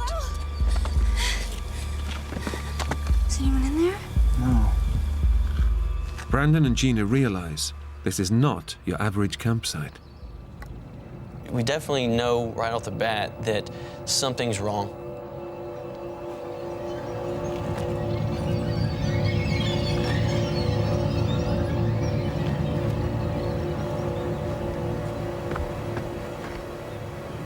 stuff had been buried a little bit by dirt. And at this point, we're realizing this is not a good situation. We don't hear anybody, we don't see anybody. It's just a very ominous feeling. Hey! Hey, Brandon! Look at this. So we start going through the bag, the contents of the bag. We're discovering these maps. We had no idea really what we were looking at, but just that there were some sort of maps. And there was obvious writing in the white space. Brandon, look. This is today. This is May 8th. Someone's here. We're gonna go.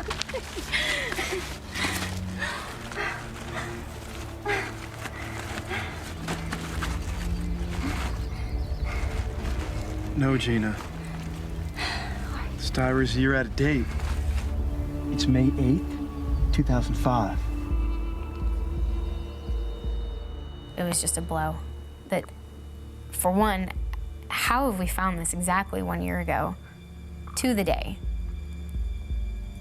And in seeing everything that he had, he was obviously prepared for something. You know, he was an experienced climber, experienced hiker. That this campsite's abandoned, you don't know what the hell is going on. May 8th, 2005. Took a fall. Too weak to climb out a canyon. Down is gorge. No way out. Gorge? What gorge?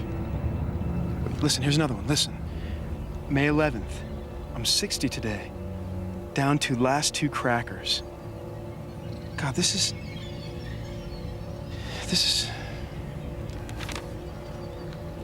Here, May 14th. Heading down to creek for water. Goodbye and love you all. I'm looking through the bag and I come across all of his identification. I see his name is John Joseph Donovan, and he's in his 60s from Virginia. And I come across his driver's license, his credit cards, his debit cards, his everything. Gina, these are someone's last words. Gina, we've just read someone's last words. That was exactly a year ago to the day that we found this campsite of somebody saying goodbye to the world. And now here we are in the same place exactly a year ago to the day. And to go from such a high to such a low in such a short amount of time was just something that shakes you. This doesn't happen. You know, this is stuff that people make up, you know, and put into a movie. In digging through all of his cards, I see the prayer card that has the St. Christopher prayer. And that's when just too many loose ends were tied at that point. That St. Christopher is the patron saint of travelers. And I had been praying to St. Christopher my whole way along. His penmanship was very much like my father's. And my dad's birthday was May 7th. And it's just all kind of coming to a head. At that point, I can't take it. It's too much. And Brandon is continuing to read, and I'm starting to freak out.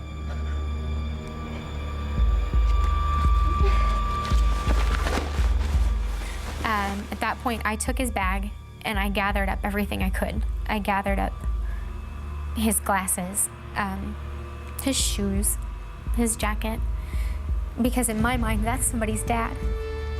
And somebody's dad didn't come home. And it was just important to me that any of his family have his things. I can't think of anything but getting the hell out of there. Gina, wait! Gina, wait, stop! Gina!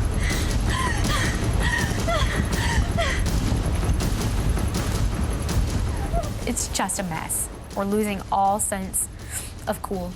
which we'd maintained our composure the entire way, and that was a breaking point. Gina.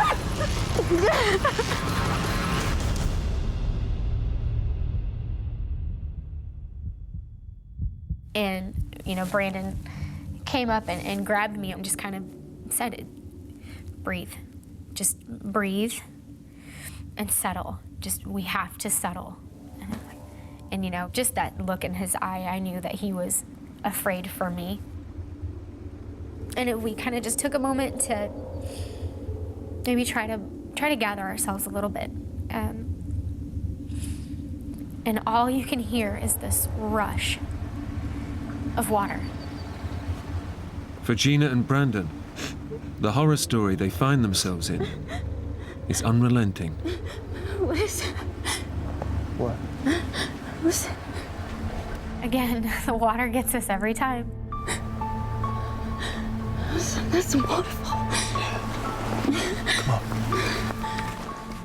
And so we get closer. We make our way back around some big trees that were close to the water, make our way around.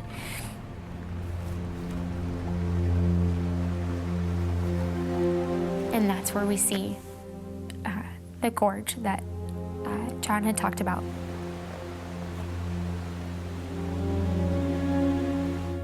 And we're stuck. We're completely stuck.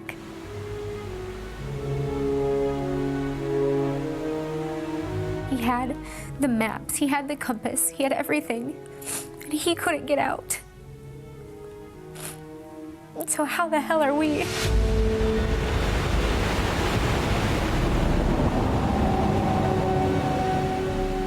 Clearly, you know, looking back upstream, what we had just come down, there's no way we can get back up it.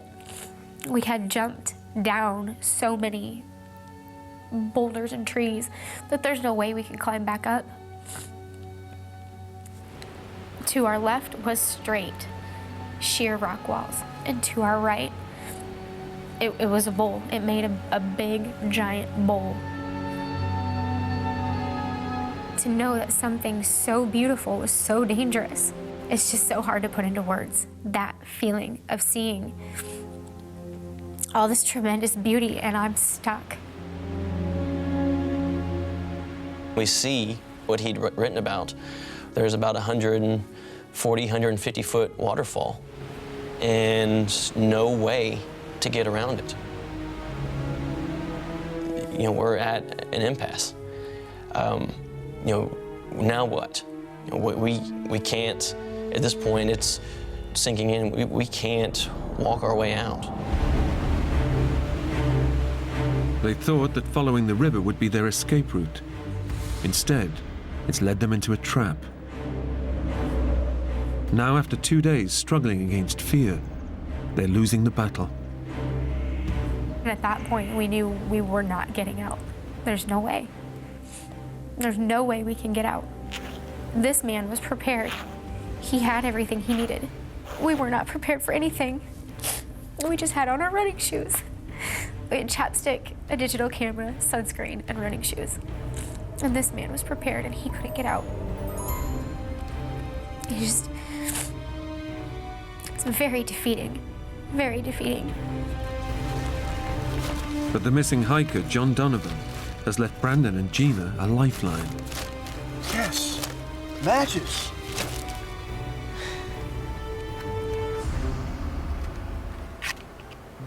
Think they still work?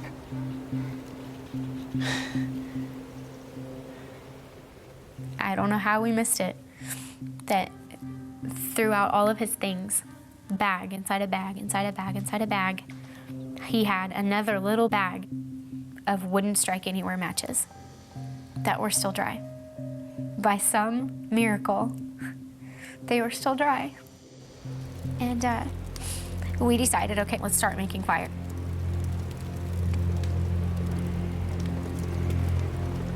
What's that noise?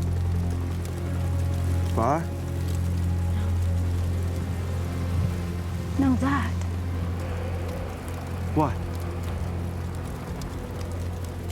It's a helicopter. It's the waterfall. No, it's the waterfall.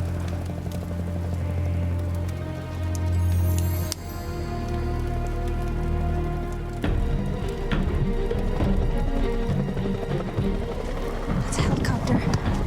Hey! Hey! Hey!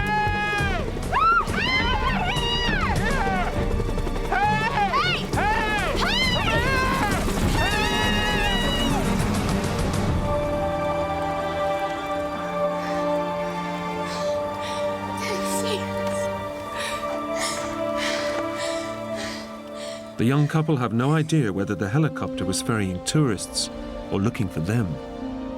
Whatever the case, Brandon and Gina may have just missed their only chance of being rescued. That night, we were alone. It was the one night that we weren't side by side. We slept a good, well, I say slept, but we rested a good 10 to 15 feet away from each other. He did his thing and I did mine. You would think at that point you need each other even more so than you ever would. But we didn't, and I don't understand that. At that point is when I started to really lose my faith. I lost hope, and I lost faith that we really were gonna get out. At that point, I started letting go, just resigning all hope and accepting it and realizing that it's okay. But I'd spoken to my mom, I had spoken to my sister, I had spoken to my best friend, and I knew it was okay. I had spoken to everyone that I love in the last few days, and it's okay. It's okay that I don't come home.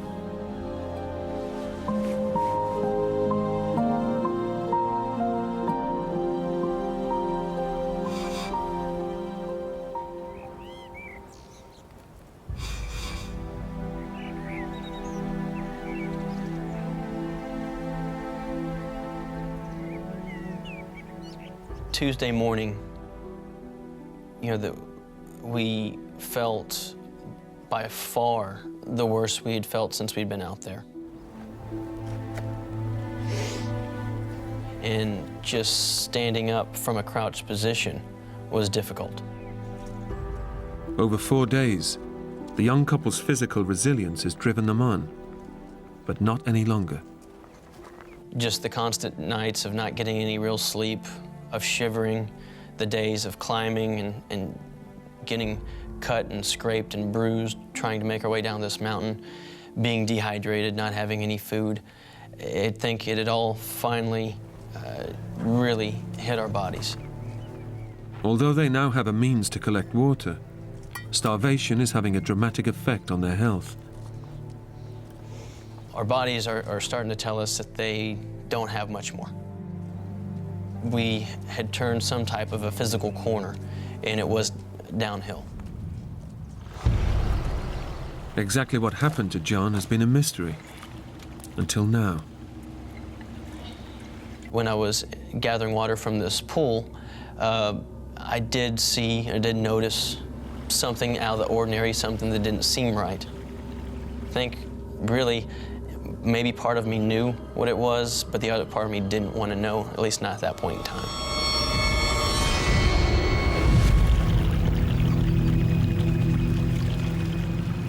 For Brandon, the discovery of John Donovan's body is the last straw. That's when I made the decision, I'm gonna light the whole place on fire, the whole damn place. And they have to see the smoke from that.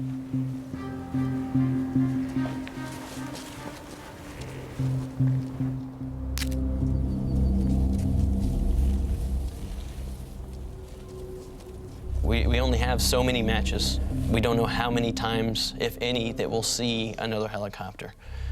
So this was our last bullet. This was our last shot. Come on, come on.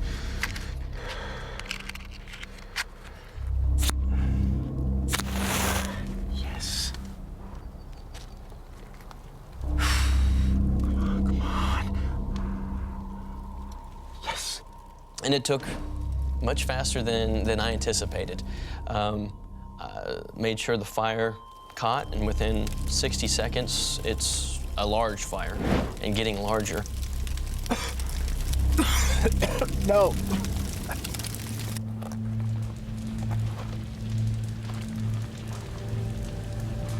Brandon?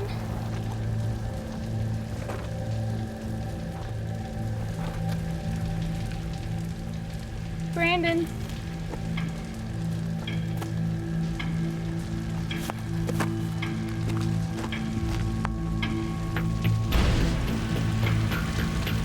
Brandon! To see the fire and the smoke and not see him, I'm losing it again. I'm like running around on this little rock trying to get every vantage point I can see to see if I can find him anywhere in there. Where are you?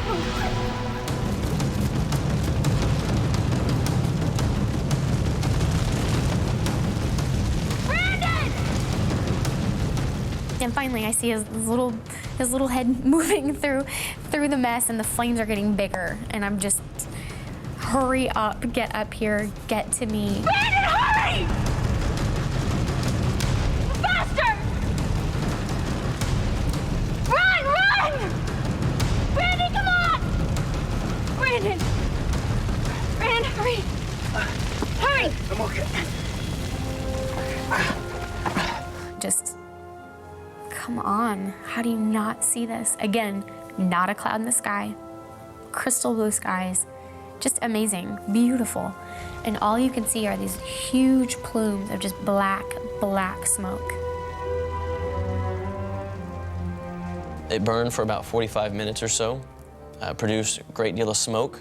There wasn't a cloud in the sky, and the thought was, I mean, they have to see this. I mean, if they don't see this, what next? We just kept on putting our hope in this. This is our last shot. And we watched the fire begin to smolder, and eventually wasn't putting out nearly the same smoke. It basically burnt itself out. And now about an hour's gone by, and we still don't hear anything. We don't see anything.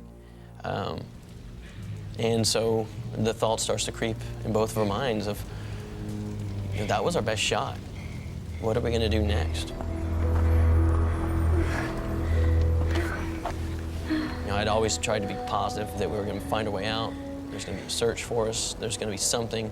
We just have to keep, ourselves safe, and we're gonna be okay. But now here we are, in a spot where we know somebody's died.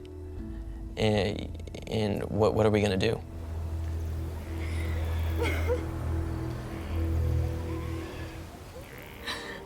A lot of things run through your mind when you're really faced with, okay, this could be it.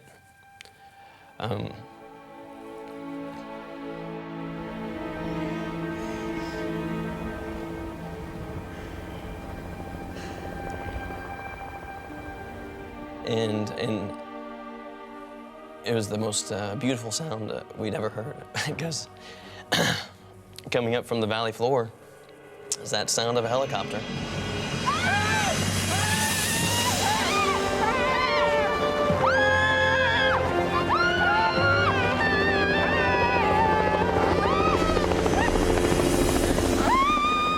I think we both would have cried if we had tears, but we're both so dehydrated, we didn't have enough moisture in our body to come up with tears. But,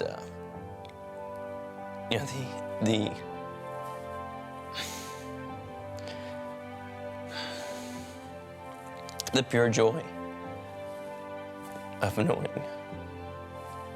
you're gonna make it out.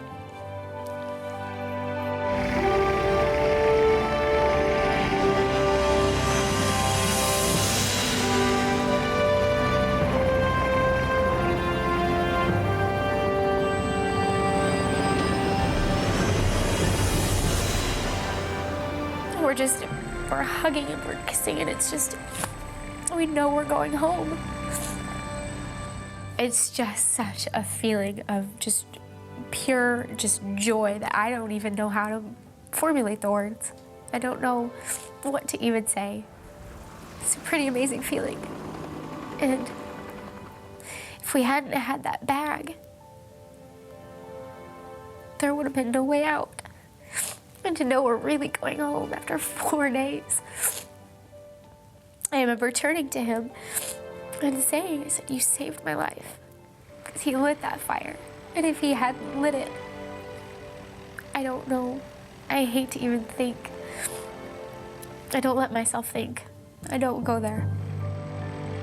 We're just so thankful to John Donovan for his sacrifice and his last action, even not being on this earth anymore, was helping 2 people.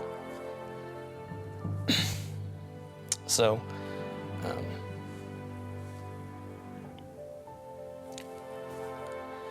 certain people just have a way of leaving their mark.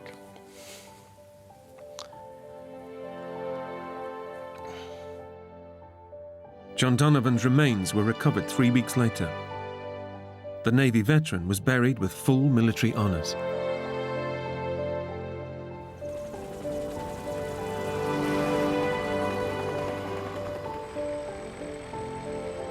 Gina and Brandon stayed together for 2 years after the ordeal, and then separated.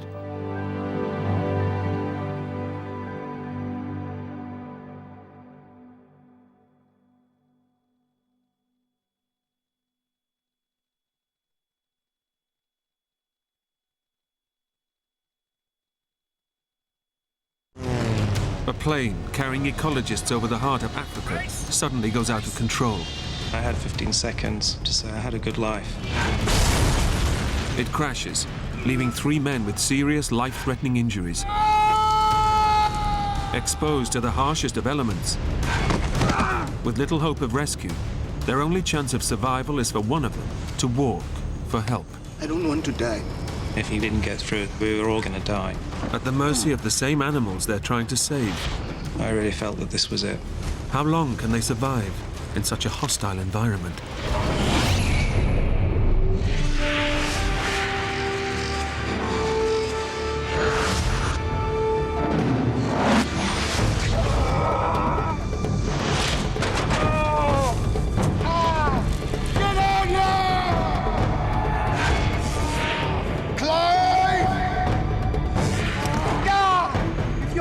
Can you hear me?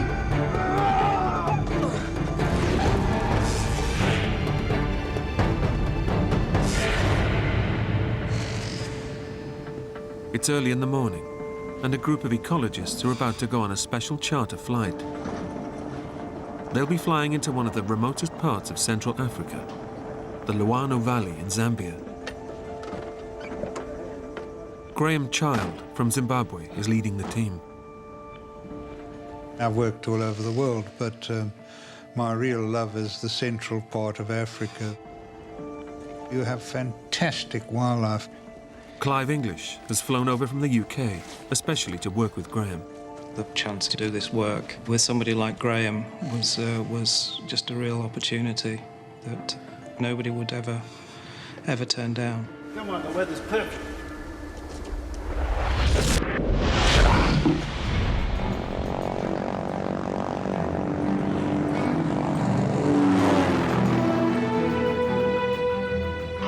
Tower, this is Romeo Delta. That's great.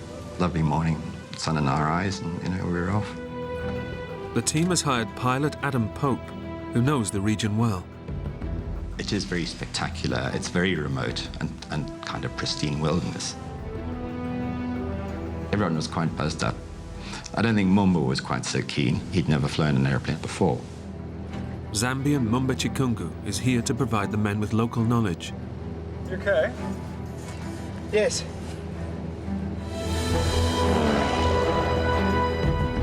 The men are planning to establish a conservation park in the area. And the aim of this morning is to spot large herds of buffalo. As we flew around, we saw about 6 or 7 elephants.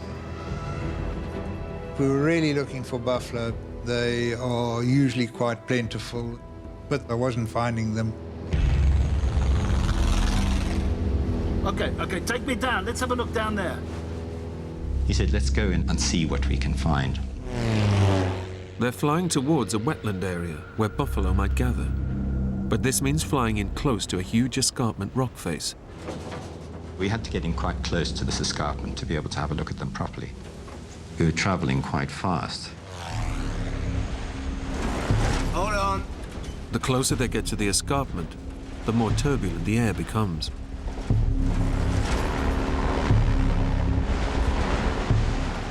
I noticed that the airplane seemed to be descending. Then suddenly, the air sucks the plane downwards.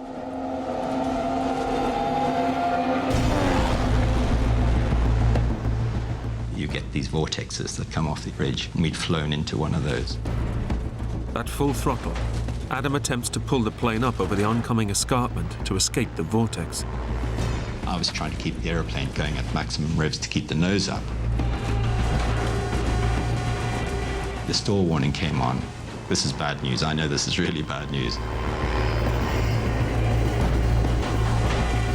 We were in serious trouble. It seemed like we were not going to get over the top.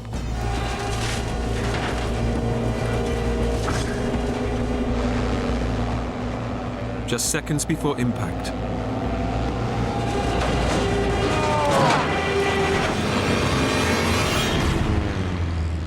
Adam manages to bank the plane. I managed to get the wings level, but we were going down. Going in! We're going in! What happened is that we just lost it. Going in! We're going in! Brace! Brace! I had about 10 or 15 seconds to say I had a good life. Brace!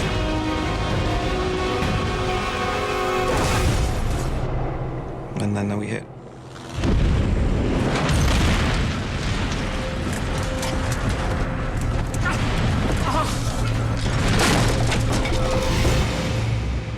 The plane is shattered on impact.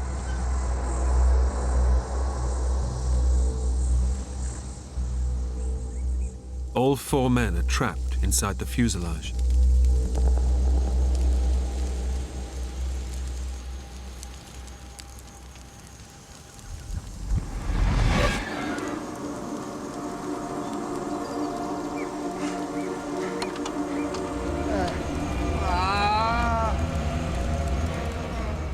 I woke up, and the first thing I knew one had to do with these situations is get out of the aeroplane.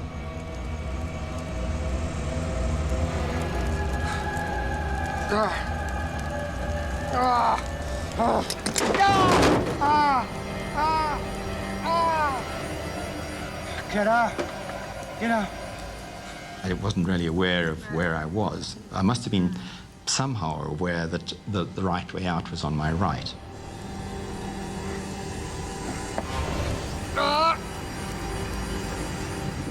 Pilot Adam struggles to free himself from the wreckage.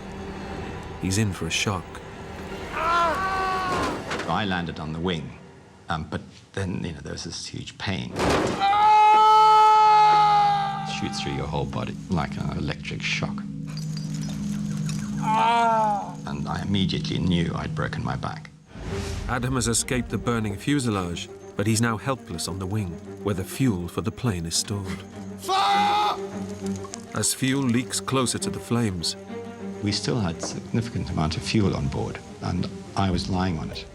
The smallest drop could ignite the fuel tank, turning the plane and all 4 men into a fireball. Fire!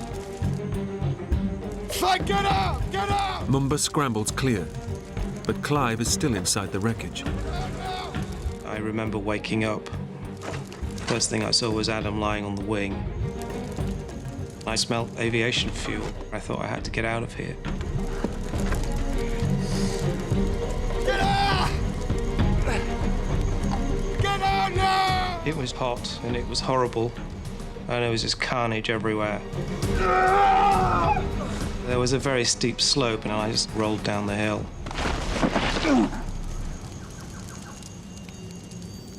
The plane is a ticking time bomb, ready to explode with Adam stuck on the wing. I was scared. I thought, this is not good. There was flame coming out of the engine. There was a fair amount of fuel leaking from the wing. Fuel is very, very explosive stuff, and the slightest spark or flame, the whole thing fireballs.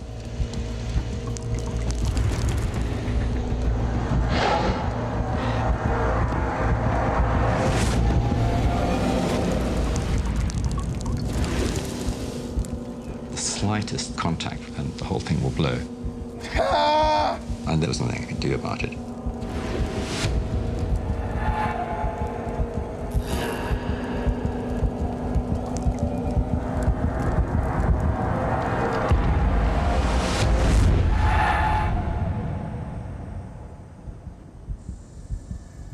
Miraculously, the fire burns out.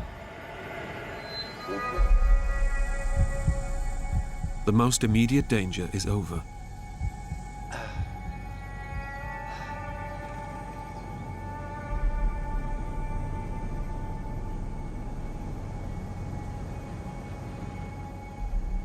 Clive! But like Adam, Clive is seriously injured and unable to move. I just had this terrible pain, as if someone had stuck something into my back. I was just writhing on the ground, looking for a position that would give me some relief. On impact, Clive's spine was twisted backwards and his vertebrae crushed together. Despite fracturing his back, he's managed to roll 70 feet away from the plane. I felt a little bit guilty that somehow I'd panicked because of fear of explosion and just tried to run away from that as fast as I could. Adam! Clive has no idea if his colleagues have survived. I could see the plane, but I couldn't really see any detail. I couldn't see Adam. I could just see the plane from where I was lying. Adam! Clive! Adam, are you okay? I'm on the wing! I kept calling to Adam, who just kept asking me if I was all right, and I said, yeah, I'm okay. So I knew that Clive was alive, but in serious pain. While Adam and Clive are both injured, Mumba is lucky enough to have survived relatively unscathed. But Graham is still missing. I couldn't see or hear anything from Graham at all. Graham! And I thought he was dead. Can you hear me? I mean, I really did think he was dead. I check on Graham.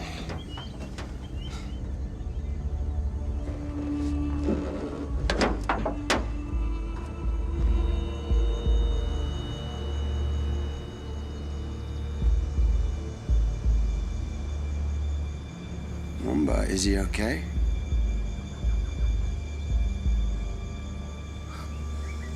Mumba, is he okay?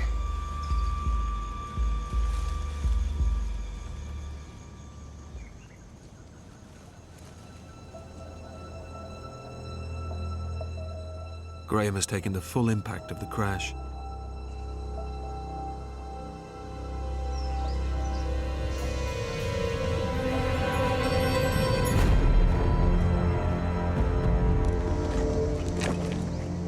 Is he okay?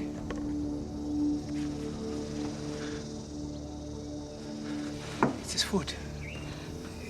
His foot is hanging off. But he's alive? Yes, he's breathing. So that was a huge relief. Graham is the most severely injured of them all. In shock, he doesn't grasp the full horror of what has happened. I knew my back was damaged and I knew my feet were damaged, but I didn't realize how bad. Adrenaline is numbing Graham's pain. When I looked down, my one foot was badly damaged with my leg bone sticking out. I could see out of one eye a little bit and everything was blooding up very fast. To add to his misery, Graham can barely hear the other men. His hearing aid has been lost in the crash.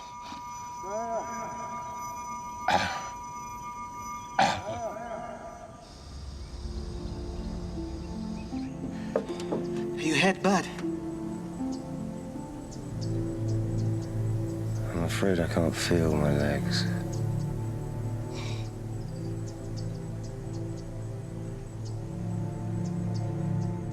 I couldn't move my legs. And then I realized that, you know, I was paralyzed.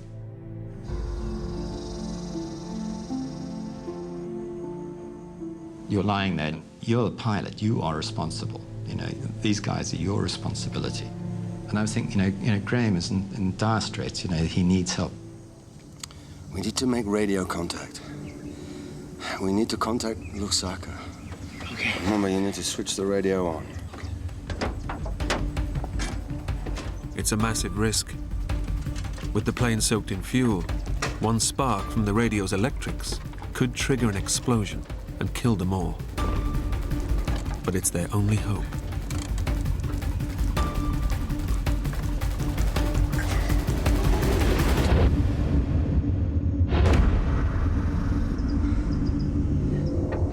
So we turned the radio on, and you can hear a click.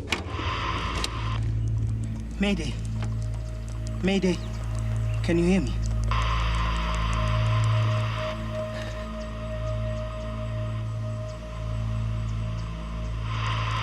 Mayday. Mayday.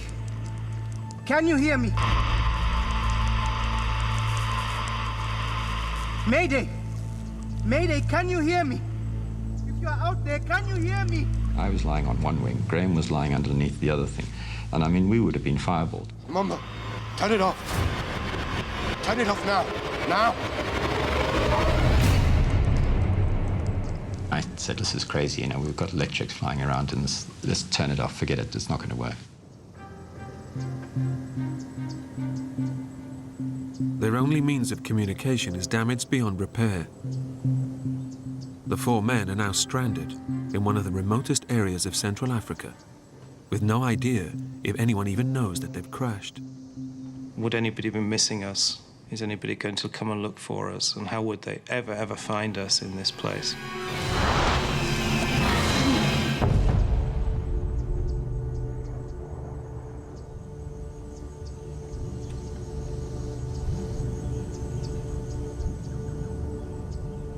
They now face a new danger. Exposure to the blistering African temperatures, which can rise to over 100 degrees. The sun just bearing down on you, you couldn't get out of it, you were exposed. It certainly felt as if I was burning. 3 hours since the crash, the intense heat and lack of water is beginning to take its toll on the men. It was so hot that we all needed water very badly. Without water, the men will soon begin to suffer extreme dehydration. You can survive without food for ages and ages, but you can't survive without water for very long. I wanted Mumba to go into the trees and see if he could find some water, but he didn't want to go into the trees.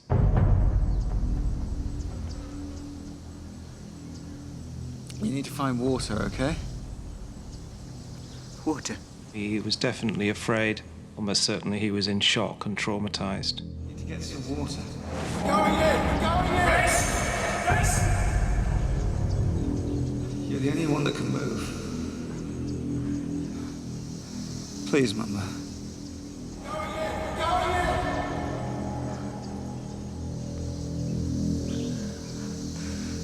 Okay. To find water, Mumba must venture alone into the bush. But he knows it's also home to dangerous predators. He definitely had a strong fear of wild animals, and we were in a game management area where there was a lot of game.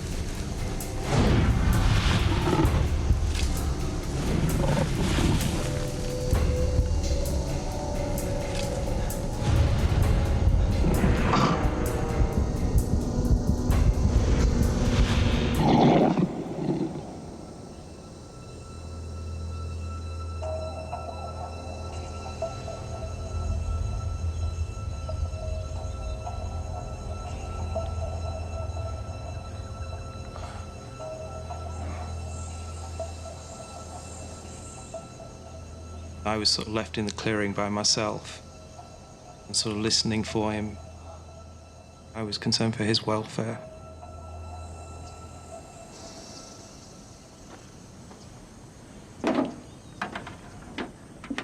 Eventually, Mumba returns.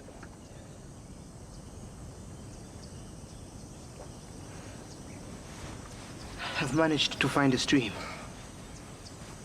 Excellent, Mumba. Well done. When Mumba came back and said, look, I've managed to find some water, then that was fantastic.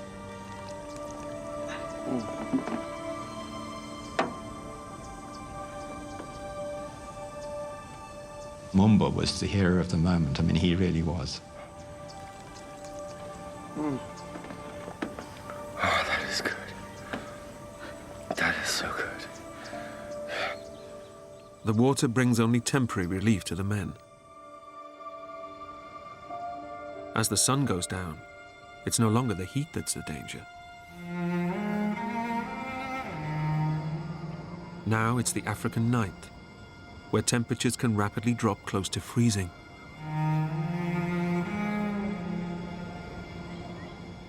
Since they'd originally planned to be back by lunch, the men are dressed only in light clothing and are now at serious risk of hypothermia.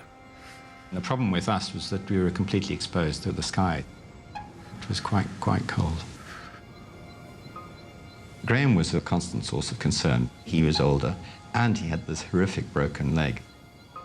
I wasn't sure whether my foot was savable or not.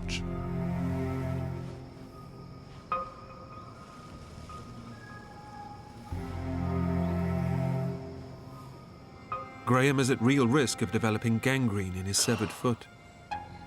And his pain is so severe, he's drifting in and out of consciousness.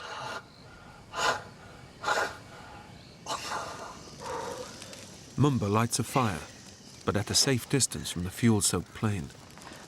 It brings no comfort to Graham or Adam.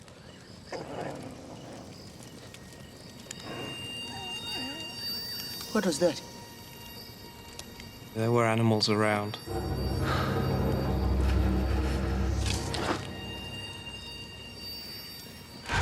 My greatest concern was a hyena coming in and smelling my blood. Hyenas like bloody bits of meat to chew.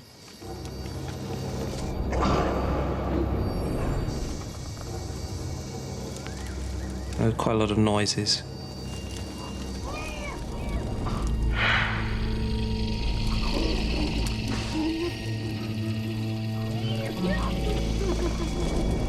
Clive. There's something out there. Adam?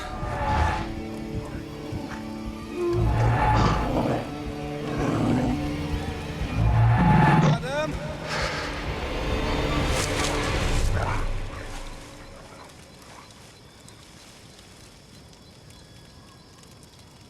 And then it suddenly shot off.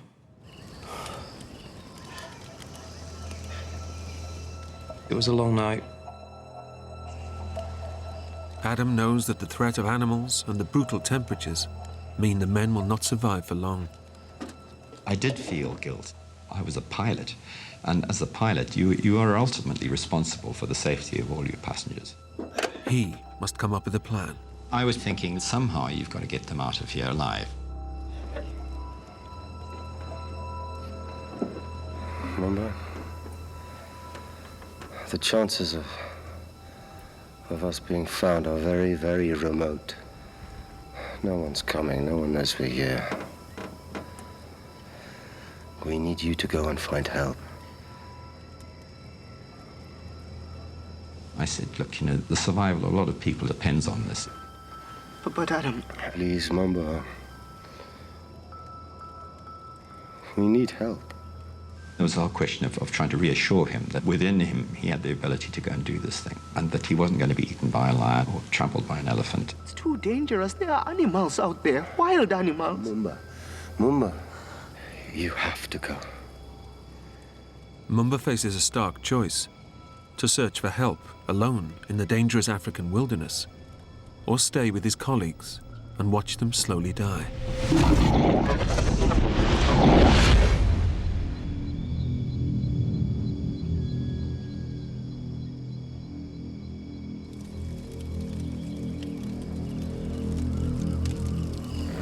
Adam has asked me to go and look for help. I told him it was too dangerous, but he insisted. I don't know what to do. Adam wouldn't ask you if he had a choice. He was very reluctant to go. He was clearly afraid. Definitely he was afraid. I don't want to die. You have to be strong. I said to him, if you don't go, then you'll probably be left sitting here with 3 dead people. If you go, we have a chance.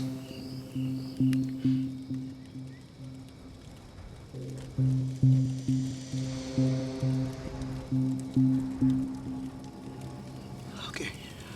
Get some rest. I don't know how I'm going to sleep tonight.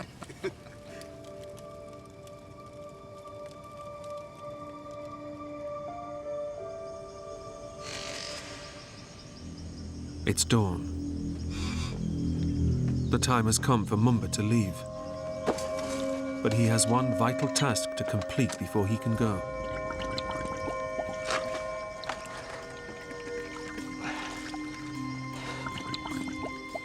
Every drop of water he can collect could be the difference between life and death for his injured colleagues.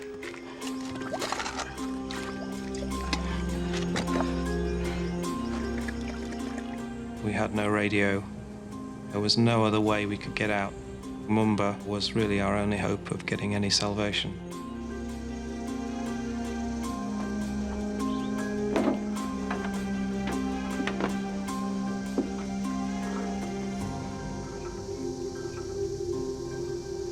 Thanks, Mama. I'm going now.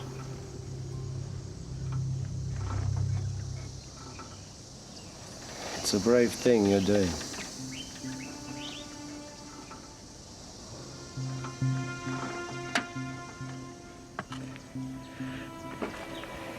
Good luck, man. You too.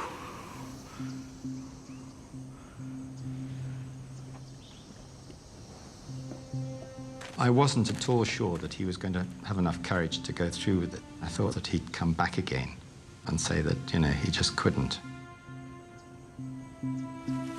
Slowly but surely, he sort of moved out of the clearing and disappeared into the trees.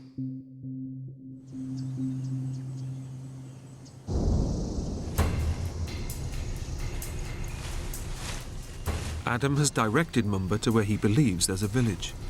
I thought that if he just followed that stream, he'd find habitation, that there'd be people there. If Adam is right, Mumba may be able to reach help in a matter of hours.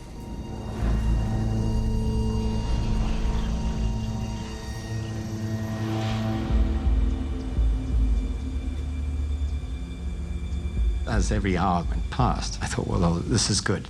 You know, he probably is giving it a crack.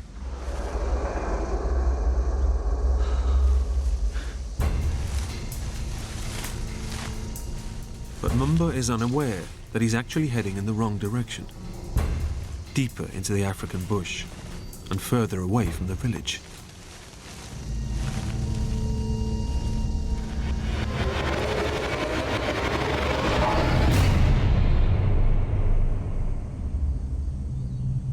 The supply of water Mumba left behind will only last a few hours.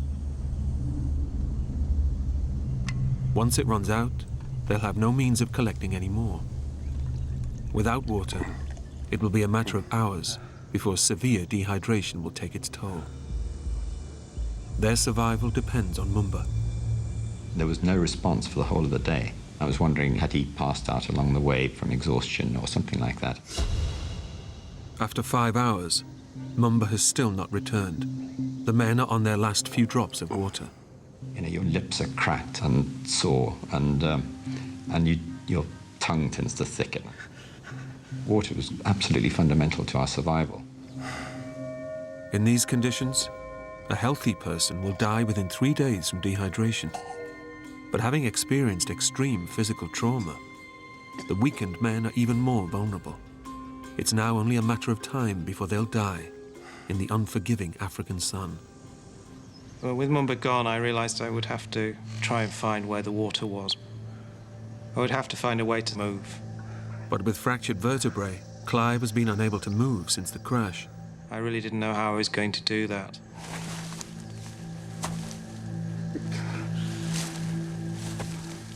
any kind of movement was very painful.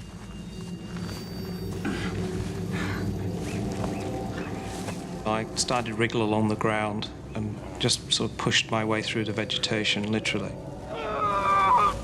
That was extremely painful. He doesn't realize that with every movement, he's risking permanent paralysis.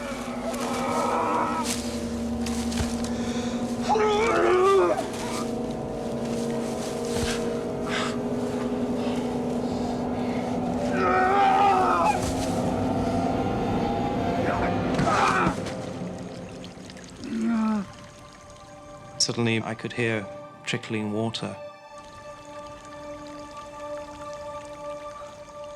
I found a cool, clear spring of absolutely crystal clear water.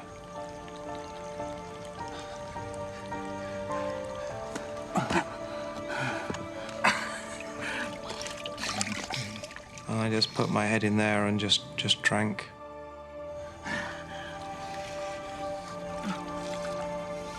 It was absolutely magical.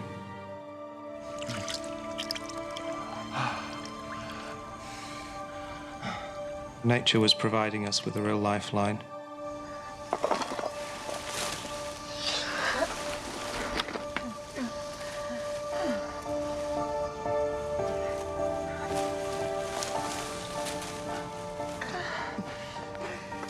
Clive finally reaches Graham. It's the first time he's seen him since the crash, and he's shocked by what he sees. So that was a pretty emotional moment, actually, to see that he was grinning, you know. How's it looking? He clearly had concern for losing his leg. It was shocking to see his leg in that condition. One of his feet had snapped off above the ankle. It was lying on the ground, just attached by tendons. The blood and congealed, it was covered in ants. It looked like liquid tar. I didn't see how anybody could repair that leg. Not bad, huh? And it must surely have been hurting, and he was certainly in pain. For the first time, Clive is confronted with the true horror of Graham's injuries. Time is running out for the severely injured men. 8 hours since he left for help, and there's still no sign of Mumba. Clive knows that their fate is now in his hands.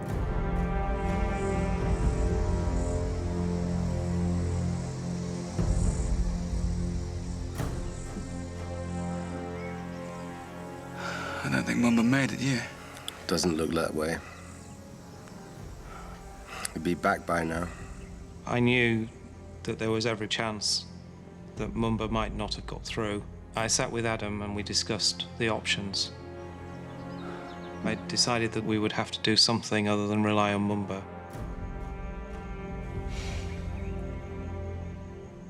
I could see a ridge, but if I could get up there, I felt I would be able to see what was below us, and maybe if there are any villages.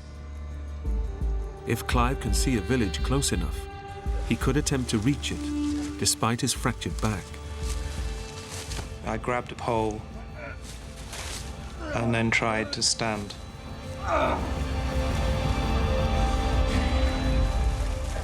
Slowly, I inched my torso into a vertical position. While he manages to stand, his progress is painfully slow. Provided I didn't twist or turn or bend forward too quickly, I was okay.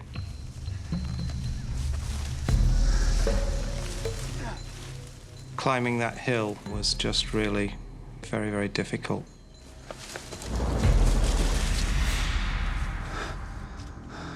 When I got to the top of the summit, I looked down to the valley floor. There was no settlements.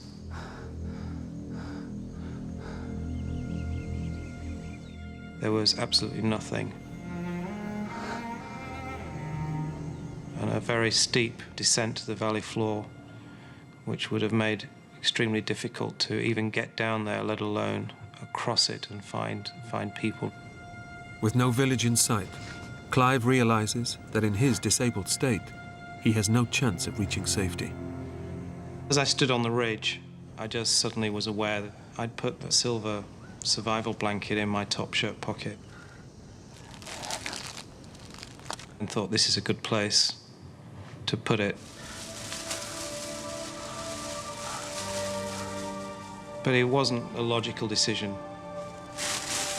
It wasn't something that I thought through, I just did it. I thought, well, somebody would possibly see it. It would increase our chances of being spotted. 36 hours since the crash, and time is running out. The condition of Clive's colleagues is worsening as they face another bitterly cold night. Adam had physically deteriorated throughout that day. He was very weak. It was a very cold night, and he just seemed to go into uncontrollable shivers. Adam doesn't know it, but he's now developed pneumonia.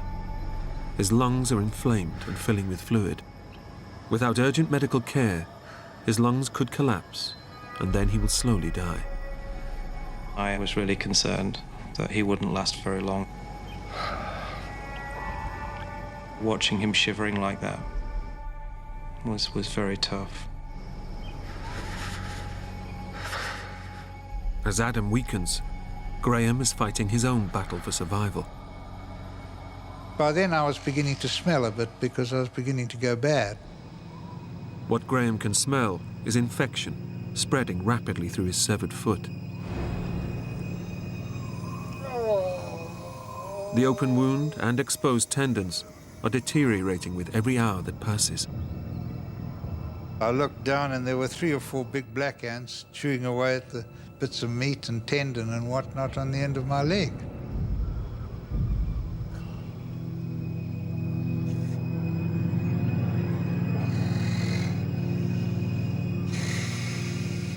But there wasn't much I could do about it. I couldn't even brush them off. I'd done a calculation that after another night of cold, I didn't think Adam would survive that.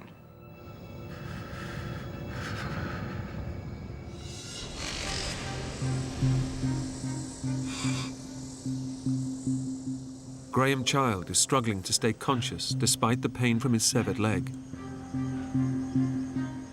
Pilot Adam Pope is suffering from chronic pneumonia. Adam was beginning to get a lot weaker. I was beginning to lift his head to assist him with drinking water. It was quite distressing to see him deteriorating the way he was.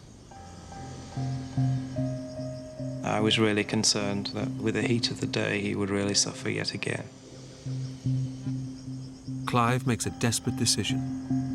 He will attempt to reach safety despite his fractured back. He has no idea whether he's even capable of making it. I wasn't really sure whether I could do it, but I was absolute agreement that I would rather try to do something like that than just sit there and watch these 2 guys slowly deteriorate.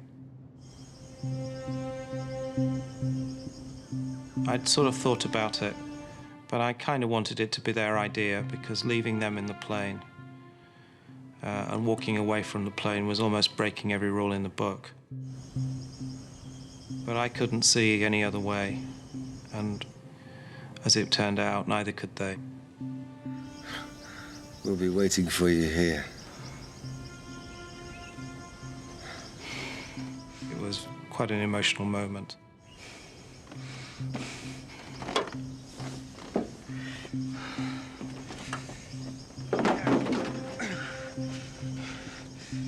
The men know that this may be their final goodbye.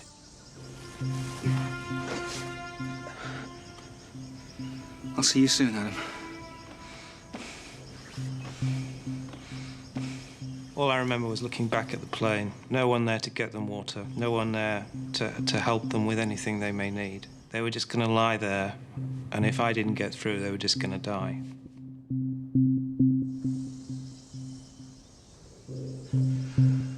I just remember looking back, thinking, this is it. I might never see these guys again. That was a tough time, very tough time.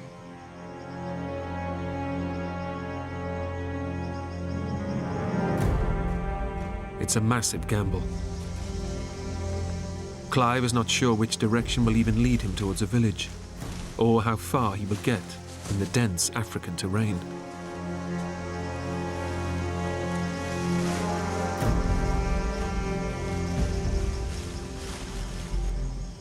With barely a few hours' worth of water, the injured men are now alone and completely at the mercy of the African elements.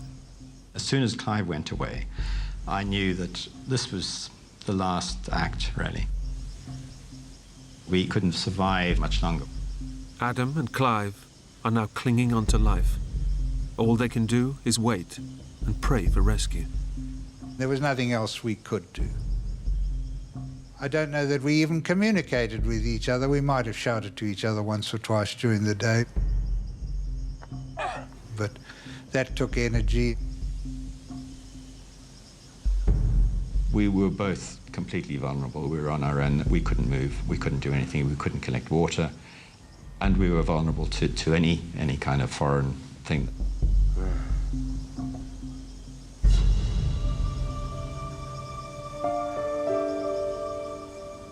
My thought process were on my parents and my brothers to a certain extent, thinking this is not good for them, that, you know, that they must be suffering enormously because of this.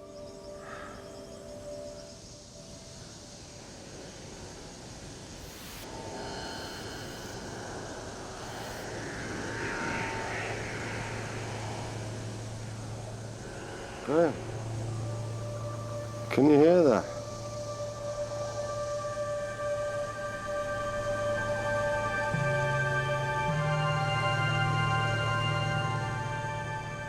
Suddenly, this airplane flew out over the top of us, quite high.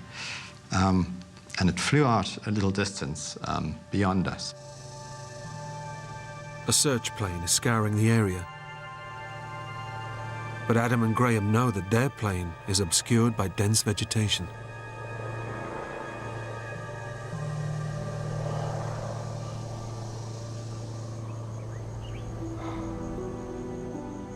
And eventually it flew off. We were pretty depressed. We were lying there thinking, that's probably the last chance we've got. I mean, that was a really good chance, and they obviously didn't see us. Their one chance of rescue is gone. Deep in the wilderness, Clive also hears a plane, but he knows he'll never be spotted.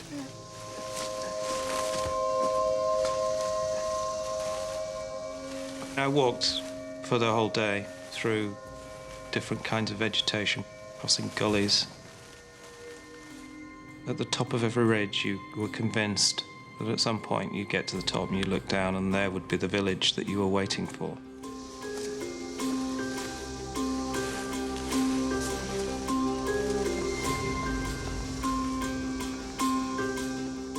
And of course it wasn't.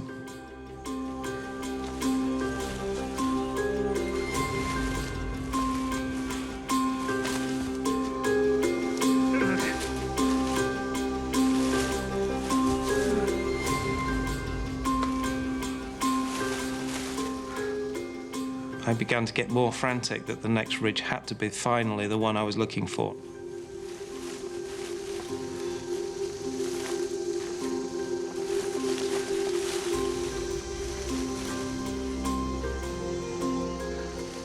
And when that didn't come, all the insecurities came out.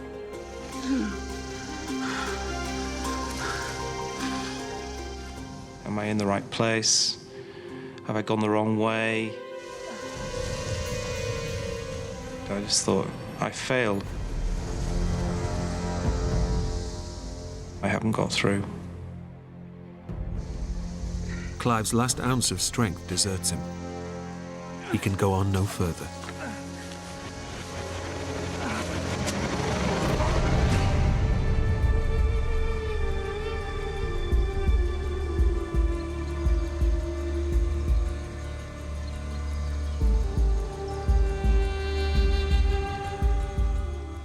As the temperature rises in the midday sun, there's an ominous sign. Vultures. These birds are opportunist eaters, so, they were circling over something they thought would be good to eat.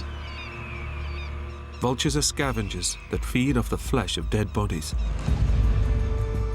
They can sense the men are close to death.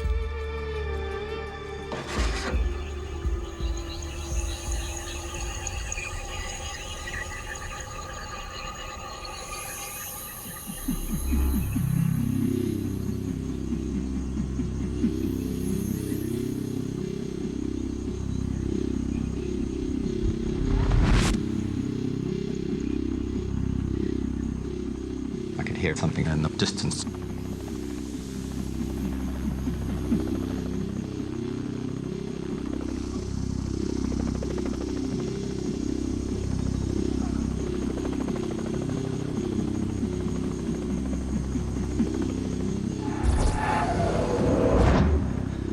I was very excited. I think the adrenaline was probably pumping as fast then as at any time.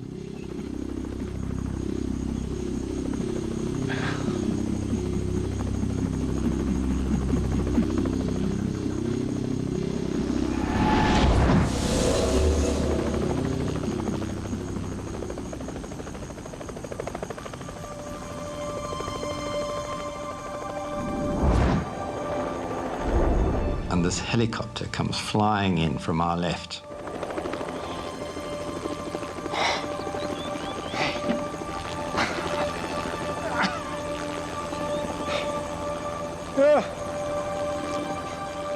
The silver space blanket that Clive laid out was spotted by a search plane. With no place to land, a helicopter was dispatched to rescue the men. Atoll Freiling, a volunteer rescuer, was in the chopper. I never forget the pilot saying, "I don't think anyone can survive that." And that's when we saw this hand waving. And I said, no, there's somebody alive down there.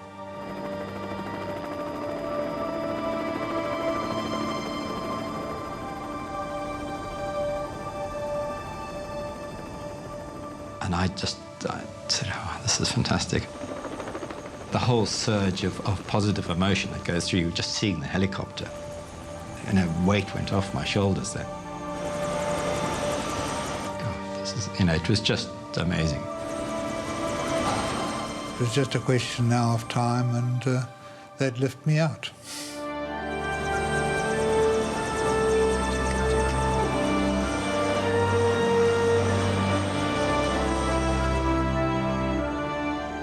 Mumba finally reached a village, a day after the men were rescued. He later died of an unrelated illness. Completely unaware of the rescue, Clive English spent a night alone in the bush before he was finally rescued.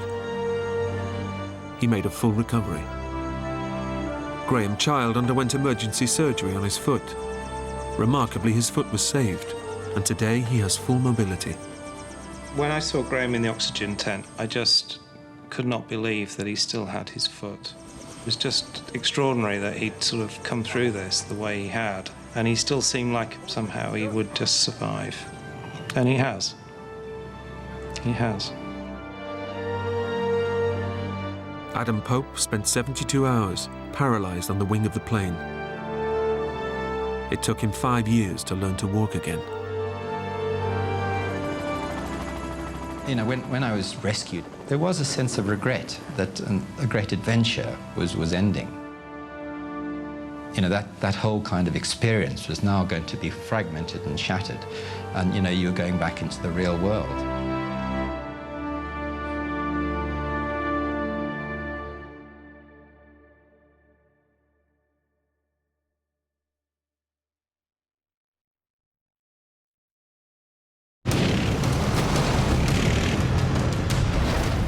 When Ken Hildebrand is thrown from his quad bike in the remote Canadian wilderness, he's pinned to the frozen ground beneath half a ton of metal. I almost threw up just from the pain. Injured, alone, and exposed to all this savage region can throw at him, Ken must battle to stay alive. All he can do is hope that someone finds him before he either freezes to death or the predators closing in on him move in for the kill. My chances were very slim, very slim.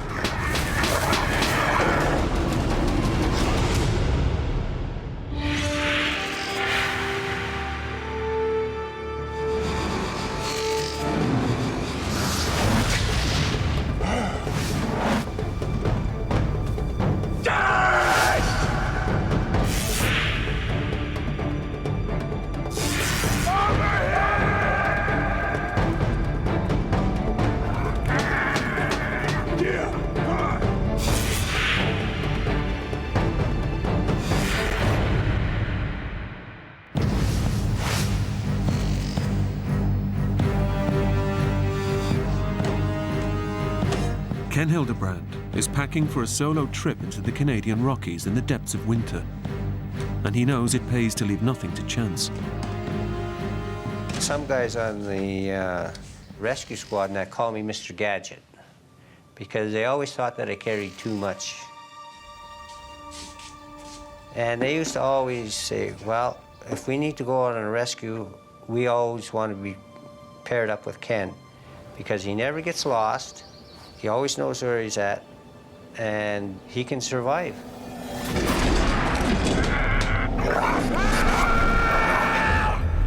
Yeah, no, I'm going up to Bob Creek to collect some traps. But, you know, I should be back in time, give or take an hour or 3. The survival expert regularly heads into the mountains alone and makes no firm plans about his return with his family and friends.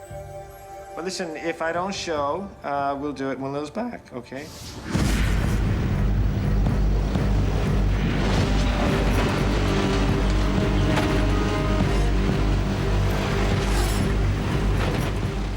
Ken is a registered animal trapper, and this trip is to check up on beaver traps that he set the day before.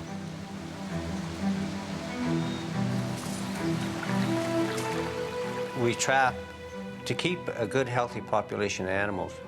And beavers are a rodent. The goal is to try and keep beavers from overpopulating. Ken loves the great outdoors, and nothing stops him from enjoying this vast wilderness, not even his disabled leg. I had polio. I had over 20 operations when I was a child. I mean, I was never supposed to walk. I threw the braces away and everything else, and I said, I'm going to walk. I'm going to do whatever normal people do.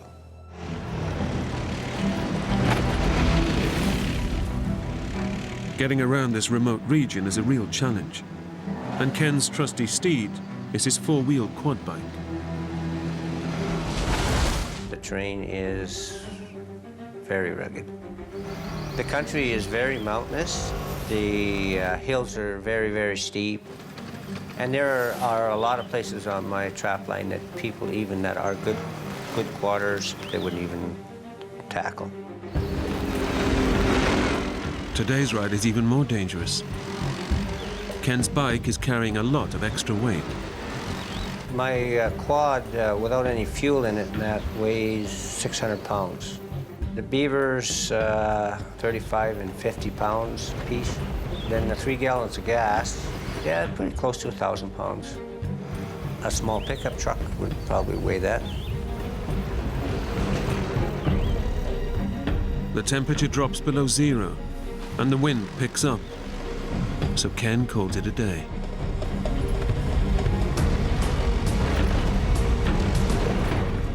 The wind was blowing at least 80 kilometers an hour.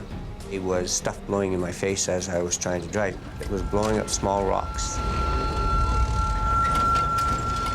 All of a sudden, I felt this sharp pain in the eye, and I blinked, and I felt like a piece of grass in my eye, and the second I let go of my handlebars, I grabbed a hold of this piece of grass.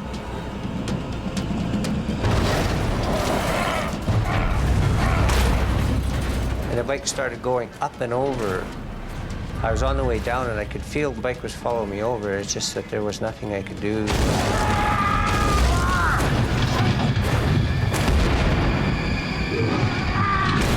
felt to me like I was fast enough that I was getting out of the way, but then, wham, it was so fast. It just knocked me right face first into the dirt. And then I felt this excruciating pain in my leg. I could feel my foot. I could feel my ankle just totally dislocating and the bones were breaking. I almost threw up just from the pain. The steel rack rammed me in the smaller part of the back and drove me down and knocked the wind out of me. The pain was from my ankle and in the calf of my leg. I couldn't push and lift myself enough to move the bike. No matter how I tried to move my legs, I couldn't. The heavily laden quad has pinned Ken to the ground in the middle of nowhere.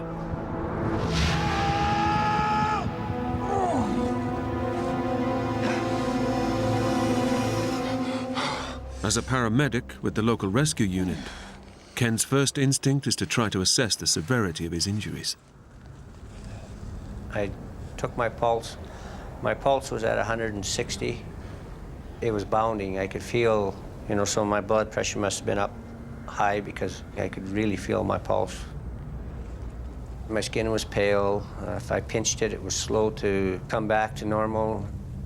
It took 5 seconds for my color to go back in my finger, so I knew that I was in shock. Pain and the anxiety was causing me to make my heart rate go up. So I knew I had to slow myself down so that I could rationalize, I could think properly. Ken learned how to deal with pain as a child, fighting polio. I kind of mentally block it out. It's amazing how much pain I can actually block out.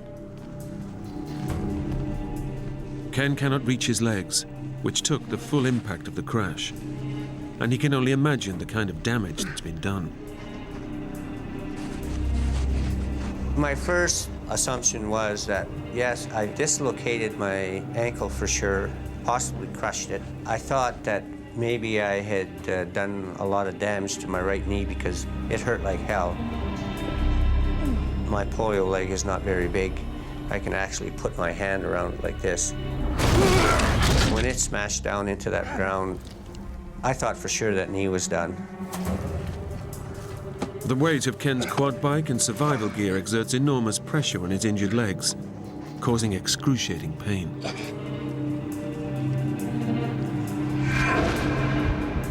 It crushes his good right leg against his weaker polio leg, cutting off the circulation from his calf to his foot.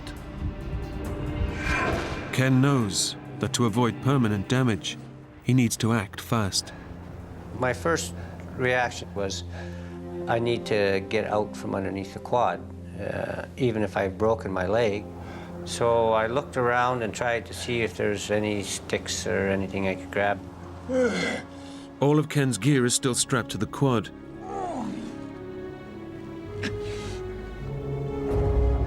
Only his axe has fallen clear during the crash. But it's tantalizingly just out of reach.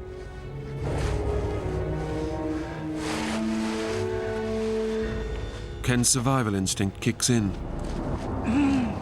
I always carry this fire starter around my neck and a compass on a string.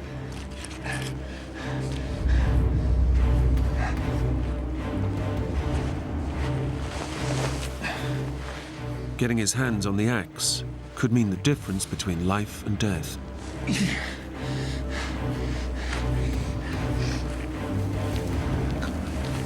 To Ken, the axe is his only means of escape.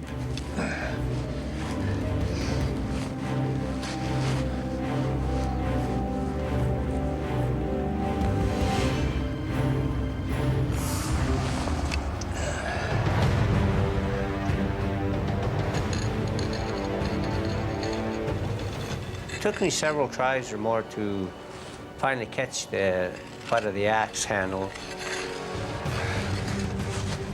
I thought right away, well, maybe I can use my axe as a leverage to push quad off of me. But, trapped face down, it's impossible for Ken to get enough leverage on the axe handle to lift the quad. Now I think, okay, I'm stuck here. I'm actually trapped.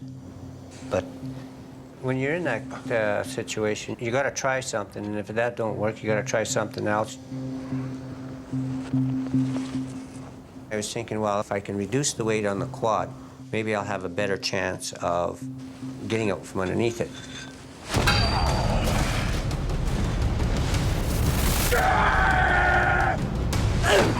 But every strike causes agonizing pain to Ken's injured body as he tries to knock the heavy gear from the quad.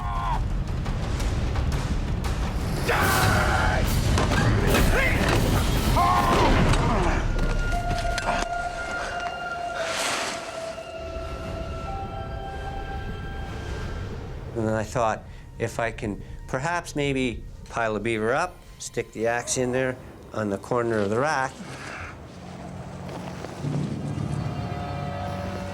With the beavers under his arms, Ken's hoping the extra height will make a difference.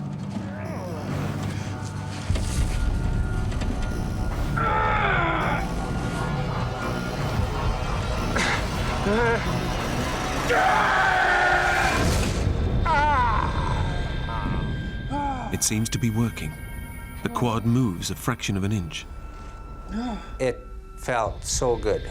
I mean, it still hurt like hell, and it felt like the bones were broken, but at least that steady, constant pressure was relieved. Fueled by adrenaline, Ken decides it's time for a make-or-break effort to free himself.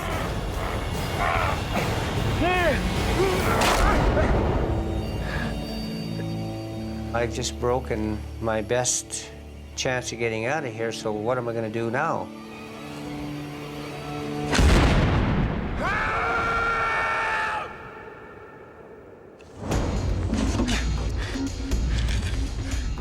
Ken is now completely trapped in this Canadian wilderness. He has to come up with another escape plan if he's going to survive. Now I thought, okay, the axe is broke, the handle's not as long. Perhaps now I can get underneath there and chop and hack away some of the ground. If Ken can loosen the soil beneath him, he might be able to work himself free. But weighed down by his quad and the equipment, it's a near impossible task. You try chopping like this here in a little space. It's a challenge. Because I couldn't get underneath my leg. I kept trying to get underneath, but every time I tried to chop to get underneath it, I'd either hit the ground and the axe would ricochet into my leg, or I would just hit my leg.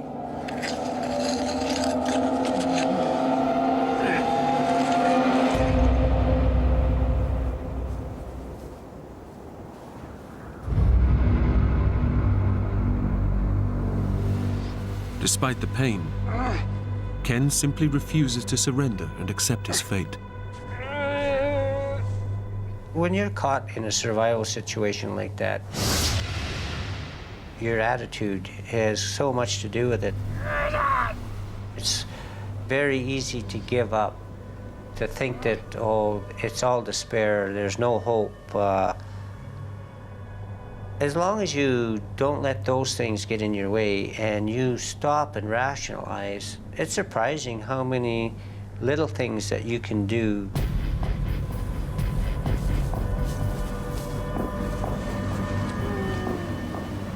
I continued trying to figure out and evaluate some way that I could move that quad so that I could get one leg free. If I could get just one leg free, I can get out from underneath this thing.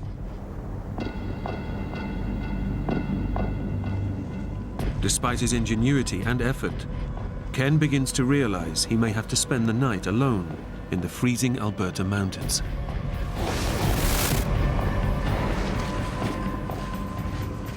All your nerves at that point in time is raw. Your mind is going through a million things, like, how long is this going to last?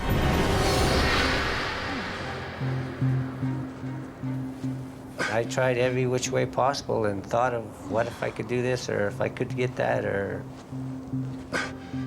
After 5 hours, I had exhausted all my options.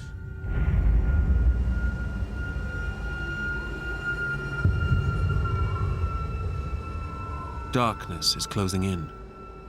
The Rockies at night are deadly, especially in winter when the temperatures can plummet to 20 below. Freezing cold winds rush down off the mountains, and these howling gusts play tricks with Ken's mind.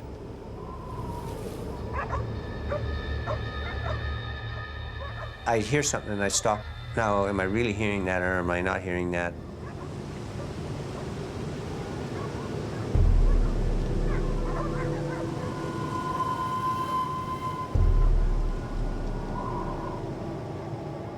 In fact, I was.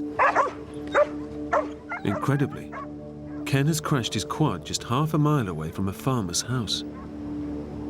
If somebody would just hear his cries, his ordeal would be over. When I first heard the dogs, it gave me a little bit of spark of hope. Well, maybe I won't have to spend the night after all. Ken's prepared for every eventuality. He even carries a whistle around his neck, which he uses to attract attention. The dogs, of course, because they have so much better hearing than a human, they could hear me.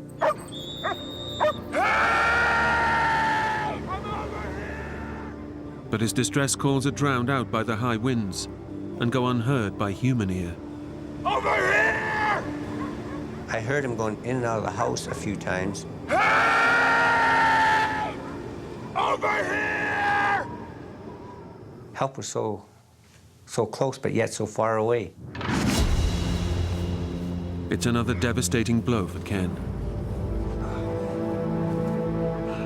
And to make matters even worse, all of the gear and supplies that he's bought that could keep him alive are tied to his bike, completely out of reach.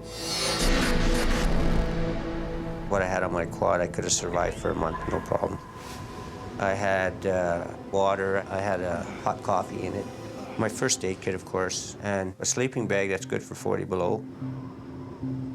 Without all this life-saving equipment, Ken faces the ultimate test of his survival skills.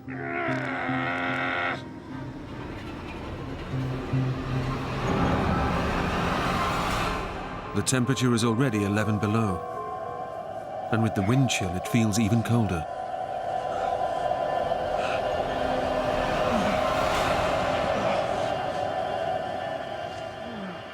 He might die of hypothermia if he doesn't think fast. I knew that the wind, the cold could kill me easily in a matter of probably half an hour or less if I went to sleep.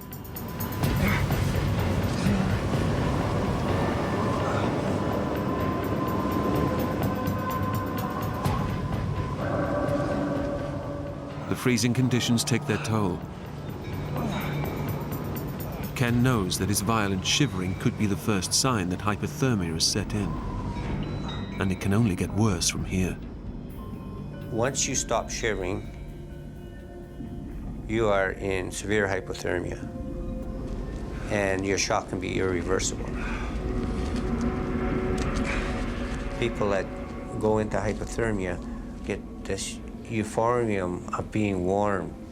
They stop shivering, they go to sleep, and then they die.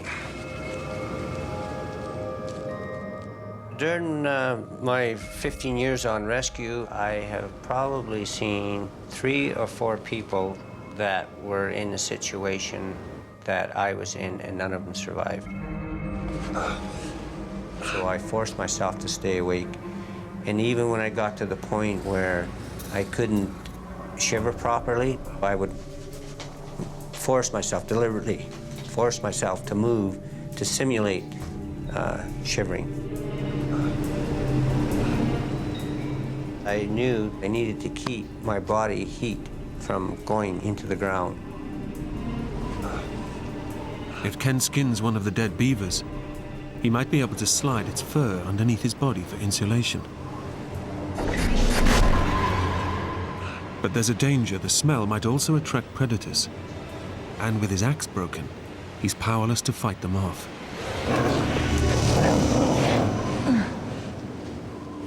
I know the possibilities of cougars or any predator coming around is greater every hour that I stay there.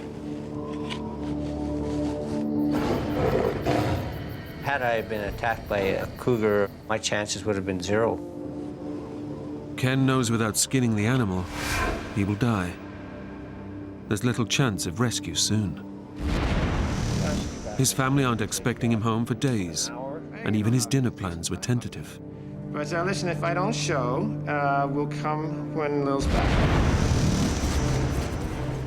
Ken decides the rewards of skinning the beaver outweigh the risk of attracting predators. I put the hide side down and the fur side up, so that made my stomach a lot warmer.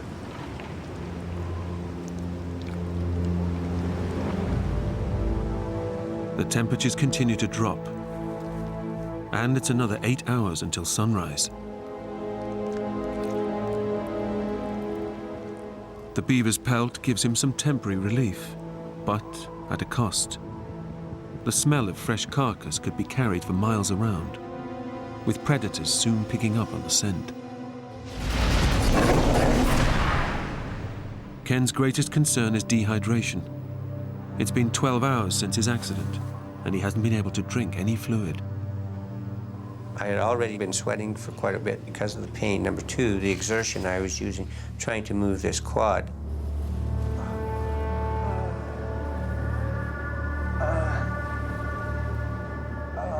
His body is losing water rapidly, and if he's unable to replace it, he will die. Part of the problem with hypothermia is your fluid levels. Because your blood is drawn to your vital organs and that, you need that fluid. I had the stuff on my quad, but I couldn't reach it. I had an extra gallon of water, a thermos full of coffee. I knew that I needed to get some kind of moisture somehow, somewhere. Ken carries a roll of plastic flagging tape to mark out the areas where he's laid his traps.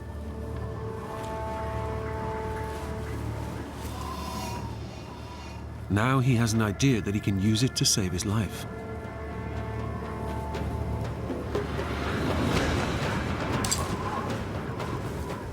If I can get frost on the ribbon, I can run it through my teeth.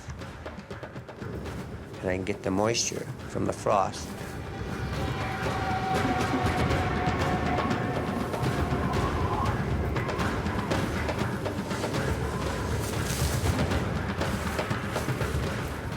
I don't know how much moisture I got from it, but it was enough to keep the inside of my mouth a little bit moist at times.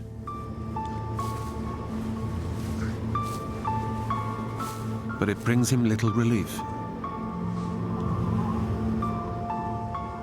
He's not eaten for 20 hours, and his body is weakening with every minute in these severe conditions. I knew I needed something for strength. I decided I was going to try and eat some beaver.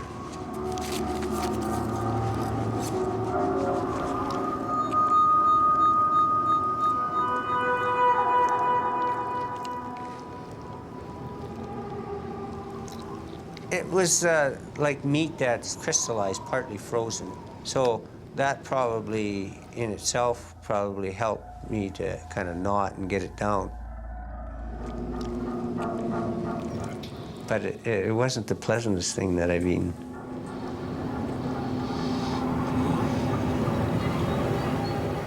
All of a sudden, I just felt sick to my stomach, and it came back up. So I thought, well, this isn't good. I'm losing more bodily fluids. Every decision Ken makes now could mean the difference between life and death.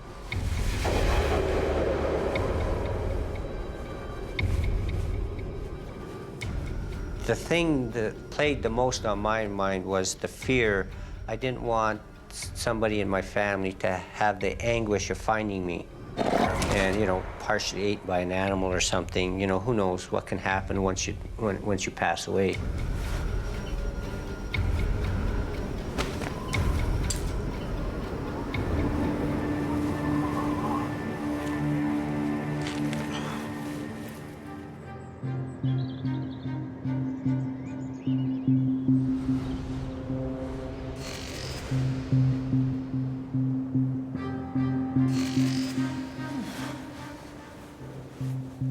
After 15 hours of darkness, Ken's survival knowledge and sheer strength of will have seen him through the night, crushed under his quad bike in freezing temperatures.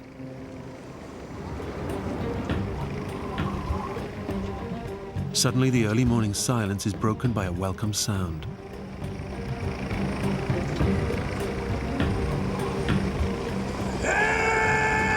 I'm thinking, the rescue crew is finally coming. It's about damn time I'm gonna give them guys hell.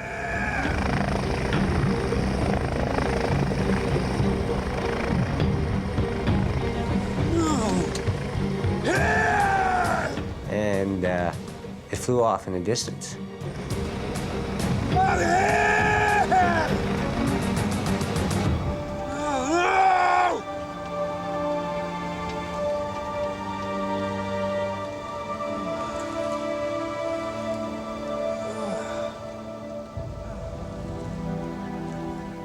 Once again, Ken's chances of rescue are just out of reach. Desperate for help, he tries to alert the farmer again.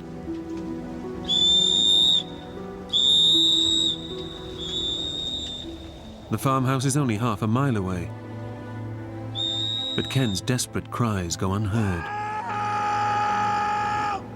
I was just exhausting every possibility that I could try and use. One defeat after another.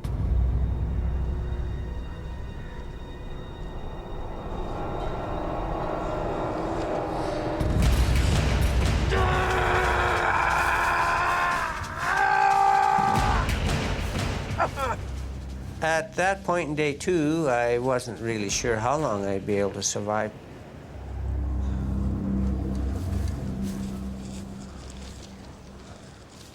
Ken's second day passes slowly, with his survival kit just out of reach, and the chance of rescue so frustratingly close. All he can do is lie and wait, and get what moisture he can. He's still covered in the scent of fresh meat, and the dangers of night threaten again.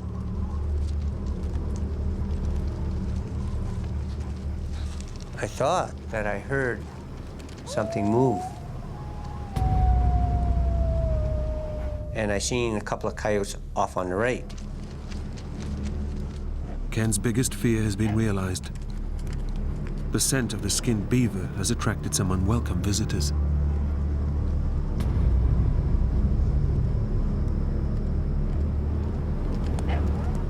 Even from a distance, the coyotes can see that Ken is trapped and can't move.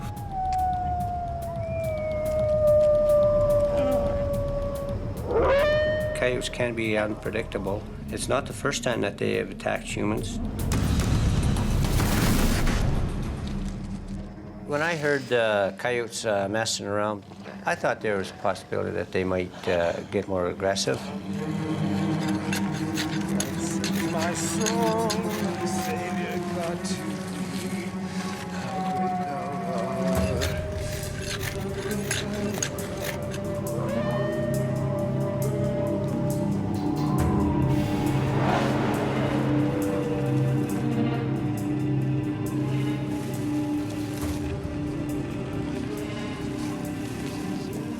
I got a couple of rocks, and I've got the broken axe handle laying there.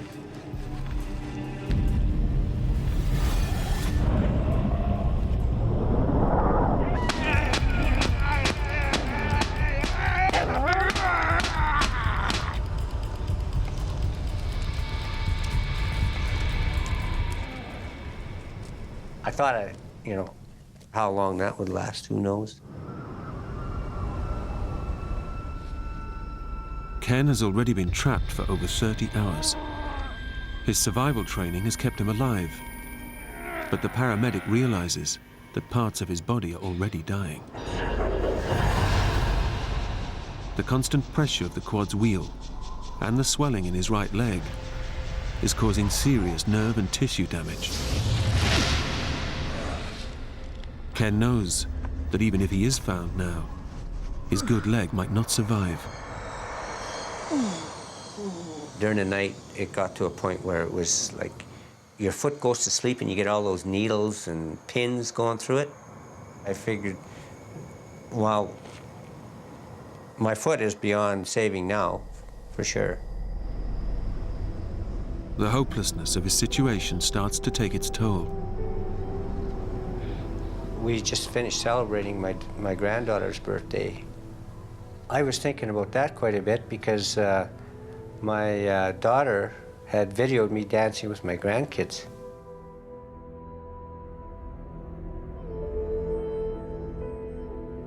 That's probably the last time I'll dance with them.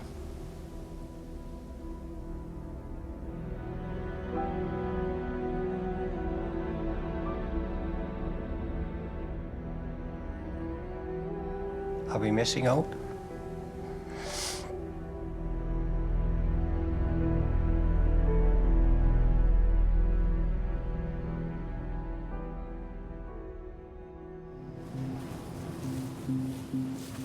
Ken draws strength from the battles he won as a young boy.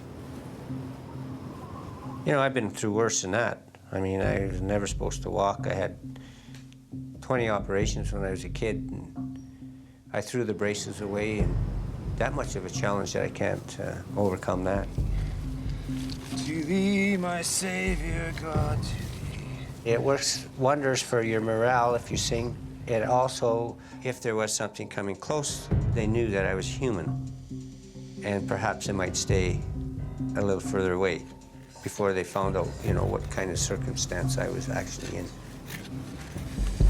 How great thou art, how great thou art, how great thou art.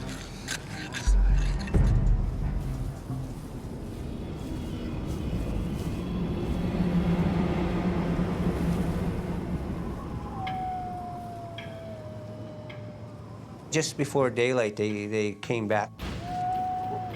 The coyotes have returned, and this time they changed their tactics, closing in on Ken from behind. Unable to see them, Ken can only imagine their next attack. You can hear them scratching, and you can, you know, quick pitter-patters of feet.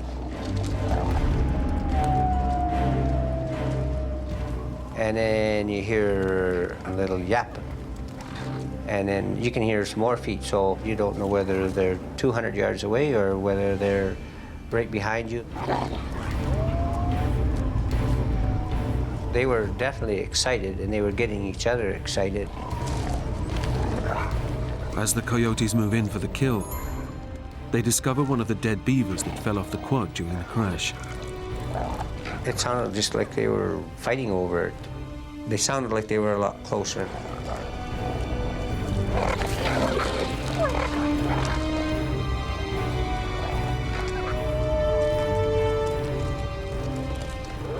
Now the coyotes have a taste for blood, and Ken fears he is next on the menu. What's next? Are they going to get more aggressive?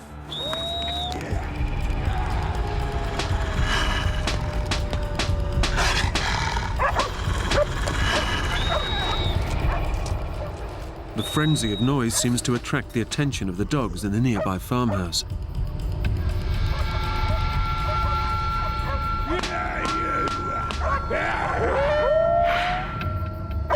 But once again, high winds muffle the noise from human ears. Perhaps if he would have let one of his dogs go, maybe they would have come to me.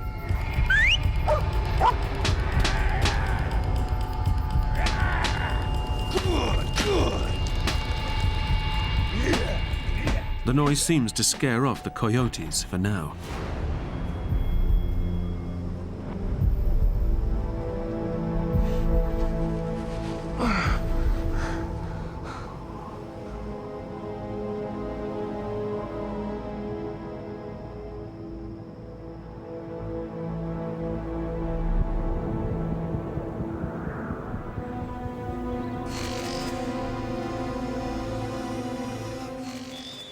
As day breaks, Ken has been trapped for nearly 40 hours. The chance of rescue remains so close, yet so far away. Every time that I could hear the sound of the dogs barking, or I could hear the farmer opening a door, and I would blow the whistle, nothing would happen. It was very frustrating, damn frustrating to, what's going on? Why cannot something come my way for a change? Why can't my luck change?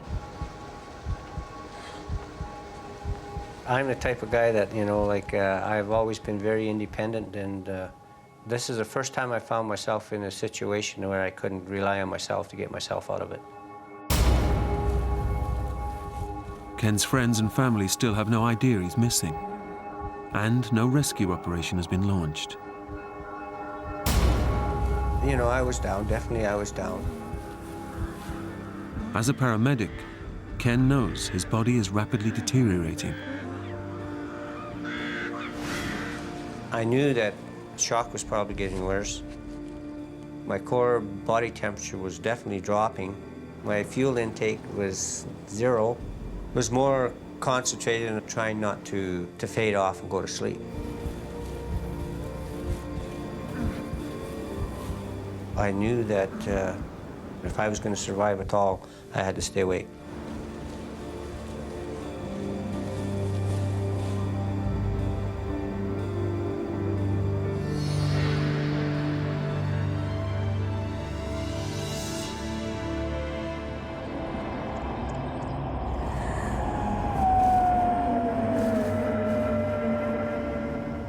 Just before dark again, the coyotes came back and there was a few more. I was so intent and focused on what these coyotes might be doing. One can only imagine and think because you can't see them, right? It's Ken's third night trapped under the quad, exposed, dehydrated, and close to death. And this time, the coyotes have returned to hunt as a pack.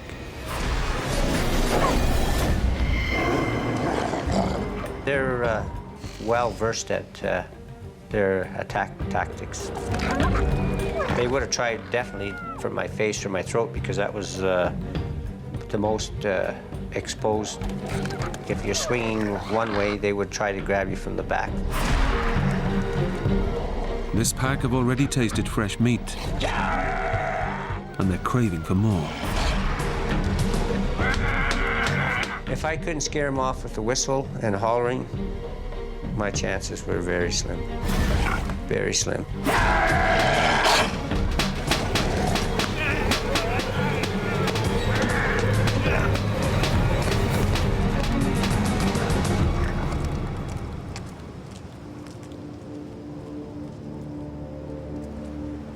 Ken's outburst is just enough to fend off the coyotes. But if he has to spend another night out there, they'll be back, and he may not have the strength to fight them off for much longer.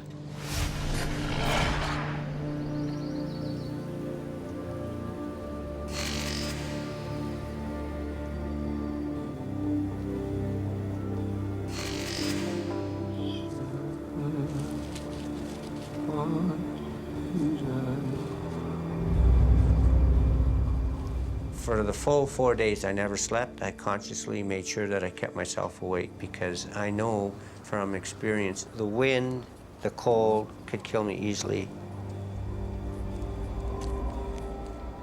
My body was telling me it was a downward slide. My mental alertness wasn't there. My coordination wasn't as good as it could have been.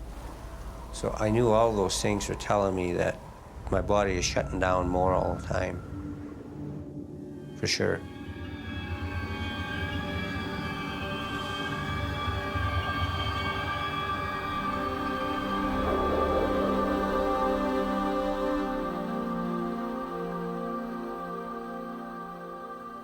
My family was my primary focus. I can deal with whatever comes along. It's how can they deal with it? You know, how will it affect them? I thought that if I didn't make it, maybe while I still got my faculties together and I'm still able to write a message. I should write a message to them, just in case.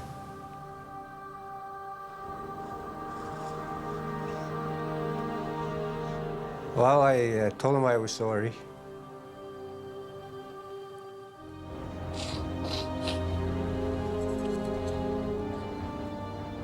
And I loved him.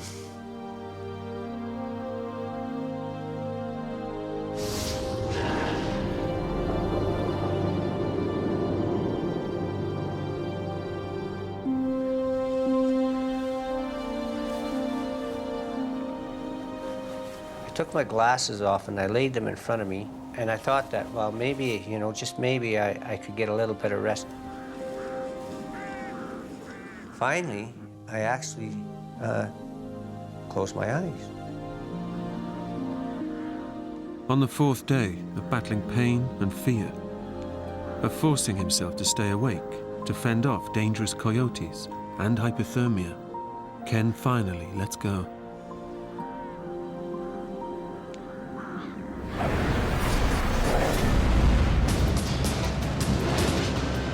That morning was a nice day for a walk, and I decided to take my dog to a particular area to visit friends.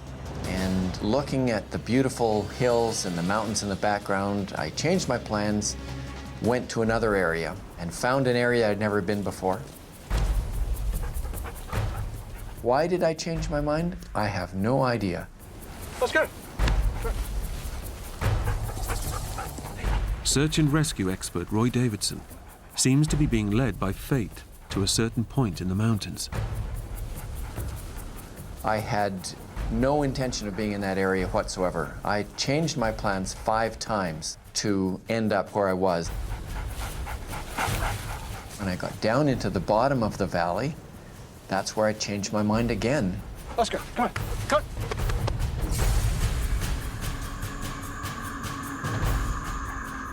on. I just looked over and I saw the quad. And it looked like somebody underneath it. Let's go. Come on. I'm on search and rescue, and about a year earlier, we'd had a search. We'd been looking for a missing hunter on a quad. We found this fellow, and he was underneath the quad, and he was dead. Oscar. Oscar. Oscar. Oscar. It was exactly the same scene. I figured there was probably somebody pinned under there that was probably dead. I'd heard something, and is my mind playing tricks on me, or is this real? Are you all right? Did I go to sleep? Am I dreaming, or?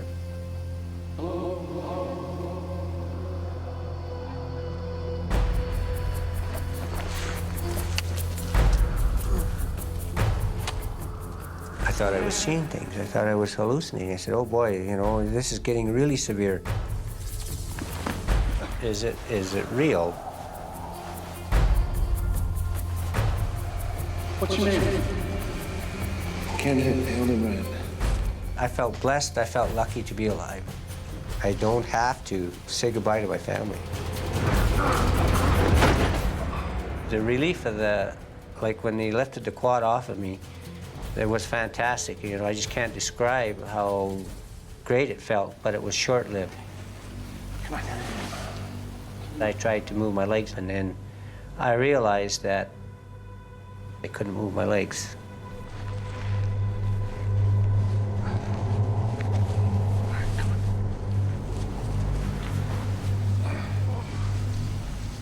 When he first told me that he'd been there for 4 days and 3 nights, I didn't believe it. He was very calm. He was very businesslike. He knew what he had to do. He thought his legs, or at least one leg, was broken. What were you doing out here? That was probably a place where the quad wheel was sitting on his leg and the flesh was frozen. I'm just gonna put this on. You've done that before. I knew that for 2 days I didn't go to the bathroom anymore. I knew that, you know, I could have liver damage, I could have kidney damage. I think the reason that Ken survived is he's tough. He's one tough dude.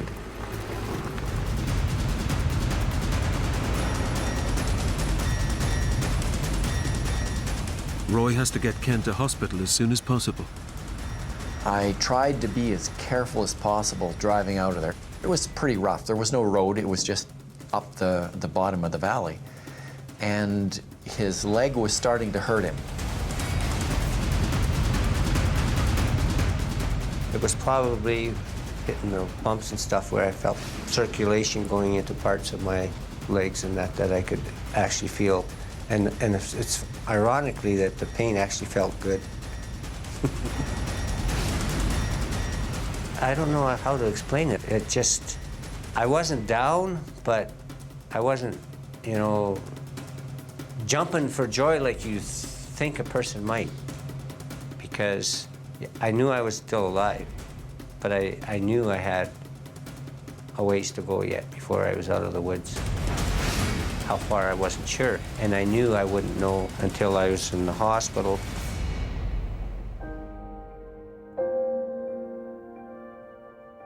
Surgeons fought to save Ken's right leg, but eventually they had to amputate, leaving him with a prosthetic limb and his weaker polio leg.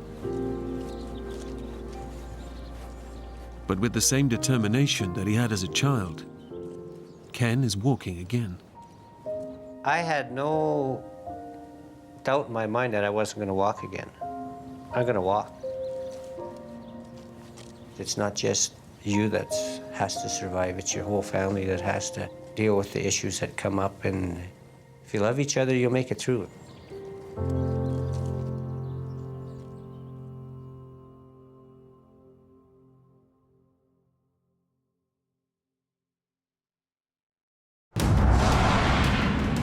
An amateur treasure hunter's first holiday after life-saving heart surgery becomes a living nightmare when he gets lost in the Australian wilderness. They're not going to find me. You idiot! I was finished. He's at the mercy of a hostile environment, deadly predators, and his own mind. I was actually wishing I'd died. Without food, water, or his vital medication, he edges closer to death with every step.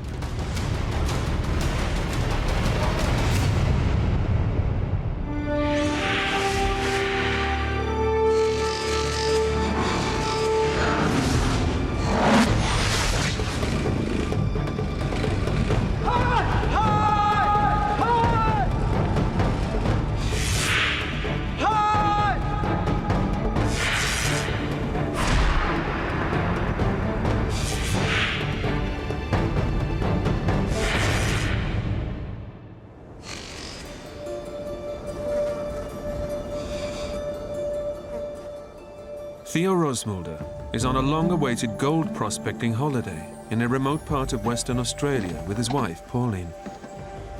Hi, love. Can I get you anything? No, thanks, love. Feeling lucky? Yeah. Today might be the day. You had your pills? Yeah. Had them earlier. See you, love. The treasure hunting trip is a reward for Theo, who's recovering from triple bypass heart surgery. To survive, he needs daily medication to regulate his heartbeat, and Pauline has come along to keep an eye on him.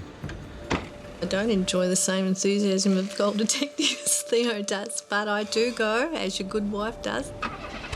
It was an eye-opener to me as to how remote and desolate Western Australian bush is.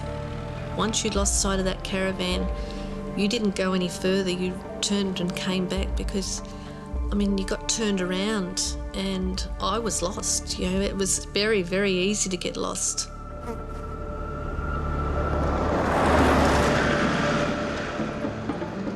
The Australian outback is one of the world's most sparsely populated regions. Apart from a small Aboriginal settlement about 6 miles from Theo's camp, the area is completely uninhabited. You can drive for 8 hours constantly and not come across a soul. wouldn't pass the farmhouse. About the only thing you'd lucky to see would be maybe some wild camels, not a donkey, and basically dirt, trees and nothing else. The outback is also home to dangerous wild dogs, or dingoes. Opportunistic predators that eat everything, from lizards to kangaroos. And sometimes, even people.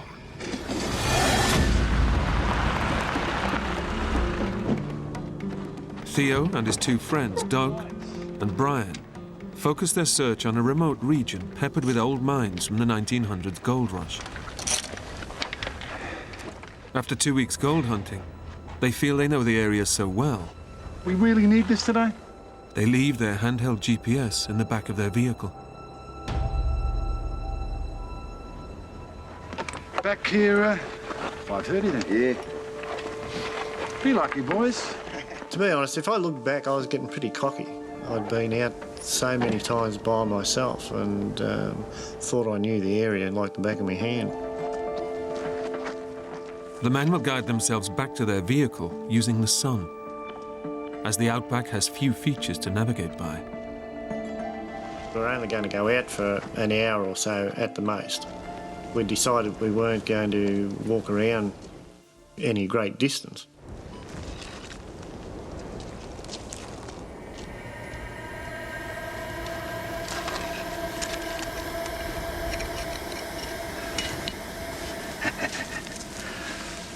Gold fever. Lovely. They talk about gold fever, yeah, that's basically it. If you don't find it, it's the thought of actually finding one. And when you do, you want to find another one. With one shiny nugget in his pocket, his prospects look good. But Theo's thirst for gold gets the better of him. And his intensive search takes him much further than he realizes. You get that engrossed in what you're doing, you don't check to see how far you've got. When you turn around, you think to yourself, my God, have I come this far?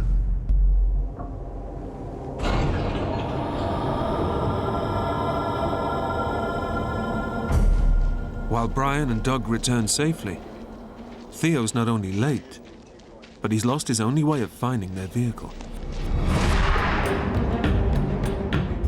Heavy clouds have rolled in, presenting him with a serious problem. I looked up at the sky and there was no sun to speak of because of the cloud cover, and the cloud cover was exceptionally thick. I realised that, this is getting serious. Theo had planned to retrace his steps to the vehicle using the sun. Without it, or his GPS, he has absolutely no way of navigating.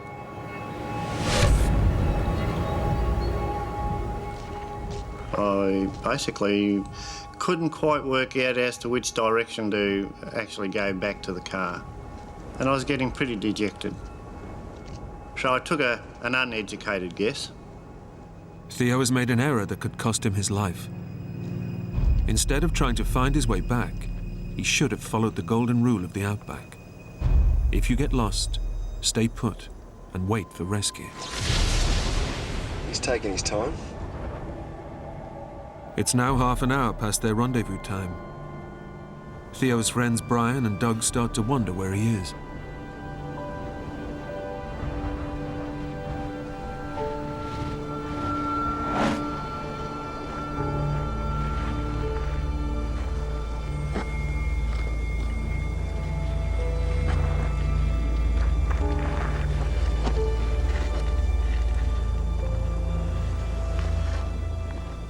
I got myself totally disorientated to the point that I didn't know where left, right, up, down, north, east, west was.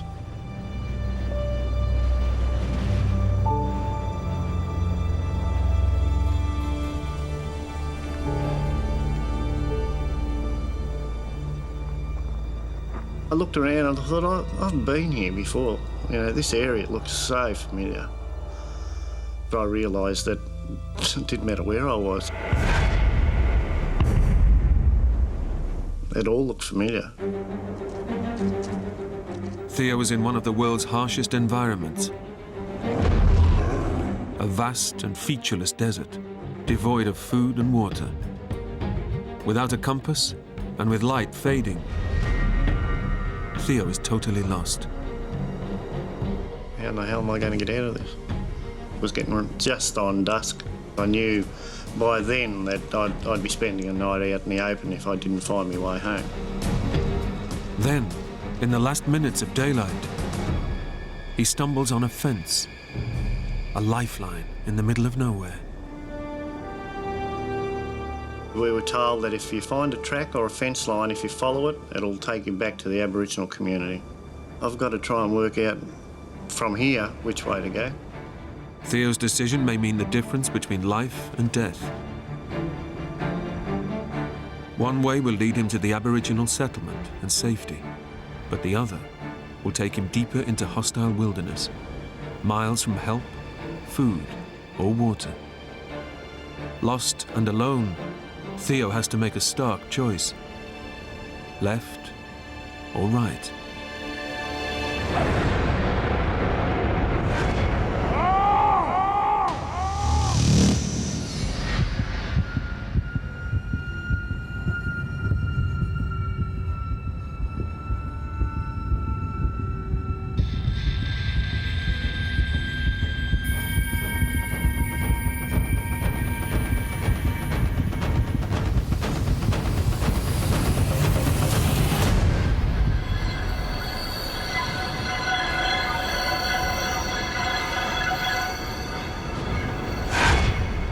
With night falling fast, Theo decides to take a chance.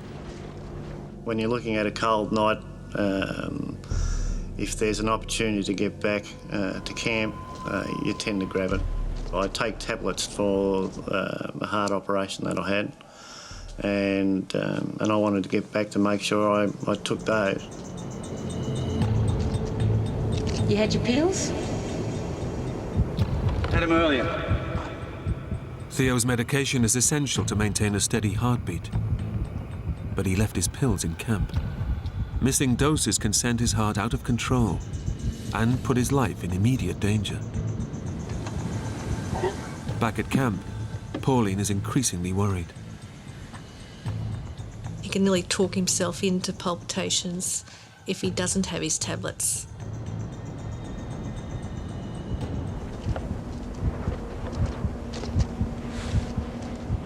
The heart wasn't doing that great. I could hear it just thumping in my head, and the more I walked, the worse it got. Theo has bet his life on the direction he's chosen to lead him to safety. He's still ignoring the rule of the outback, to stay where he is once lost.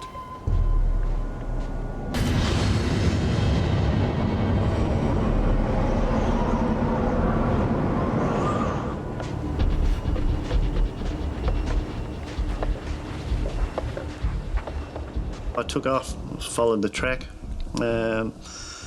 did that for probably an hour.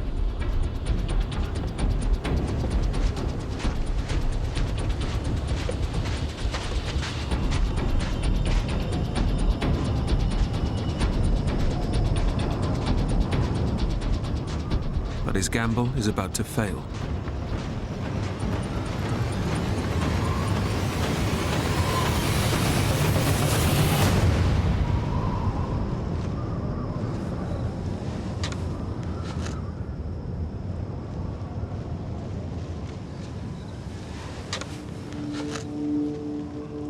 When the track ran out, I thought to myself, well, that'd be right. The only track I picked to follow, and it's the only one that ran out. Theo has walked miles in the wrong direction. Instead of the safety of the Aboriginal community, he's ended up deep in the desert. That's about how good my luck was going.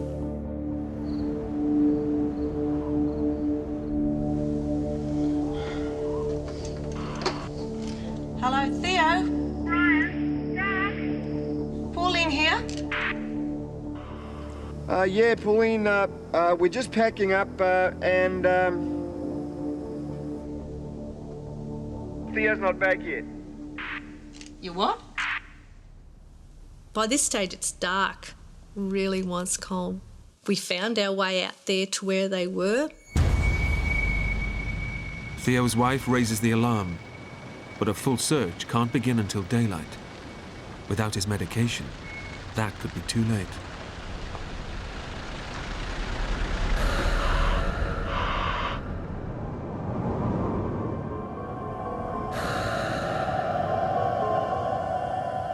But it's not the only danger Theo faces. Temperatures in the outback can plunge below freezing in winter. He's only wearing thin cotton clothing and is at real risk of hypothermia. Wouldn't you just know it? At night time it gets very cold. Once the sun went down, you lost all heat. You think to yourself, well, okay, I've got to find somewhere to huddle into that gets me out of the weather somewhere. Theo faces another crucial decision. Do I tread back, follow the track all the way back, or do I try and find some place to camp for the night? I decided to look for an outcrop with a hollow in it where, you know, the kangaroos sleep. Theo abandons the fence, knowing that he risks not finding it again. Instead, he searches for a rocky outcrop and possible shelter. But it could spell danger. I was a bit dubious when I first got there. Don't know what's in here. You know, if I come across a kangaroo, that's fine. They'll just jump off and be more frightened than I would be. I don't want anything to do with dingoes.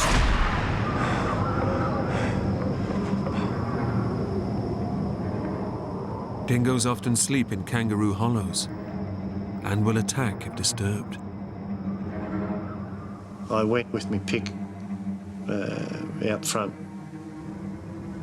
If I disturb them, they might get nasty.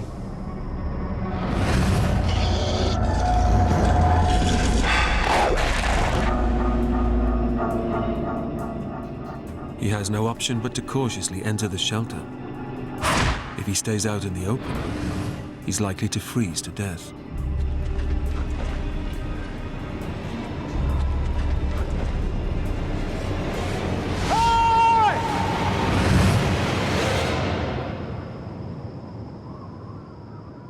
The cave is empty, providing shelter, but little comfort. The fact that I was only wearing a cotton shirt, jeans, I was just freezing cold.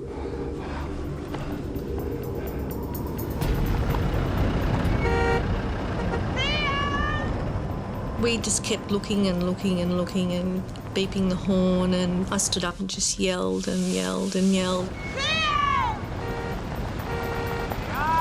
And then we thought, well, this is getting really serious. As night draws in, there's still no sign of Theo. So Pauline and Brian turn for help to the people who know every inch of this terrain, the local Aborigines. Can I help you? Yeah, we've lost a fellow of ours about 8 k's up the track. Does he have any water on him? No. Derek, go and get some of the boys.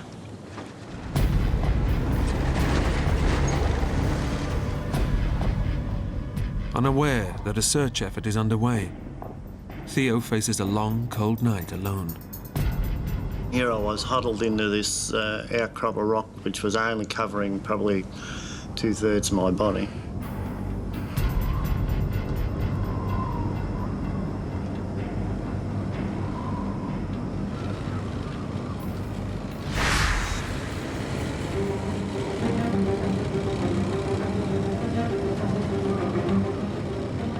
I heard a motorbike, and I sat up and looked out to where the noise was, and I could see somebody.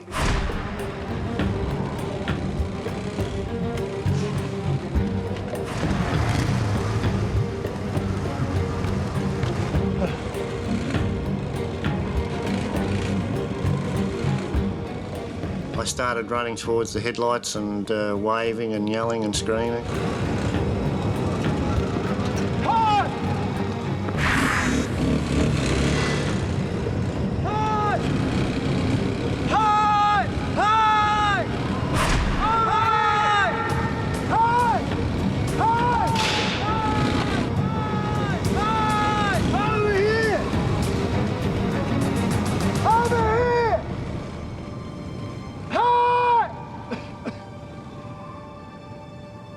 motorbike was too loud and they couldn't hear any yells or anything that was going on, and they just kept going, and I lost sight of them.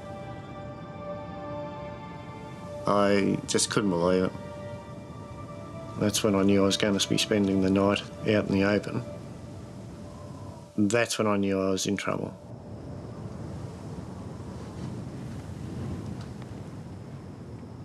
Theo knows what a night exposed to the outback will bring. Bloody idiots. I thought, this is it.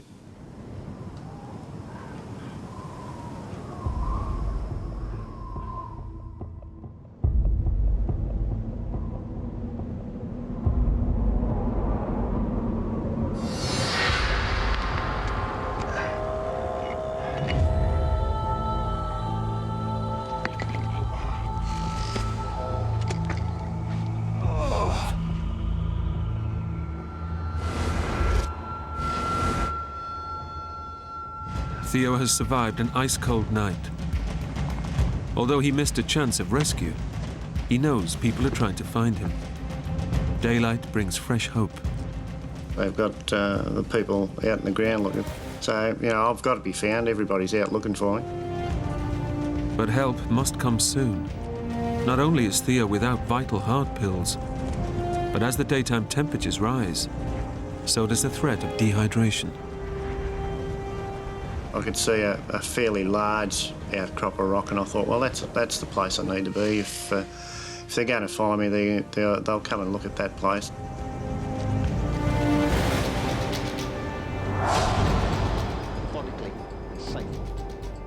Theo's gone a full day without vital medication. But now, a search and rescue operation is underway. Pauline, rescue plane will be here in an hour. When they said the aeroplane was coming, that was when I thought, he's fine. You know, the aeroplane will find him. I mean, you see all these search and rescue things where the aeroplane finds people. Guys, wait a sec. Can you take these, please? What are they? They're his heart pills. He needs them. He really needs them. Without those, the heart goes into spasm and have another heart attack. With police and volunteers helping, the Aborigines can now share their renowned tracking skills. But finding one person in such a vast terrain is like finding a needle in a haystack. Theo has had neither food or water and gone 24 hours without vital medication that regulates his heartbeat. His chances of dying are increasing with every hour. I know my energy levels were dropping dramatically because I had no fat to burn whatsoever. I mean, I've only been out of hospital for 12 months. Finally got to the outcrop of rock. Camouflaged against the scrub in his pale clothes, Theo's best chance of being seen is to find high ground.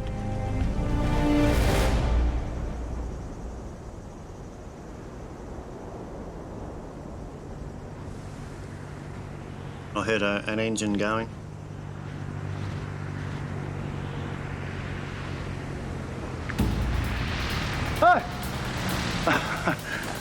And saw a plane flying around, and I realised that everybody's out looking for me. Hey! Here! Yo! Hey! Hey! Hey! Oh, you beauty. Hey! Theo! A spotter plane is heading straight for Theo. He's certain rescue is just moments away.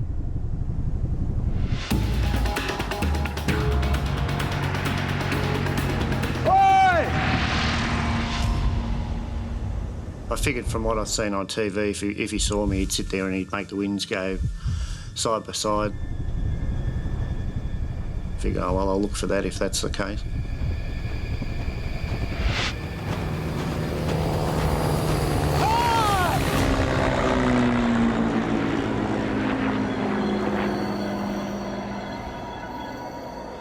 Didn't see me. I just said, oh, well, They'll see me the second time. The second time he flew over, I was waving and yelling and whatnot. Come on, boys! Come on! Hey! Hey!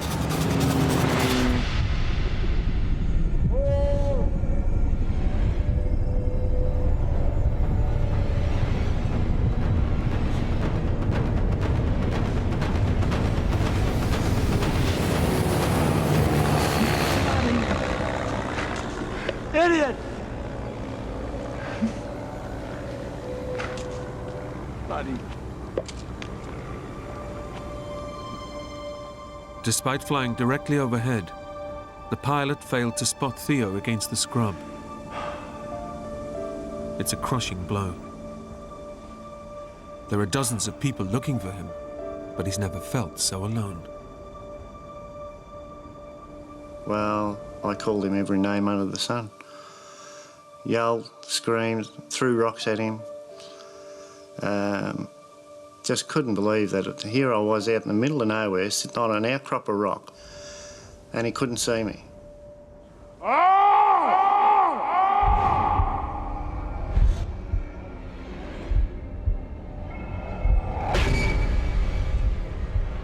Theo's situation suddenly worsens.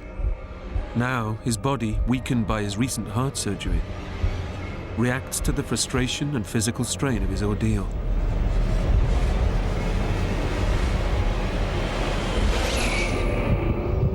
Just a year earlier, Theo's operation involved removing veins from his legs and grafting them onto his heart to pump blood more effectively.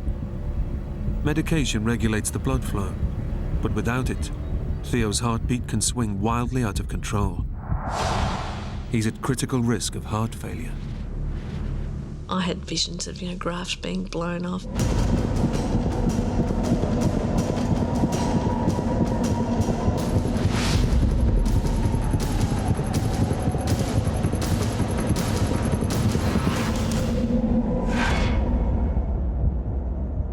Theo Rossmulder has been lost in the outback for more than 24 hours. Rescue planes have failed to spot him, and lacking vital medication, his heartbeat is now dangerously irregular.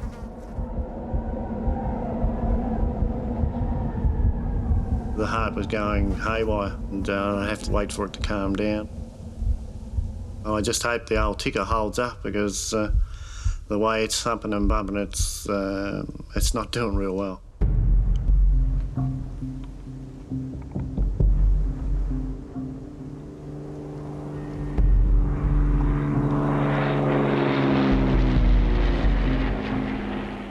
With my battery on the detector, I knew it still had a bit of power in it.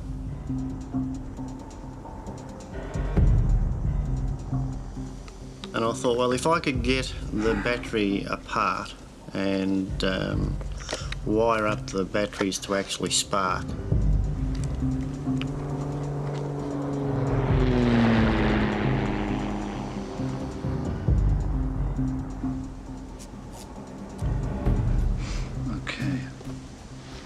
And have some bark there where I could actually try and get it going.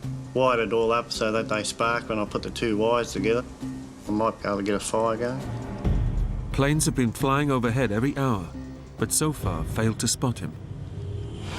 Building a fire might be his only hope of being seen.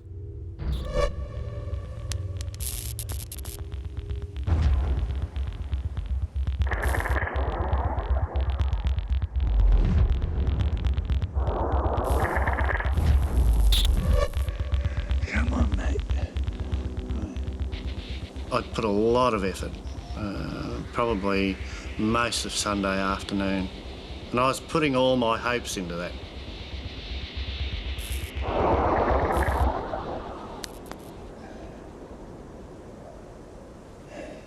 The stuff that I wanted to light just didn't come to life, just didn't happen.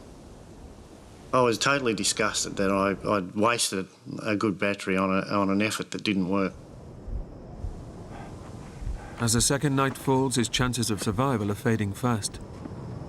He again ignores the rules to stay in one place and continues to wander in the hope of finding the fence.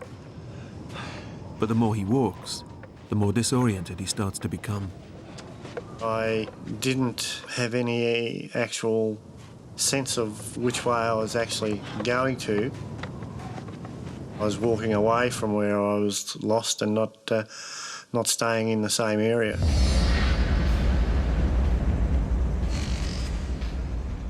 Alongside Theo's heart defect, 48 hours without water is now becoming life-threatening. A healthy person could go 3 days without it, but Theo is not healthy, and he hasn't had a drop to drink in 2 days. Severe dehydration pushes him closer to death with every hour. When the body starts shutting down, it's not pleasant. Every part of your body hurts. You can't sit down without the part that you're leaning on. It just aches. When you start walking, your legs hurt, your arms hurt. It had gone from being saved and rescued to trying to survive, and the idea that there's a possibility you were going to die.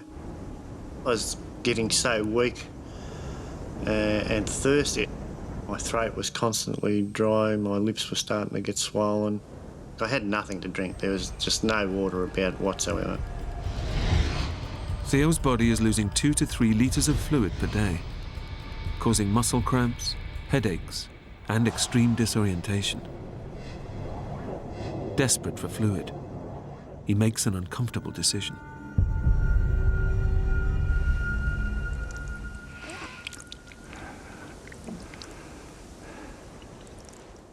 And it all of a sudden dawned on me. Hang on a minute. You can't waste this. This is your body fluid's going to waste. This is the stuff that's going to keep you alive. It's the only bit of moisture you've got. You know, this was pure water going through.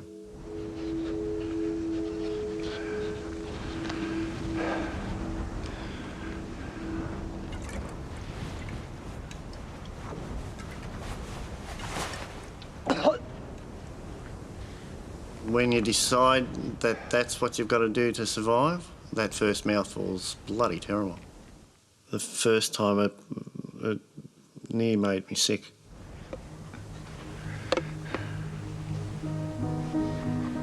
I'm thinking to myself, well, you know, I've come down a few pegs on the ladder, having to do that.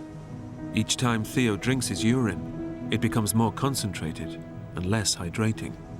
The more times you put it through the system, the stronger it becomes, which in turn makes it taste even worse. I couldn't drink it. It was just too vile. I was just withering away, and it was just an ordeal.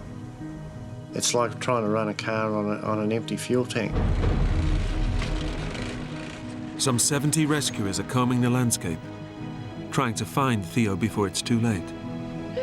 Based on where he was last seen, the police have defined the search area, but Theo keeps wandering in and out of it.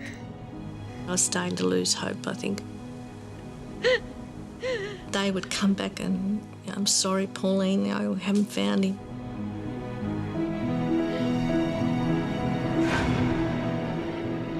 And as ongoing air searches fail to spot him, Theo too is losing hope.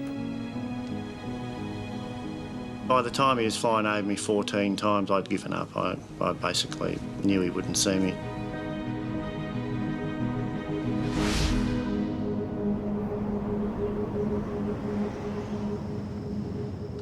Theo faces a third night lost in the outback. Lacking both food and water, his energy is rapidly draining away. It was just lonely, cold, and then all sorts of things go through your mind because you've got nothing else to do but think. And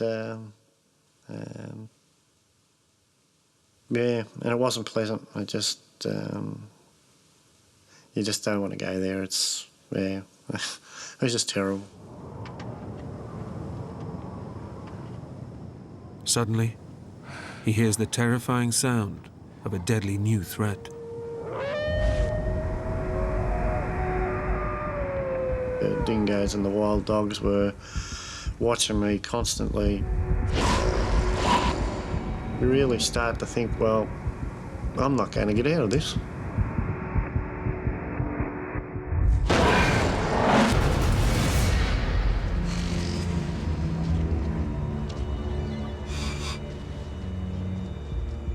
The Aborigine trackers have been searching for Theo around the clock.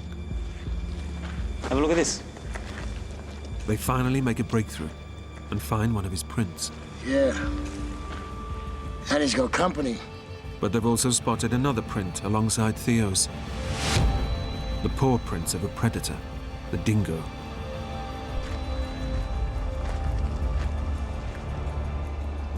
Can I speak to you, missus? Yeah, sure. He's still alive. How do you know? We've seen his footprints. The dingoes are pulling him. They'll keep pulling him, missus. Why? In case he falls. They were saying while an animal is still fit and healthy, a dingo won't follow. It will come look and then it'll go away. But once an animal is very poorly, they just keep their distance and track it until it falls. Theo summons his last ounce of energy to keep moving. As long as you're moving, they're not even going to come anywhere near you, but as soon as you fall down, they're in for the kill. But as he continues to walk in and out of the search area, it hampers the rescuers' efforts to find him.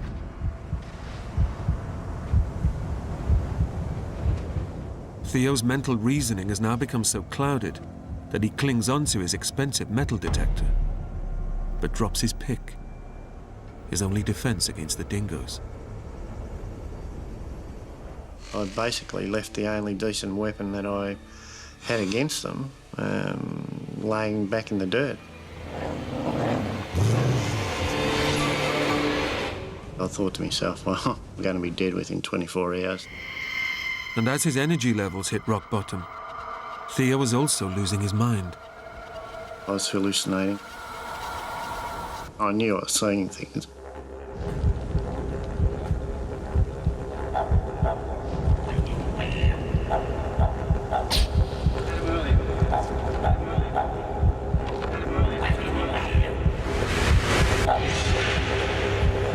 Feeling lucky? Today might be the day. Theo's physical and mental decline means he had little energy to walk. His fourth night exposed to the freezing cold could be his last, as he risks dying of hypothermia. It got very wild, very cold, very windy. So I basically just sat on my backside and shivered all night.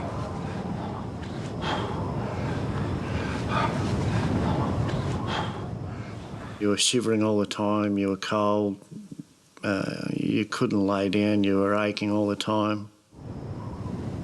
All you're waiting for is the sun to come up so you can just start getting warm again.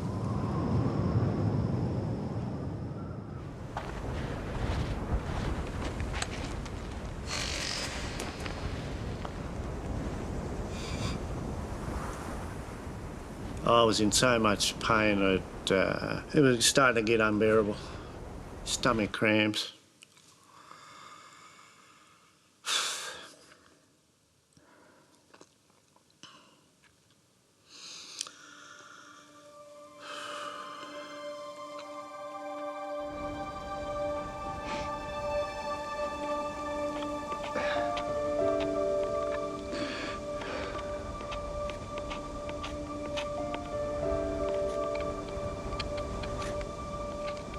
I was starting to think I wasn't going to survive.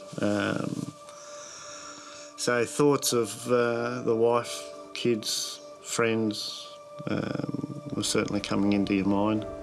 I was thinking I was going to die, so I might as well write notes to everybody on the back of this oxidised piece of tin, which I did. This is my last. message.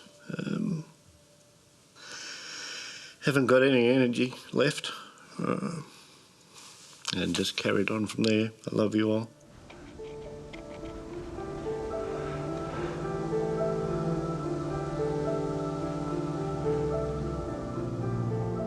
Trying to explain more so to my wife that it was my fault that I was there.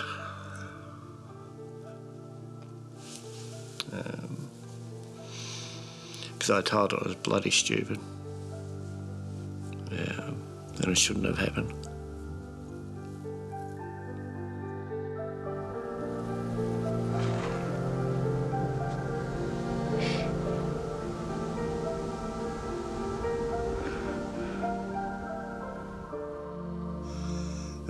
Religion becomes very, very strong.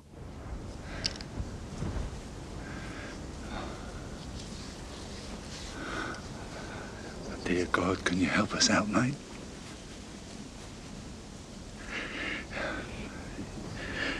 If you see me out of this, I'll see you right, I promise.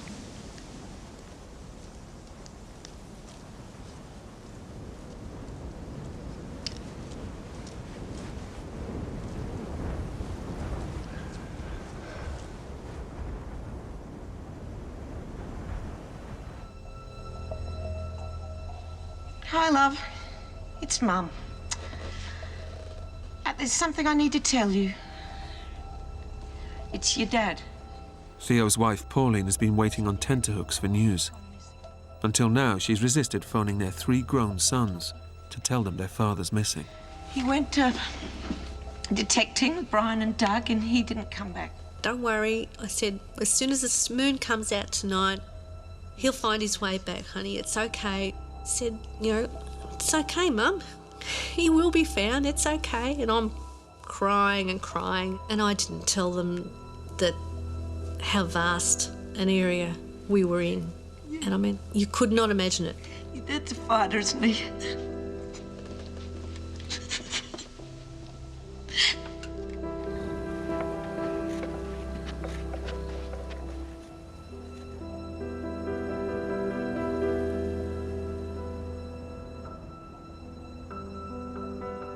By Monday, I think I had him as dead.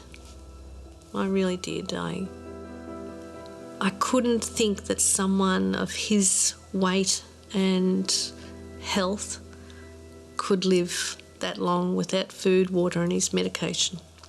I really didn't. 5 days lost in the outback, without food, water or a single dose of essential heart medication, have pushed gold hunter Theo Rosmulder to death's door. There was nothing left in the tank. I was finished. I was actually wishing I'd die. Theo is no longer looking for shelter. He's seeking protection for his corpse. He doesn't want his body to be eaten by dingoes. If you're in a situation where you don't have any choices, bar one is how you're going to die, you start to think that, well, let's make it as best as possible.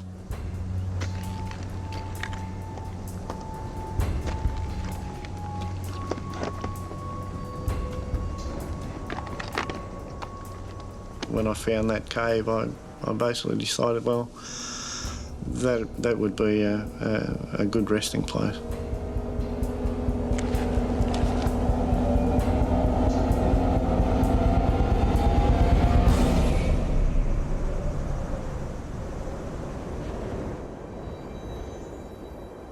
What I'd planned on doing was basically crawling into the hole and bricking the front of it up. You know, I just didn't want to be a dog's dinner, basically.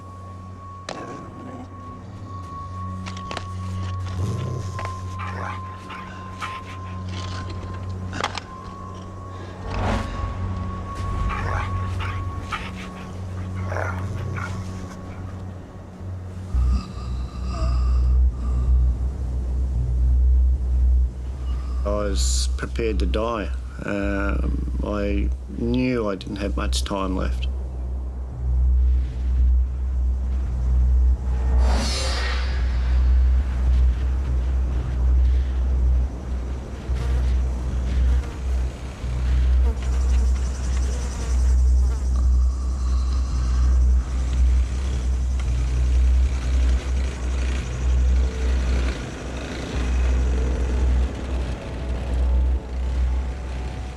I heard a motorbike going off in the distance, and I looked over, and I could see this motorbike, and I thought, "Oh, you're seeing things."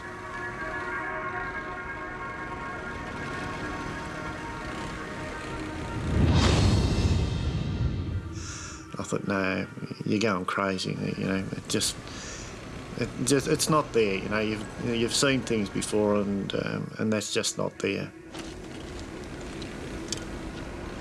But I kept watching it. I was looking at something that I couldn't see, but it was there, and it pulled up.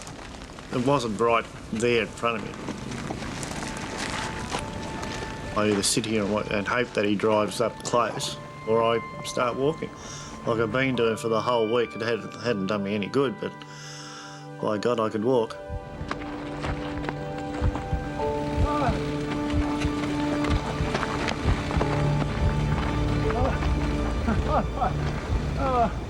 I started waving, but I mean, it was taking such an effort to even stand up and wave.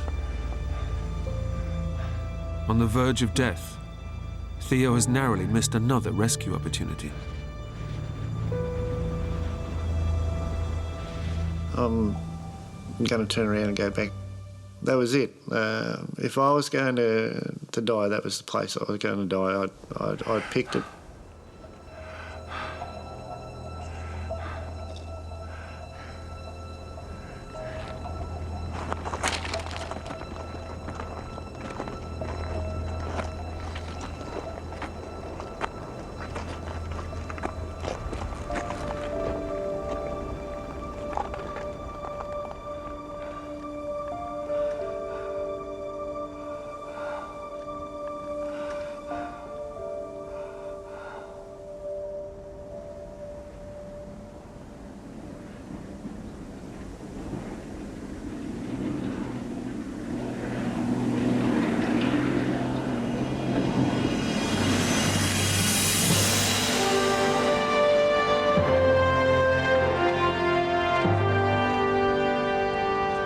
As soon as I could see them, that they knew where I was, I basically just collapsed on the ground. It was just a feeling of utter enjoyment. The emotions were going through that, you know, it's finished. That the thought of dying's not going to happen. All the plans that I had of, you know, going into the cave and letting nature take its course just wasn't going to happen. And, you know, those guys, they're the best looking bunch of blokes I'd ever seen. Rescuers found a fresh set of Theo's prints, and the Aborigines were finally able to track him down. Can't explain it. It was just a huge relief. It was, oh, thank God.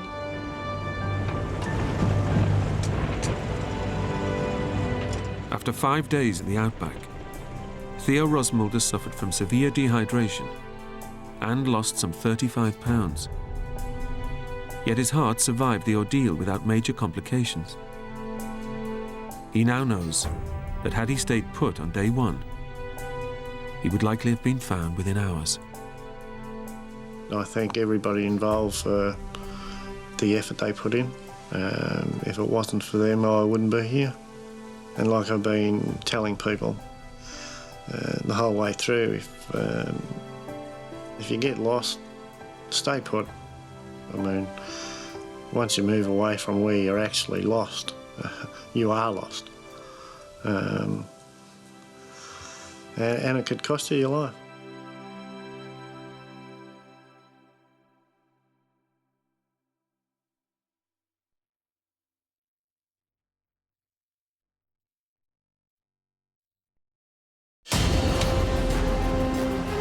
Jones is on a solo mission to climb Romania's highest peak. Alone and miles from civilization, his quest becomes a fight for survival when he's hit by an avalanche. I ran as fast and as frantic as I could. I was running for my life. He's thrown down the mountain. His pelvis is shattered. It was agony, like a red-hot poke was being pushed into the side of my leg. Unable to walk, he has no way to call for help. His only hope, an agonizing 8-mile crawl. Across rivers and through a frozen wilderness. His greatest fears are being eaten alive or freezing to death. One slip, I'd be dead.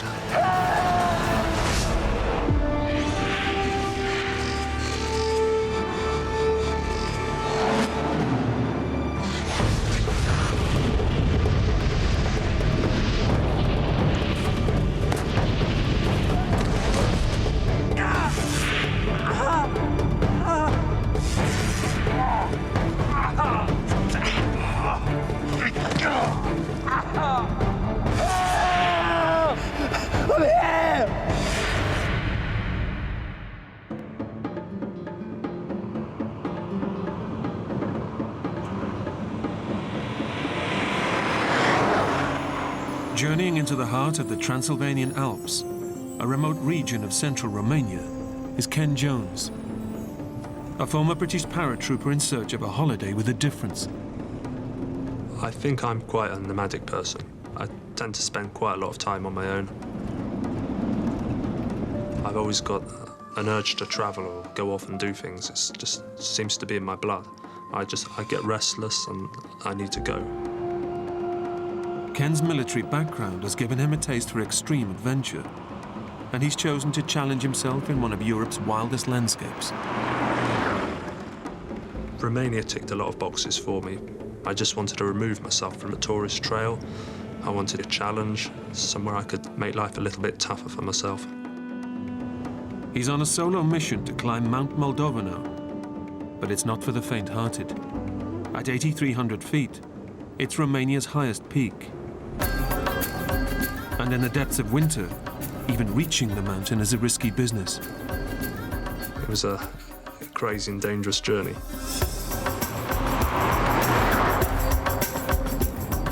The taxi driver's just driving like a lunatic up the road. I just thought, what the hell am I doing? This is probably as dangerous as the mountain.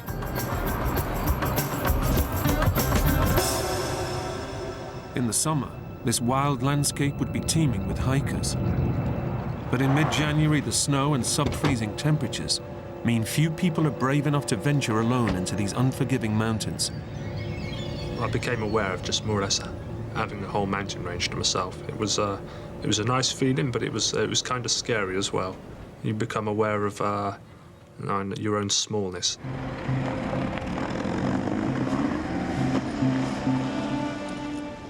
Normally, it's a 2-day climb to the top of the mountain. But super-fit ex-army man Ken has challenged himself to conquer it in a single day. Me and my brothers were always really competitive. We'd always race each other to the bus stop each morning, and on the way to school, everything was a race.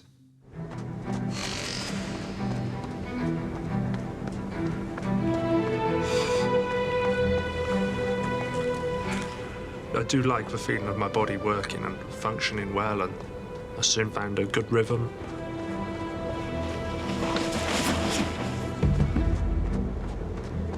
I'm a fanatical lover of freedom. And sometimes you've just got to put yourself out on your own just to enjoy a different kind of peace. Ken's made light work of the lower slopes. But hazardous terrain ahead threatens his ambitious bid for the summit. A clear channel through the trees offers the most direct route to the top. This man-made fire break prevents the spread of fires in the summer months, but in winter, it's a hotspot for deadly avalanches.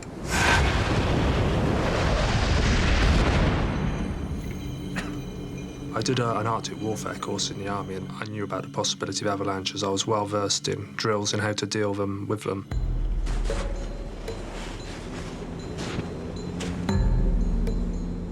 With his goal in sight, Ken ignores the risks and opts to fast-track it to the top.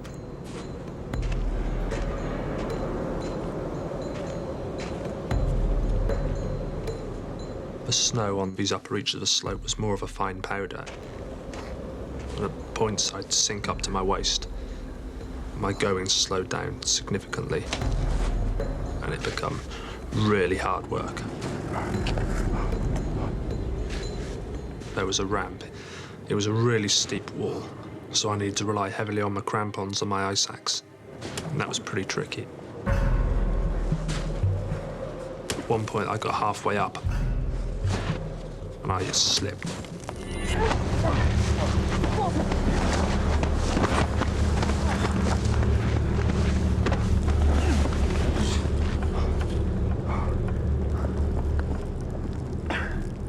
The fall serves as a warning.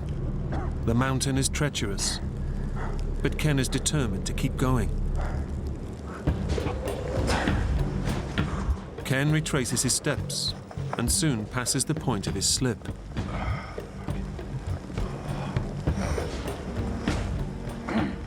With effort comes reward. His choice of extreme location is starting to pay off.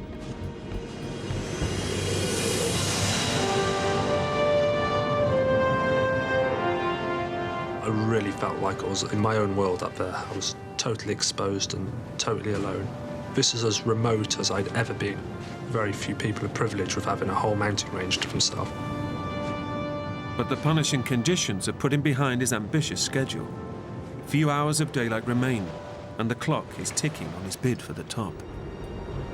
I knew with the amount of snow on the mountain it would be pretty tough, but I felt really fit and strong. I trained hard, and so I felt good about getting to the top.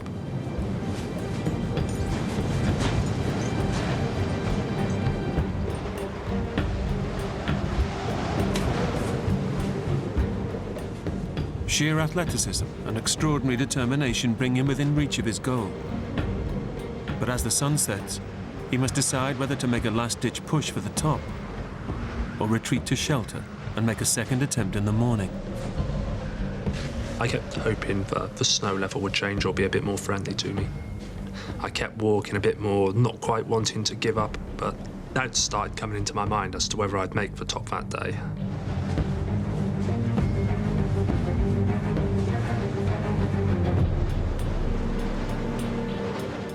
Summits are always important, but there comes a point when you've got to say, enough's enough, don't do anything silly.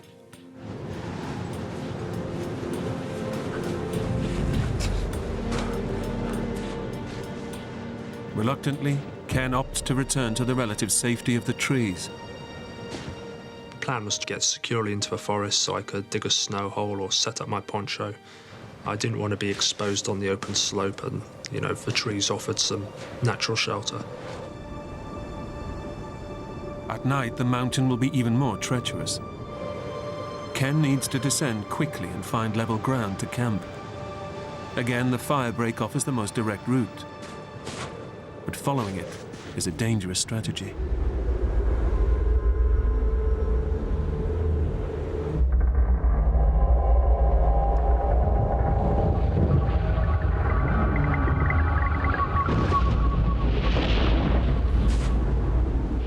All of a sudden, there was just a noise from the top of a mountain.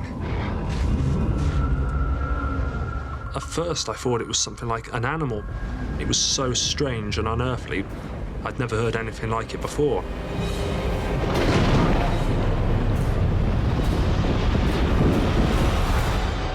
And then I realized that this is an avalanche. I was transfixed. I'd never seen an avalanche before. In a way, it was perverse. I just wanted to look at it.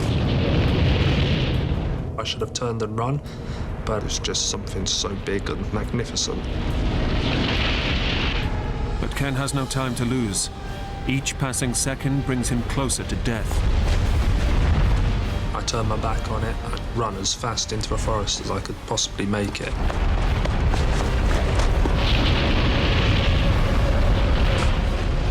And all the time I could feel like it was chasing me.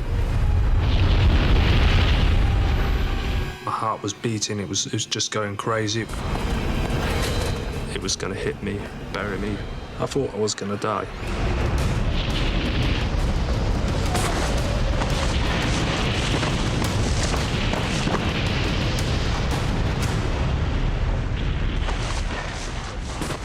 Ken dives to safety in the nick of time, and the avalanche is funneled down the fire break. It would have definitely killed me without a doubt. I was pretty shaken for a while. And then when I realised I was safe and I calmed down, then I just started to laugh.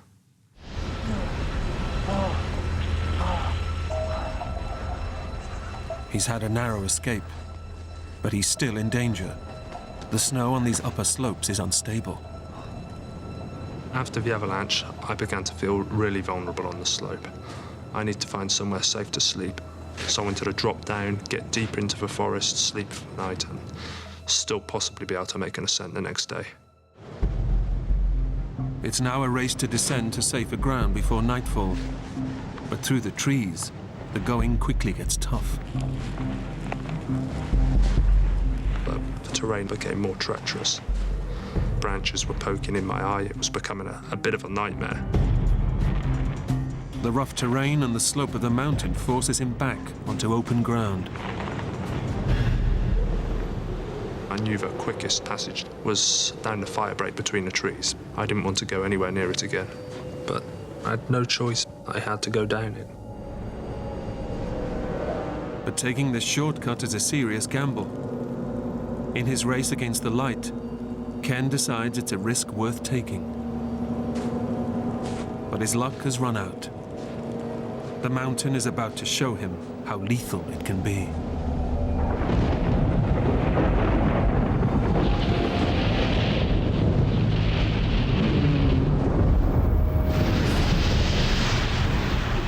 This time it's on him in an instant. It's run or die.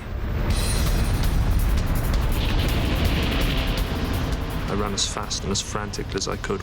I was running for my life. And then the next thing I knew, it pulled me off my feet.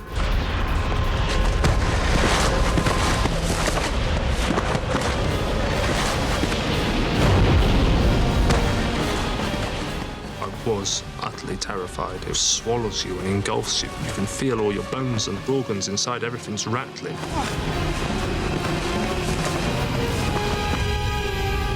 All of a sudden, I was falling. And then I was thinking, this is really bad.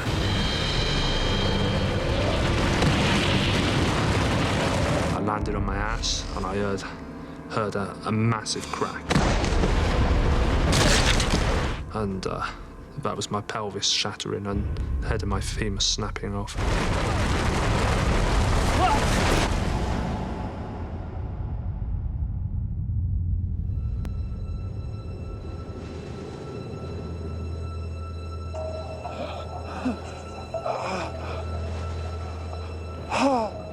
I must have lost consciousness. I lay there, not knowing what was happening or where I was. I couldn't really feel anything. It was dark.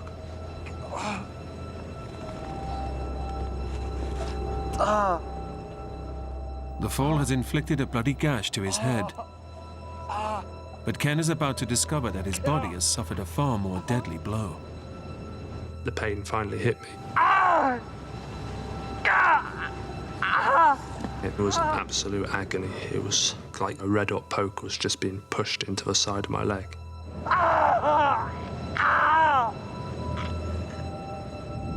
The impact has broken his femur and smashed his hip joint through his pelvis, shattering it to pieces. Bone fragments have severed blood vessels around the pelvis, causing internal bleeding and making his core body temperature plummet. In this extreme environment, his injuries could prove fatal. Ken knows it's bad, but is unaware of the full extent of the damage.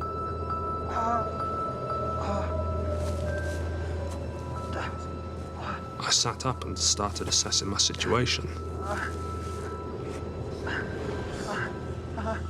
As I put my hand to the side of my leg, my left hand felt wet and sticky, and I got a big open wound on a couple of inches on the side of my left hip. It was bleeding quite heavily. He needs to act quickly to prevent further loss of blood, which could harm his chances of survival. I managed to force myself to roll on my side.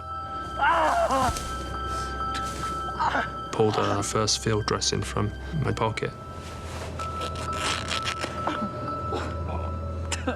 And that seemed to stem a flow of blood. And after I dressed it, I pulled my trousers back up and I decided not to look at it again. My natural instinct was to get up and walk. My leg was in pain, but I wasn't sure if it was broken.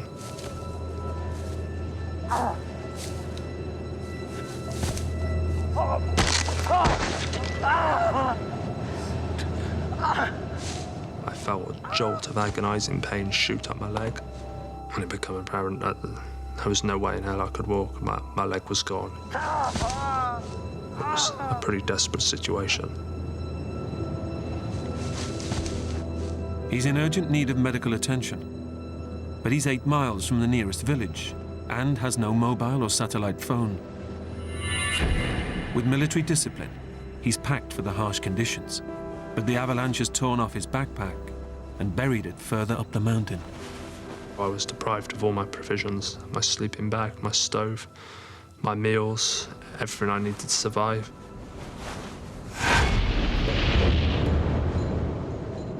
Nobody knows where Ken is or the danger he's in.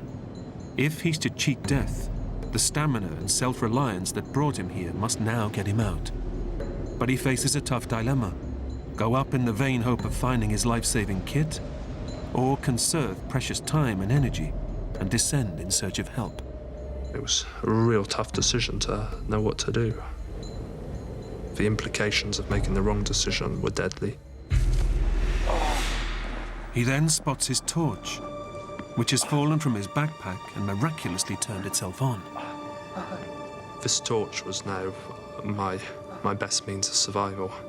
If I could get the torch, and I'd possibly have a chance, even if it's a small one, of finding my other items of kit. I'd have a bit more food. I'd have a sleeping bag. It was small distance, but it was so painful and so difficult to cover the ground.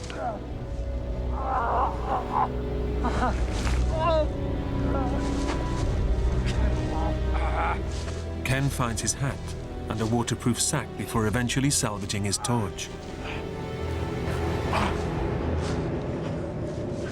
But hopes of recovering his backpack and sleeping bag are futile. His route is blocked by a vertical ledge. Under normal conditions, I could have negotiated it effortlessly. But like this, it was impossible.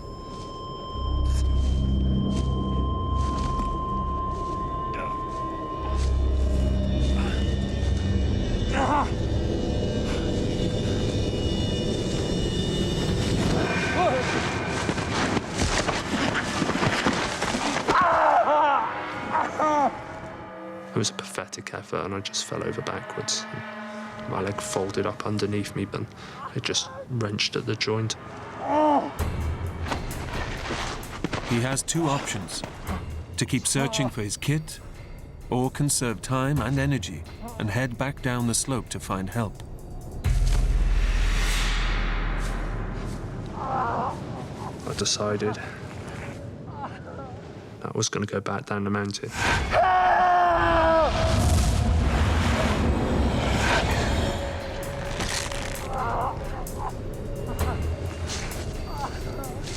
The least difficult way of moving was in a sitting position.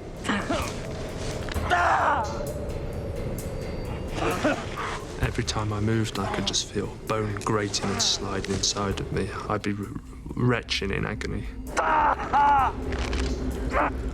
Ken has trained hard, but nothing has prepared him for this pain. For over an hour, he descends with gritted teeth until he finds flatter ground to rest. But it's only the beginning of his ordeal.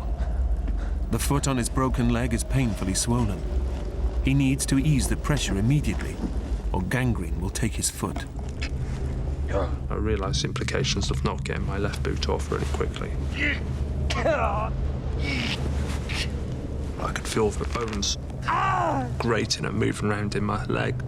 I mean, I had to inflict this pain upon myself. There's no other option. If I didn't get the boot off, I was going to lose my foot. It was almost blissful just to have my feet free, and all the blood that was stuck in my foot could work its way back up my leg.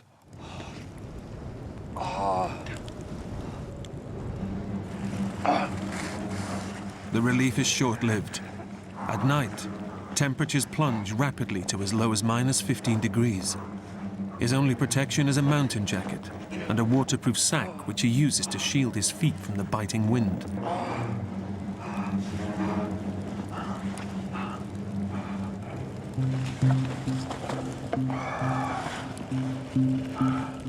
His body desperately needs food to provide him with energy to fight off the cold.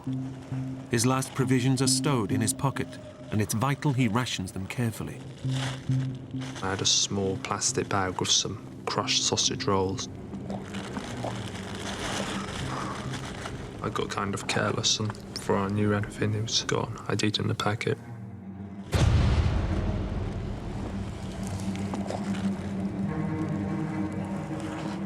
Ken faces a long night ahead. The idea of being alone in the middle of nowhere preys on his mind. The scenarios that are running through my head were, I don't know, what if I don't get through the night? If he falls asleep, his body will stop shivering. He'll develop hypothermia, and he'll die. I was shivering so heavily I knew that I'd fall into the last stages of hypothermia and I'd never wake up. I just thought, oh God, how am I going to get through this night? Just don't fall asleep or you'll never wake, you're going to die.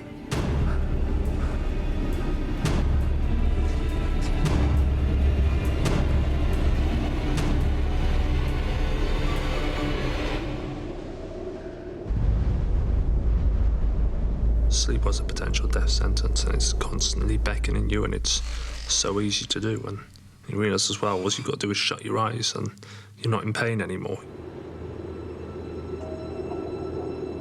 Facing a long and tortuous night alone in the wilderness, Ken's spirits hit rock bottom.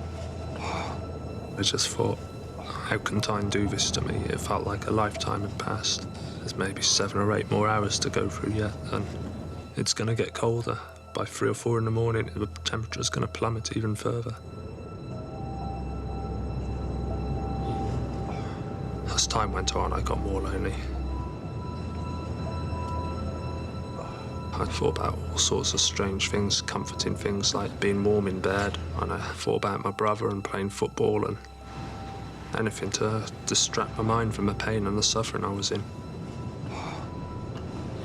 The night was just a battle to stay awake.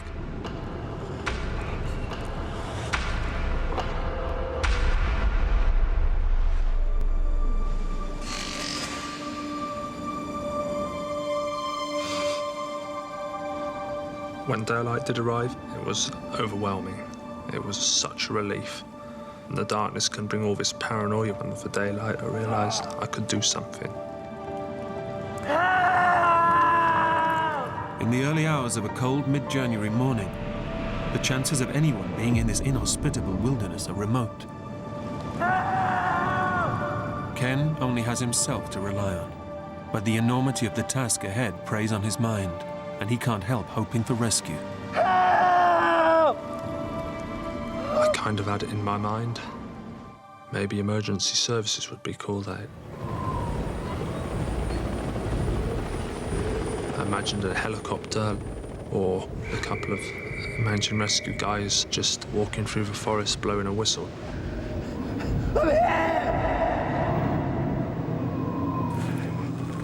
I imagined all these little scenarios, but the more I thought about them, I just dismissed them. I was pinning so much hopes on so many slight what-ifs. With his pelvis shattered, Ken knows he's in big trouble. Nobody knows of his ordeal or is expecting him back anytime soon. With no mobile or satellite phone, his only hope is that his training in hostile environments can get him to the nearest village, 8 miles from the mountain. My army instructors always said, don't stand still, move and innovate or die. You've got to constantly be assessing your situations. As soon as you stop that thought process, it's all over. You can't think your way out of trouble. Your body's just a tool that will carry out the plan you formulate in your mind. You've got to do something.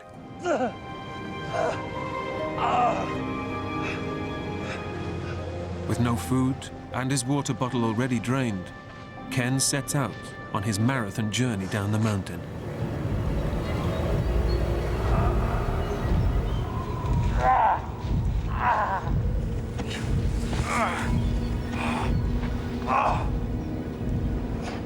He endures hours of bone-crunching effort, but covers little ground, and the exertion gives him a raging thirst. He's surrounded by water, but it's frozen.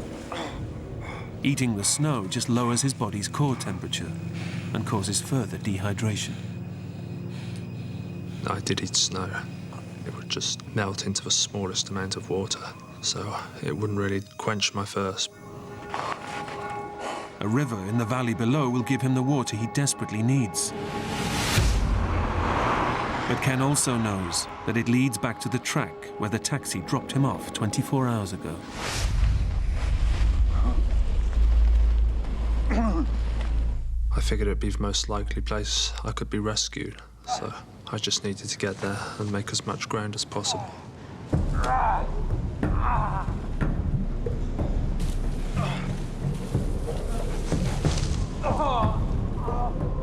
After an agonizing descent, Ken makes it off the steep slopes of the mountain. It's an incredible feat, but moving in the valley below poses an even tougher challenge. When I hit the valley floor, there was no more sitting down and sliding, no more assistance from gravity. It was all physical exertion from then on. Facing an enormous task to reach civilization, Ken sets small goals to measure his progress. I started trying to play these little games of beating the clock. I'd set myself times to get to targets. His progress is painfully slow. Each new target reached is a massive achievement, but also a harrowing reminder of the mammoth task ahead. Time is running out on his chances of survival, and he's still 7 miles from the nearest village. My desire to keep moving was just to reach water. I was so dehydrated, I'd exerted myself so heavily.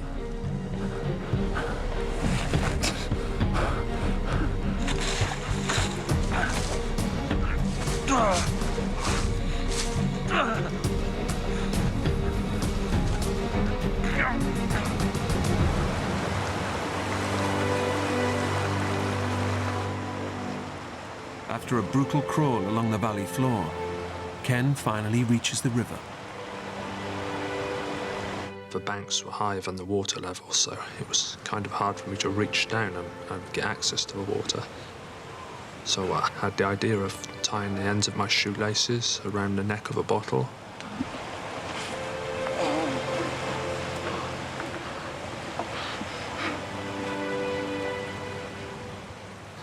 The relief on my mouth was blissful. It was like petrol going into a car. I just felt my body reviving, being full of energy again. Re-energized, Ken wills himself on in search of the road he hopes will lead him to help.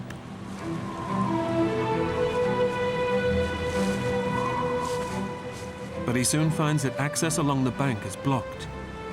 The river, which provided him life-sustaining water, has now become his greatest obstacle. He's left with no choice but to cross. I didn't want to accept I was going to have to cross the stream. I just sat down the bank looking at it. This is a mountain stream in the middle of January. It's as cold as it could get without completely freezing over.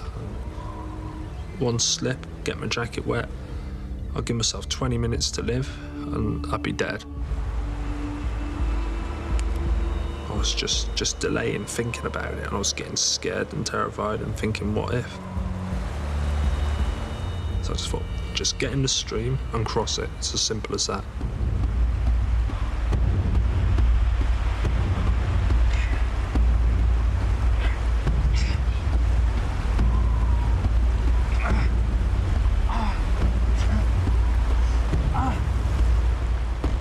The human body loses heat 25 times faster in cold water. One slip in the stream, and Ken could quickly freeze to death.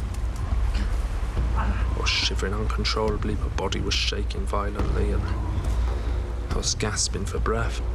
I could feel it rising up my legs, and I just thought, how am I going to do this? I just thought, tough it out, take your jacket off. I threw it across the stream. I just went, there you go, and now you've got to go and get it, or you'll be dead.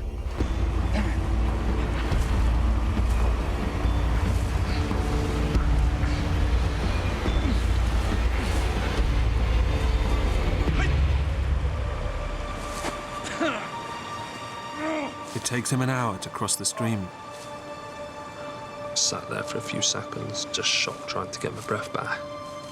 The stream, I just thought, that's it. It can't get any worse now. I must have done it.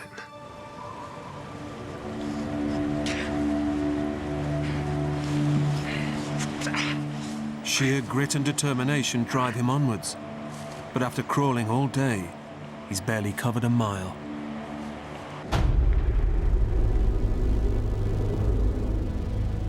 Now facing another long night alone in this savage landscape, he's suddenly consumed by his greatest fear: being eaten alive by wild animals.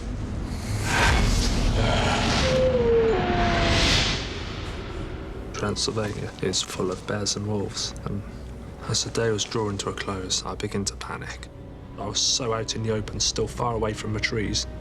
I was scared, and I'd try and crawl as fast as I possibly could.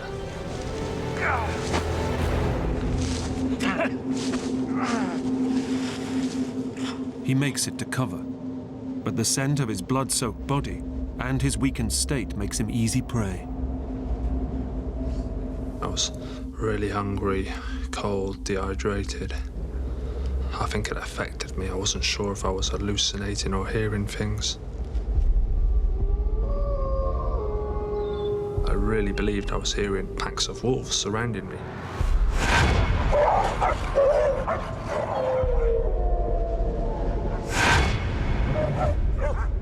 I was convinced I could see eyes just looking at me.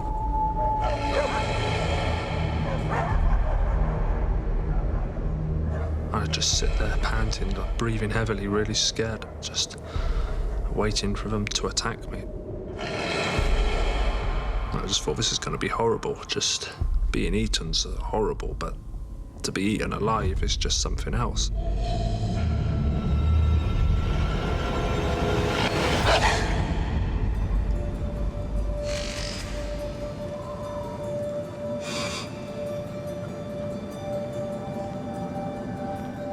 When night came on that third day, the relief was like nothing else. I'd pulled through. It was such a big achievement.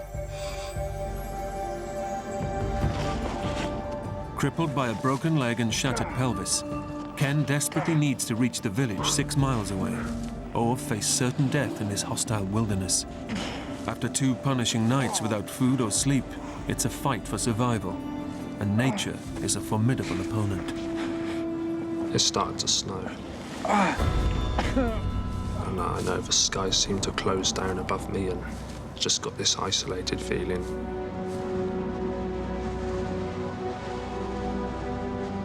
A storm was coming, and then within a few minutes the snow was powering down.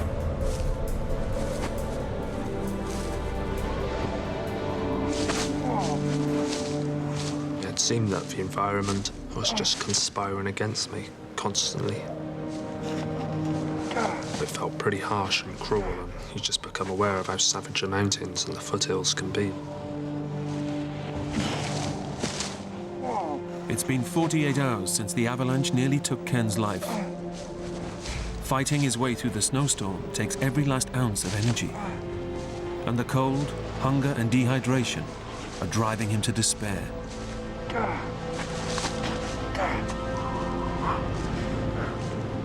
It's hard to keep moving because you think dying doesn't seem like such a bad proposition. At least all this pain's going to be over. You fall asleep and you can die. And I thought about my brothers and my sister. My mum as well. I'm close to my mum. Really close to my mum. I just got this idea and thought of someone coming round to my house and telling my mum and my brothers and sisters that I was dead.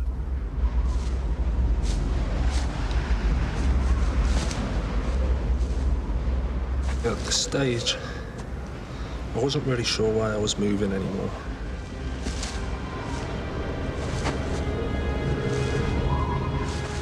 I thought to myself, this is what dying feels like then. So you're dying now. I was really lonely. I didn't want to die alone. So I just kept. I just kept moving and picking. Give us a minute, boys.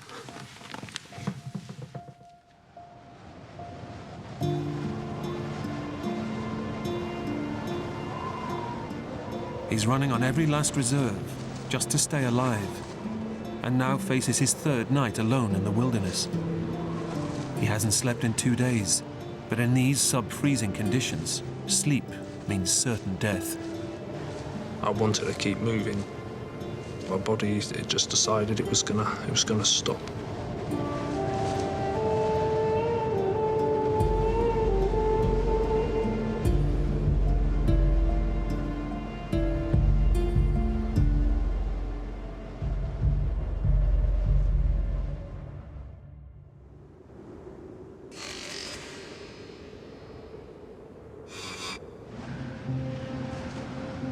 I woke up the next morning and I just thought, oh, you're not dying. You're still here.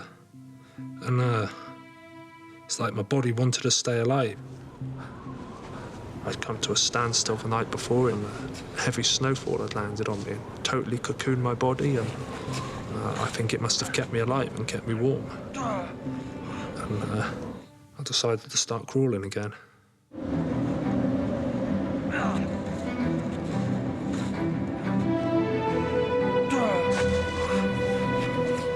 His shattered hip means every move is pure torture. Only his incredible fitness and superhuman reserves of willpower drive him on. In spite of the pain, he's confident the worst is over. It'd be stupid to even conceive of it getting more difficult. I've just got to get to the track. It's not going to be far away. One big final effort today, and you know, I'll be safe. At last, Ken is within reach of the road where the taxi dropped him off 3 days before. But suddenly, getting there looks impossible. A river blocks his path, and Ken knows just how deadly this might be. When I saw that there was no passage through, I was really angry.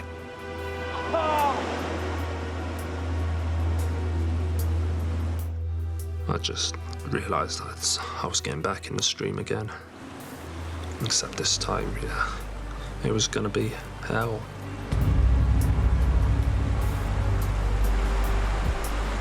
I remember when I was little, I used to go on the big diving board at the swimming pool, and I'd be so scared to jump. And here I was sat on the edge of a stream, and I was putting myself through that same suffering. So I thought, just get in the stream. The ice-cold water could kill him in minutes. He needs to cross it quickly, but the far bank is too steep for Ken to haul himself out.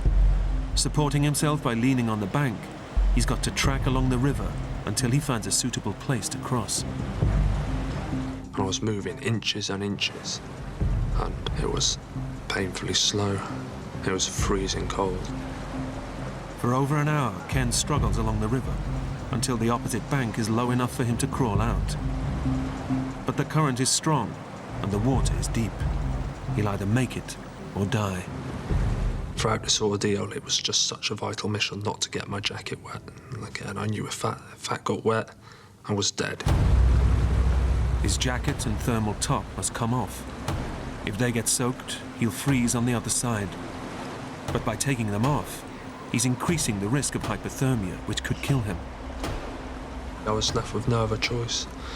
It was a matter of being patient and being careful, and I just had to get across.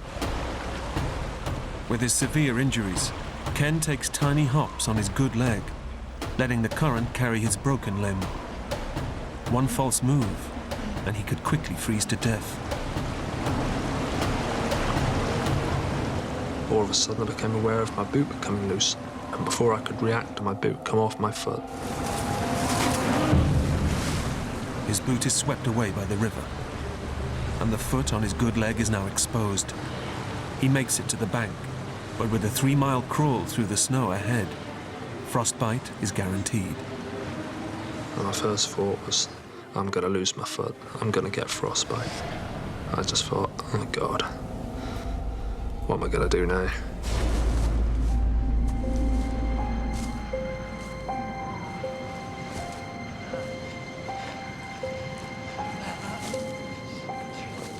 When you get to a point where you don't actually care anymore, you don't really miss your family, or you're not really bothered about them, you don't even care for yourself that much. There's something inside you, a survival instinct, and it'll keep you moving. The body will do what it has to do to survive. It's just an incredibly reliant and efficient machine. It's kind of amazing to realise that about the body. Ken's never-say-die attitude finally pays off. He escapes the savage wilderness and reaches the road where the taxi left him 4 days earlier. It came as a massive relief to finally reach the track, but I still knew I got a long way to go. It's still 3 miles to the nearest village, and Ken's body is running on empty. He's fought through snow, hunger, and grueling pain. He's numbed by the cold, but he knows time is now running out. He needs to get help quick, or die. So I figured, why don't I try and stand and walk?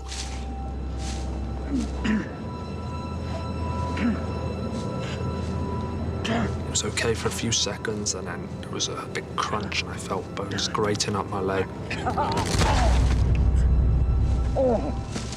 Even though it caused me a lot of pain, and I just thought if I could find some sort of a stick to just take a part of the weight, then, you know, I could use it as a crutch.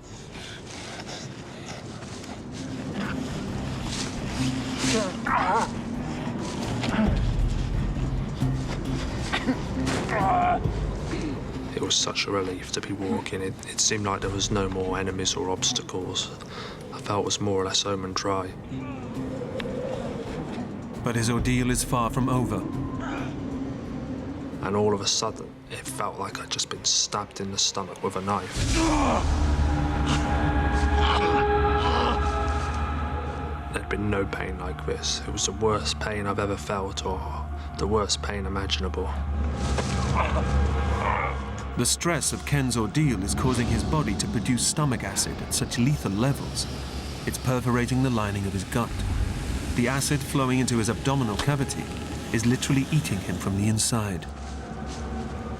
It's a ticking time bomb that could kill him within hours.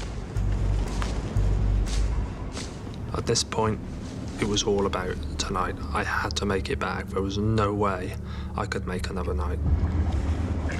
While I was on this track, I wouldn't stop walking.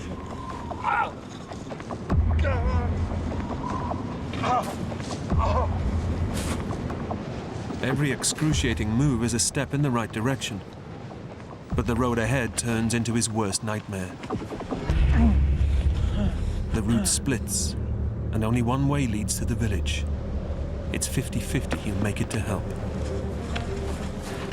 The track looked less well-trodden, but something told me there was a house up there.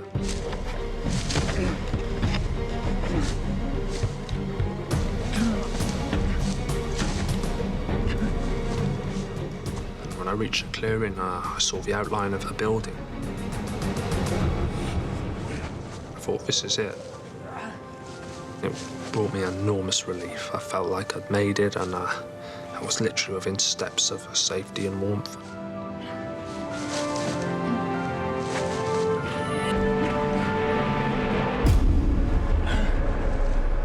But his gamble has failed.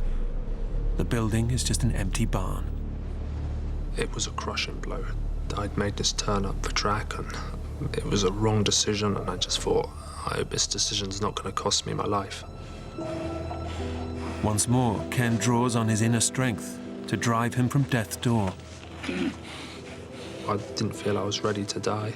I felt a bit of resentment towards the mountain. I wasn't going to let it beat me now, after all I'd been through. But his body is approaching total collapse, and he's wasted precious time taking the wrong route. He must now retrace every harrowing step back to the fork in the road. It's getting dark, and temperatures are starting to plummet. I reached a fork in the road again, and then I took my only other option, and I felt relieved again. I thought, well, there's only this way now.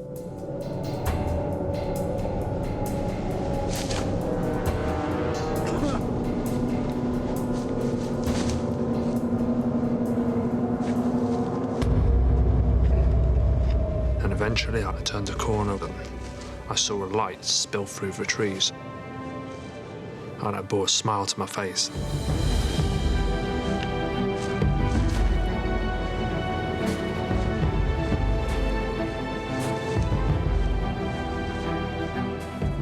I just thought, I've done it, and just realised what an honest, faithful servant your body is, and I just felt really proud of myself then. I knew I'd got a strong heart and character, and I could get through things.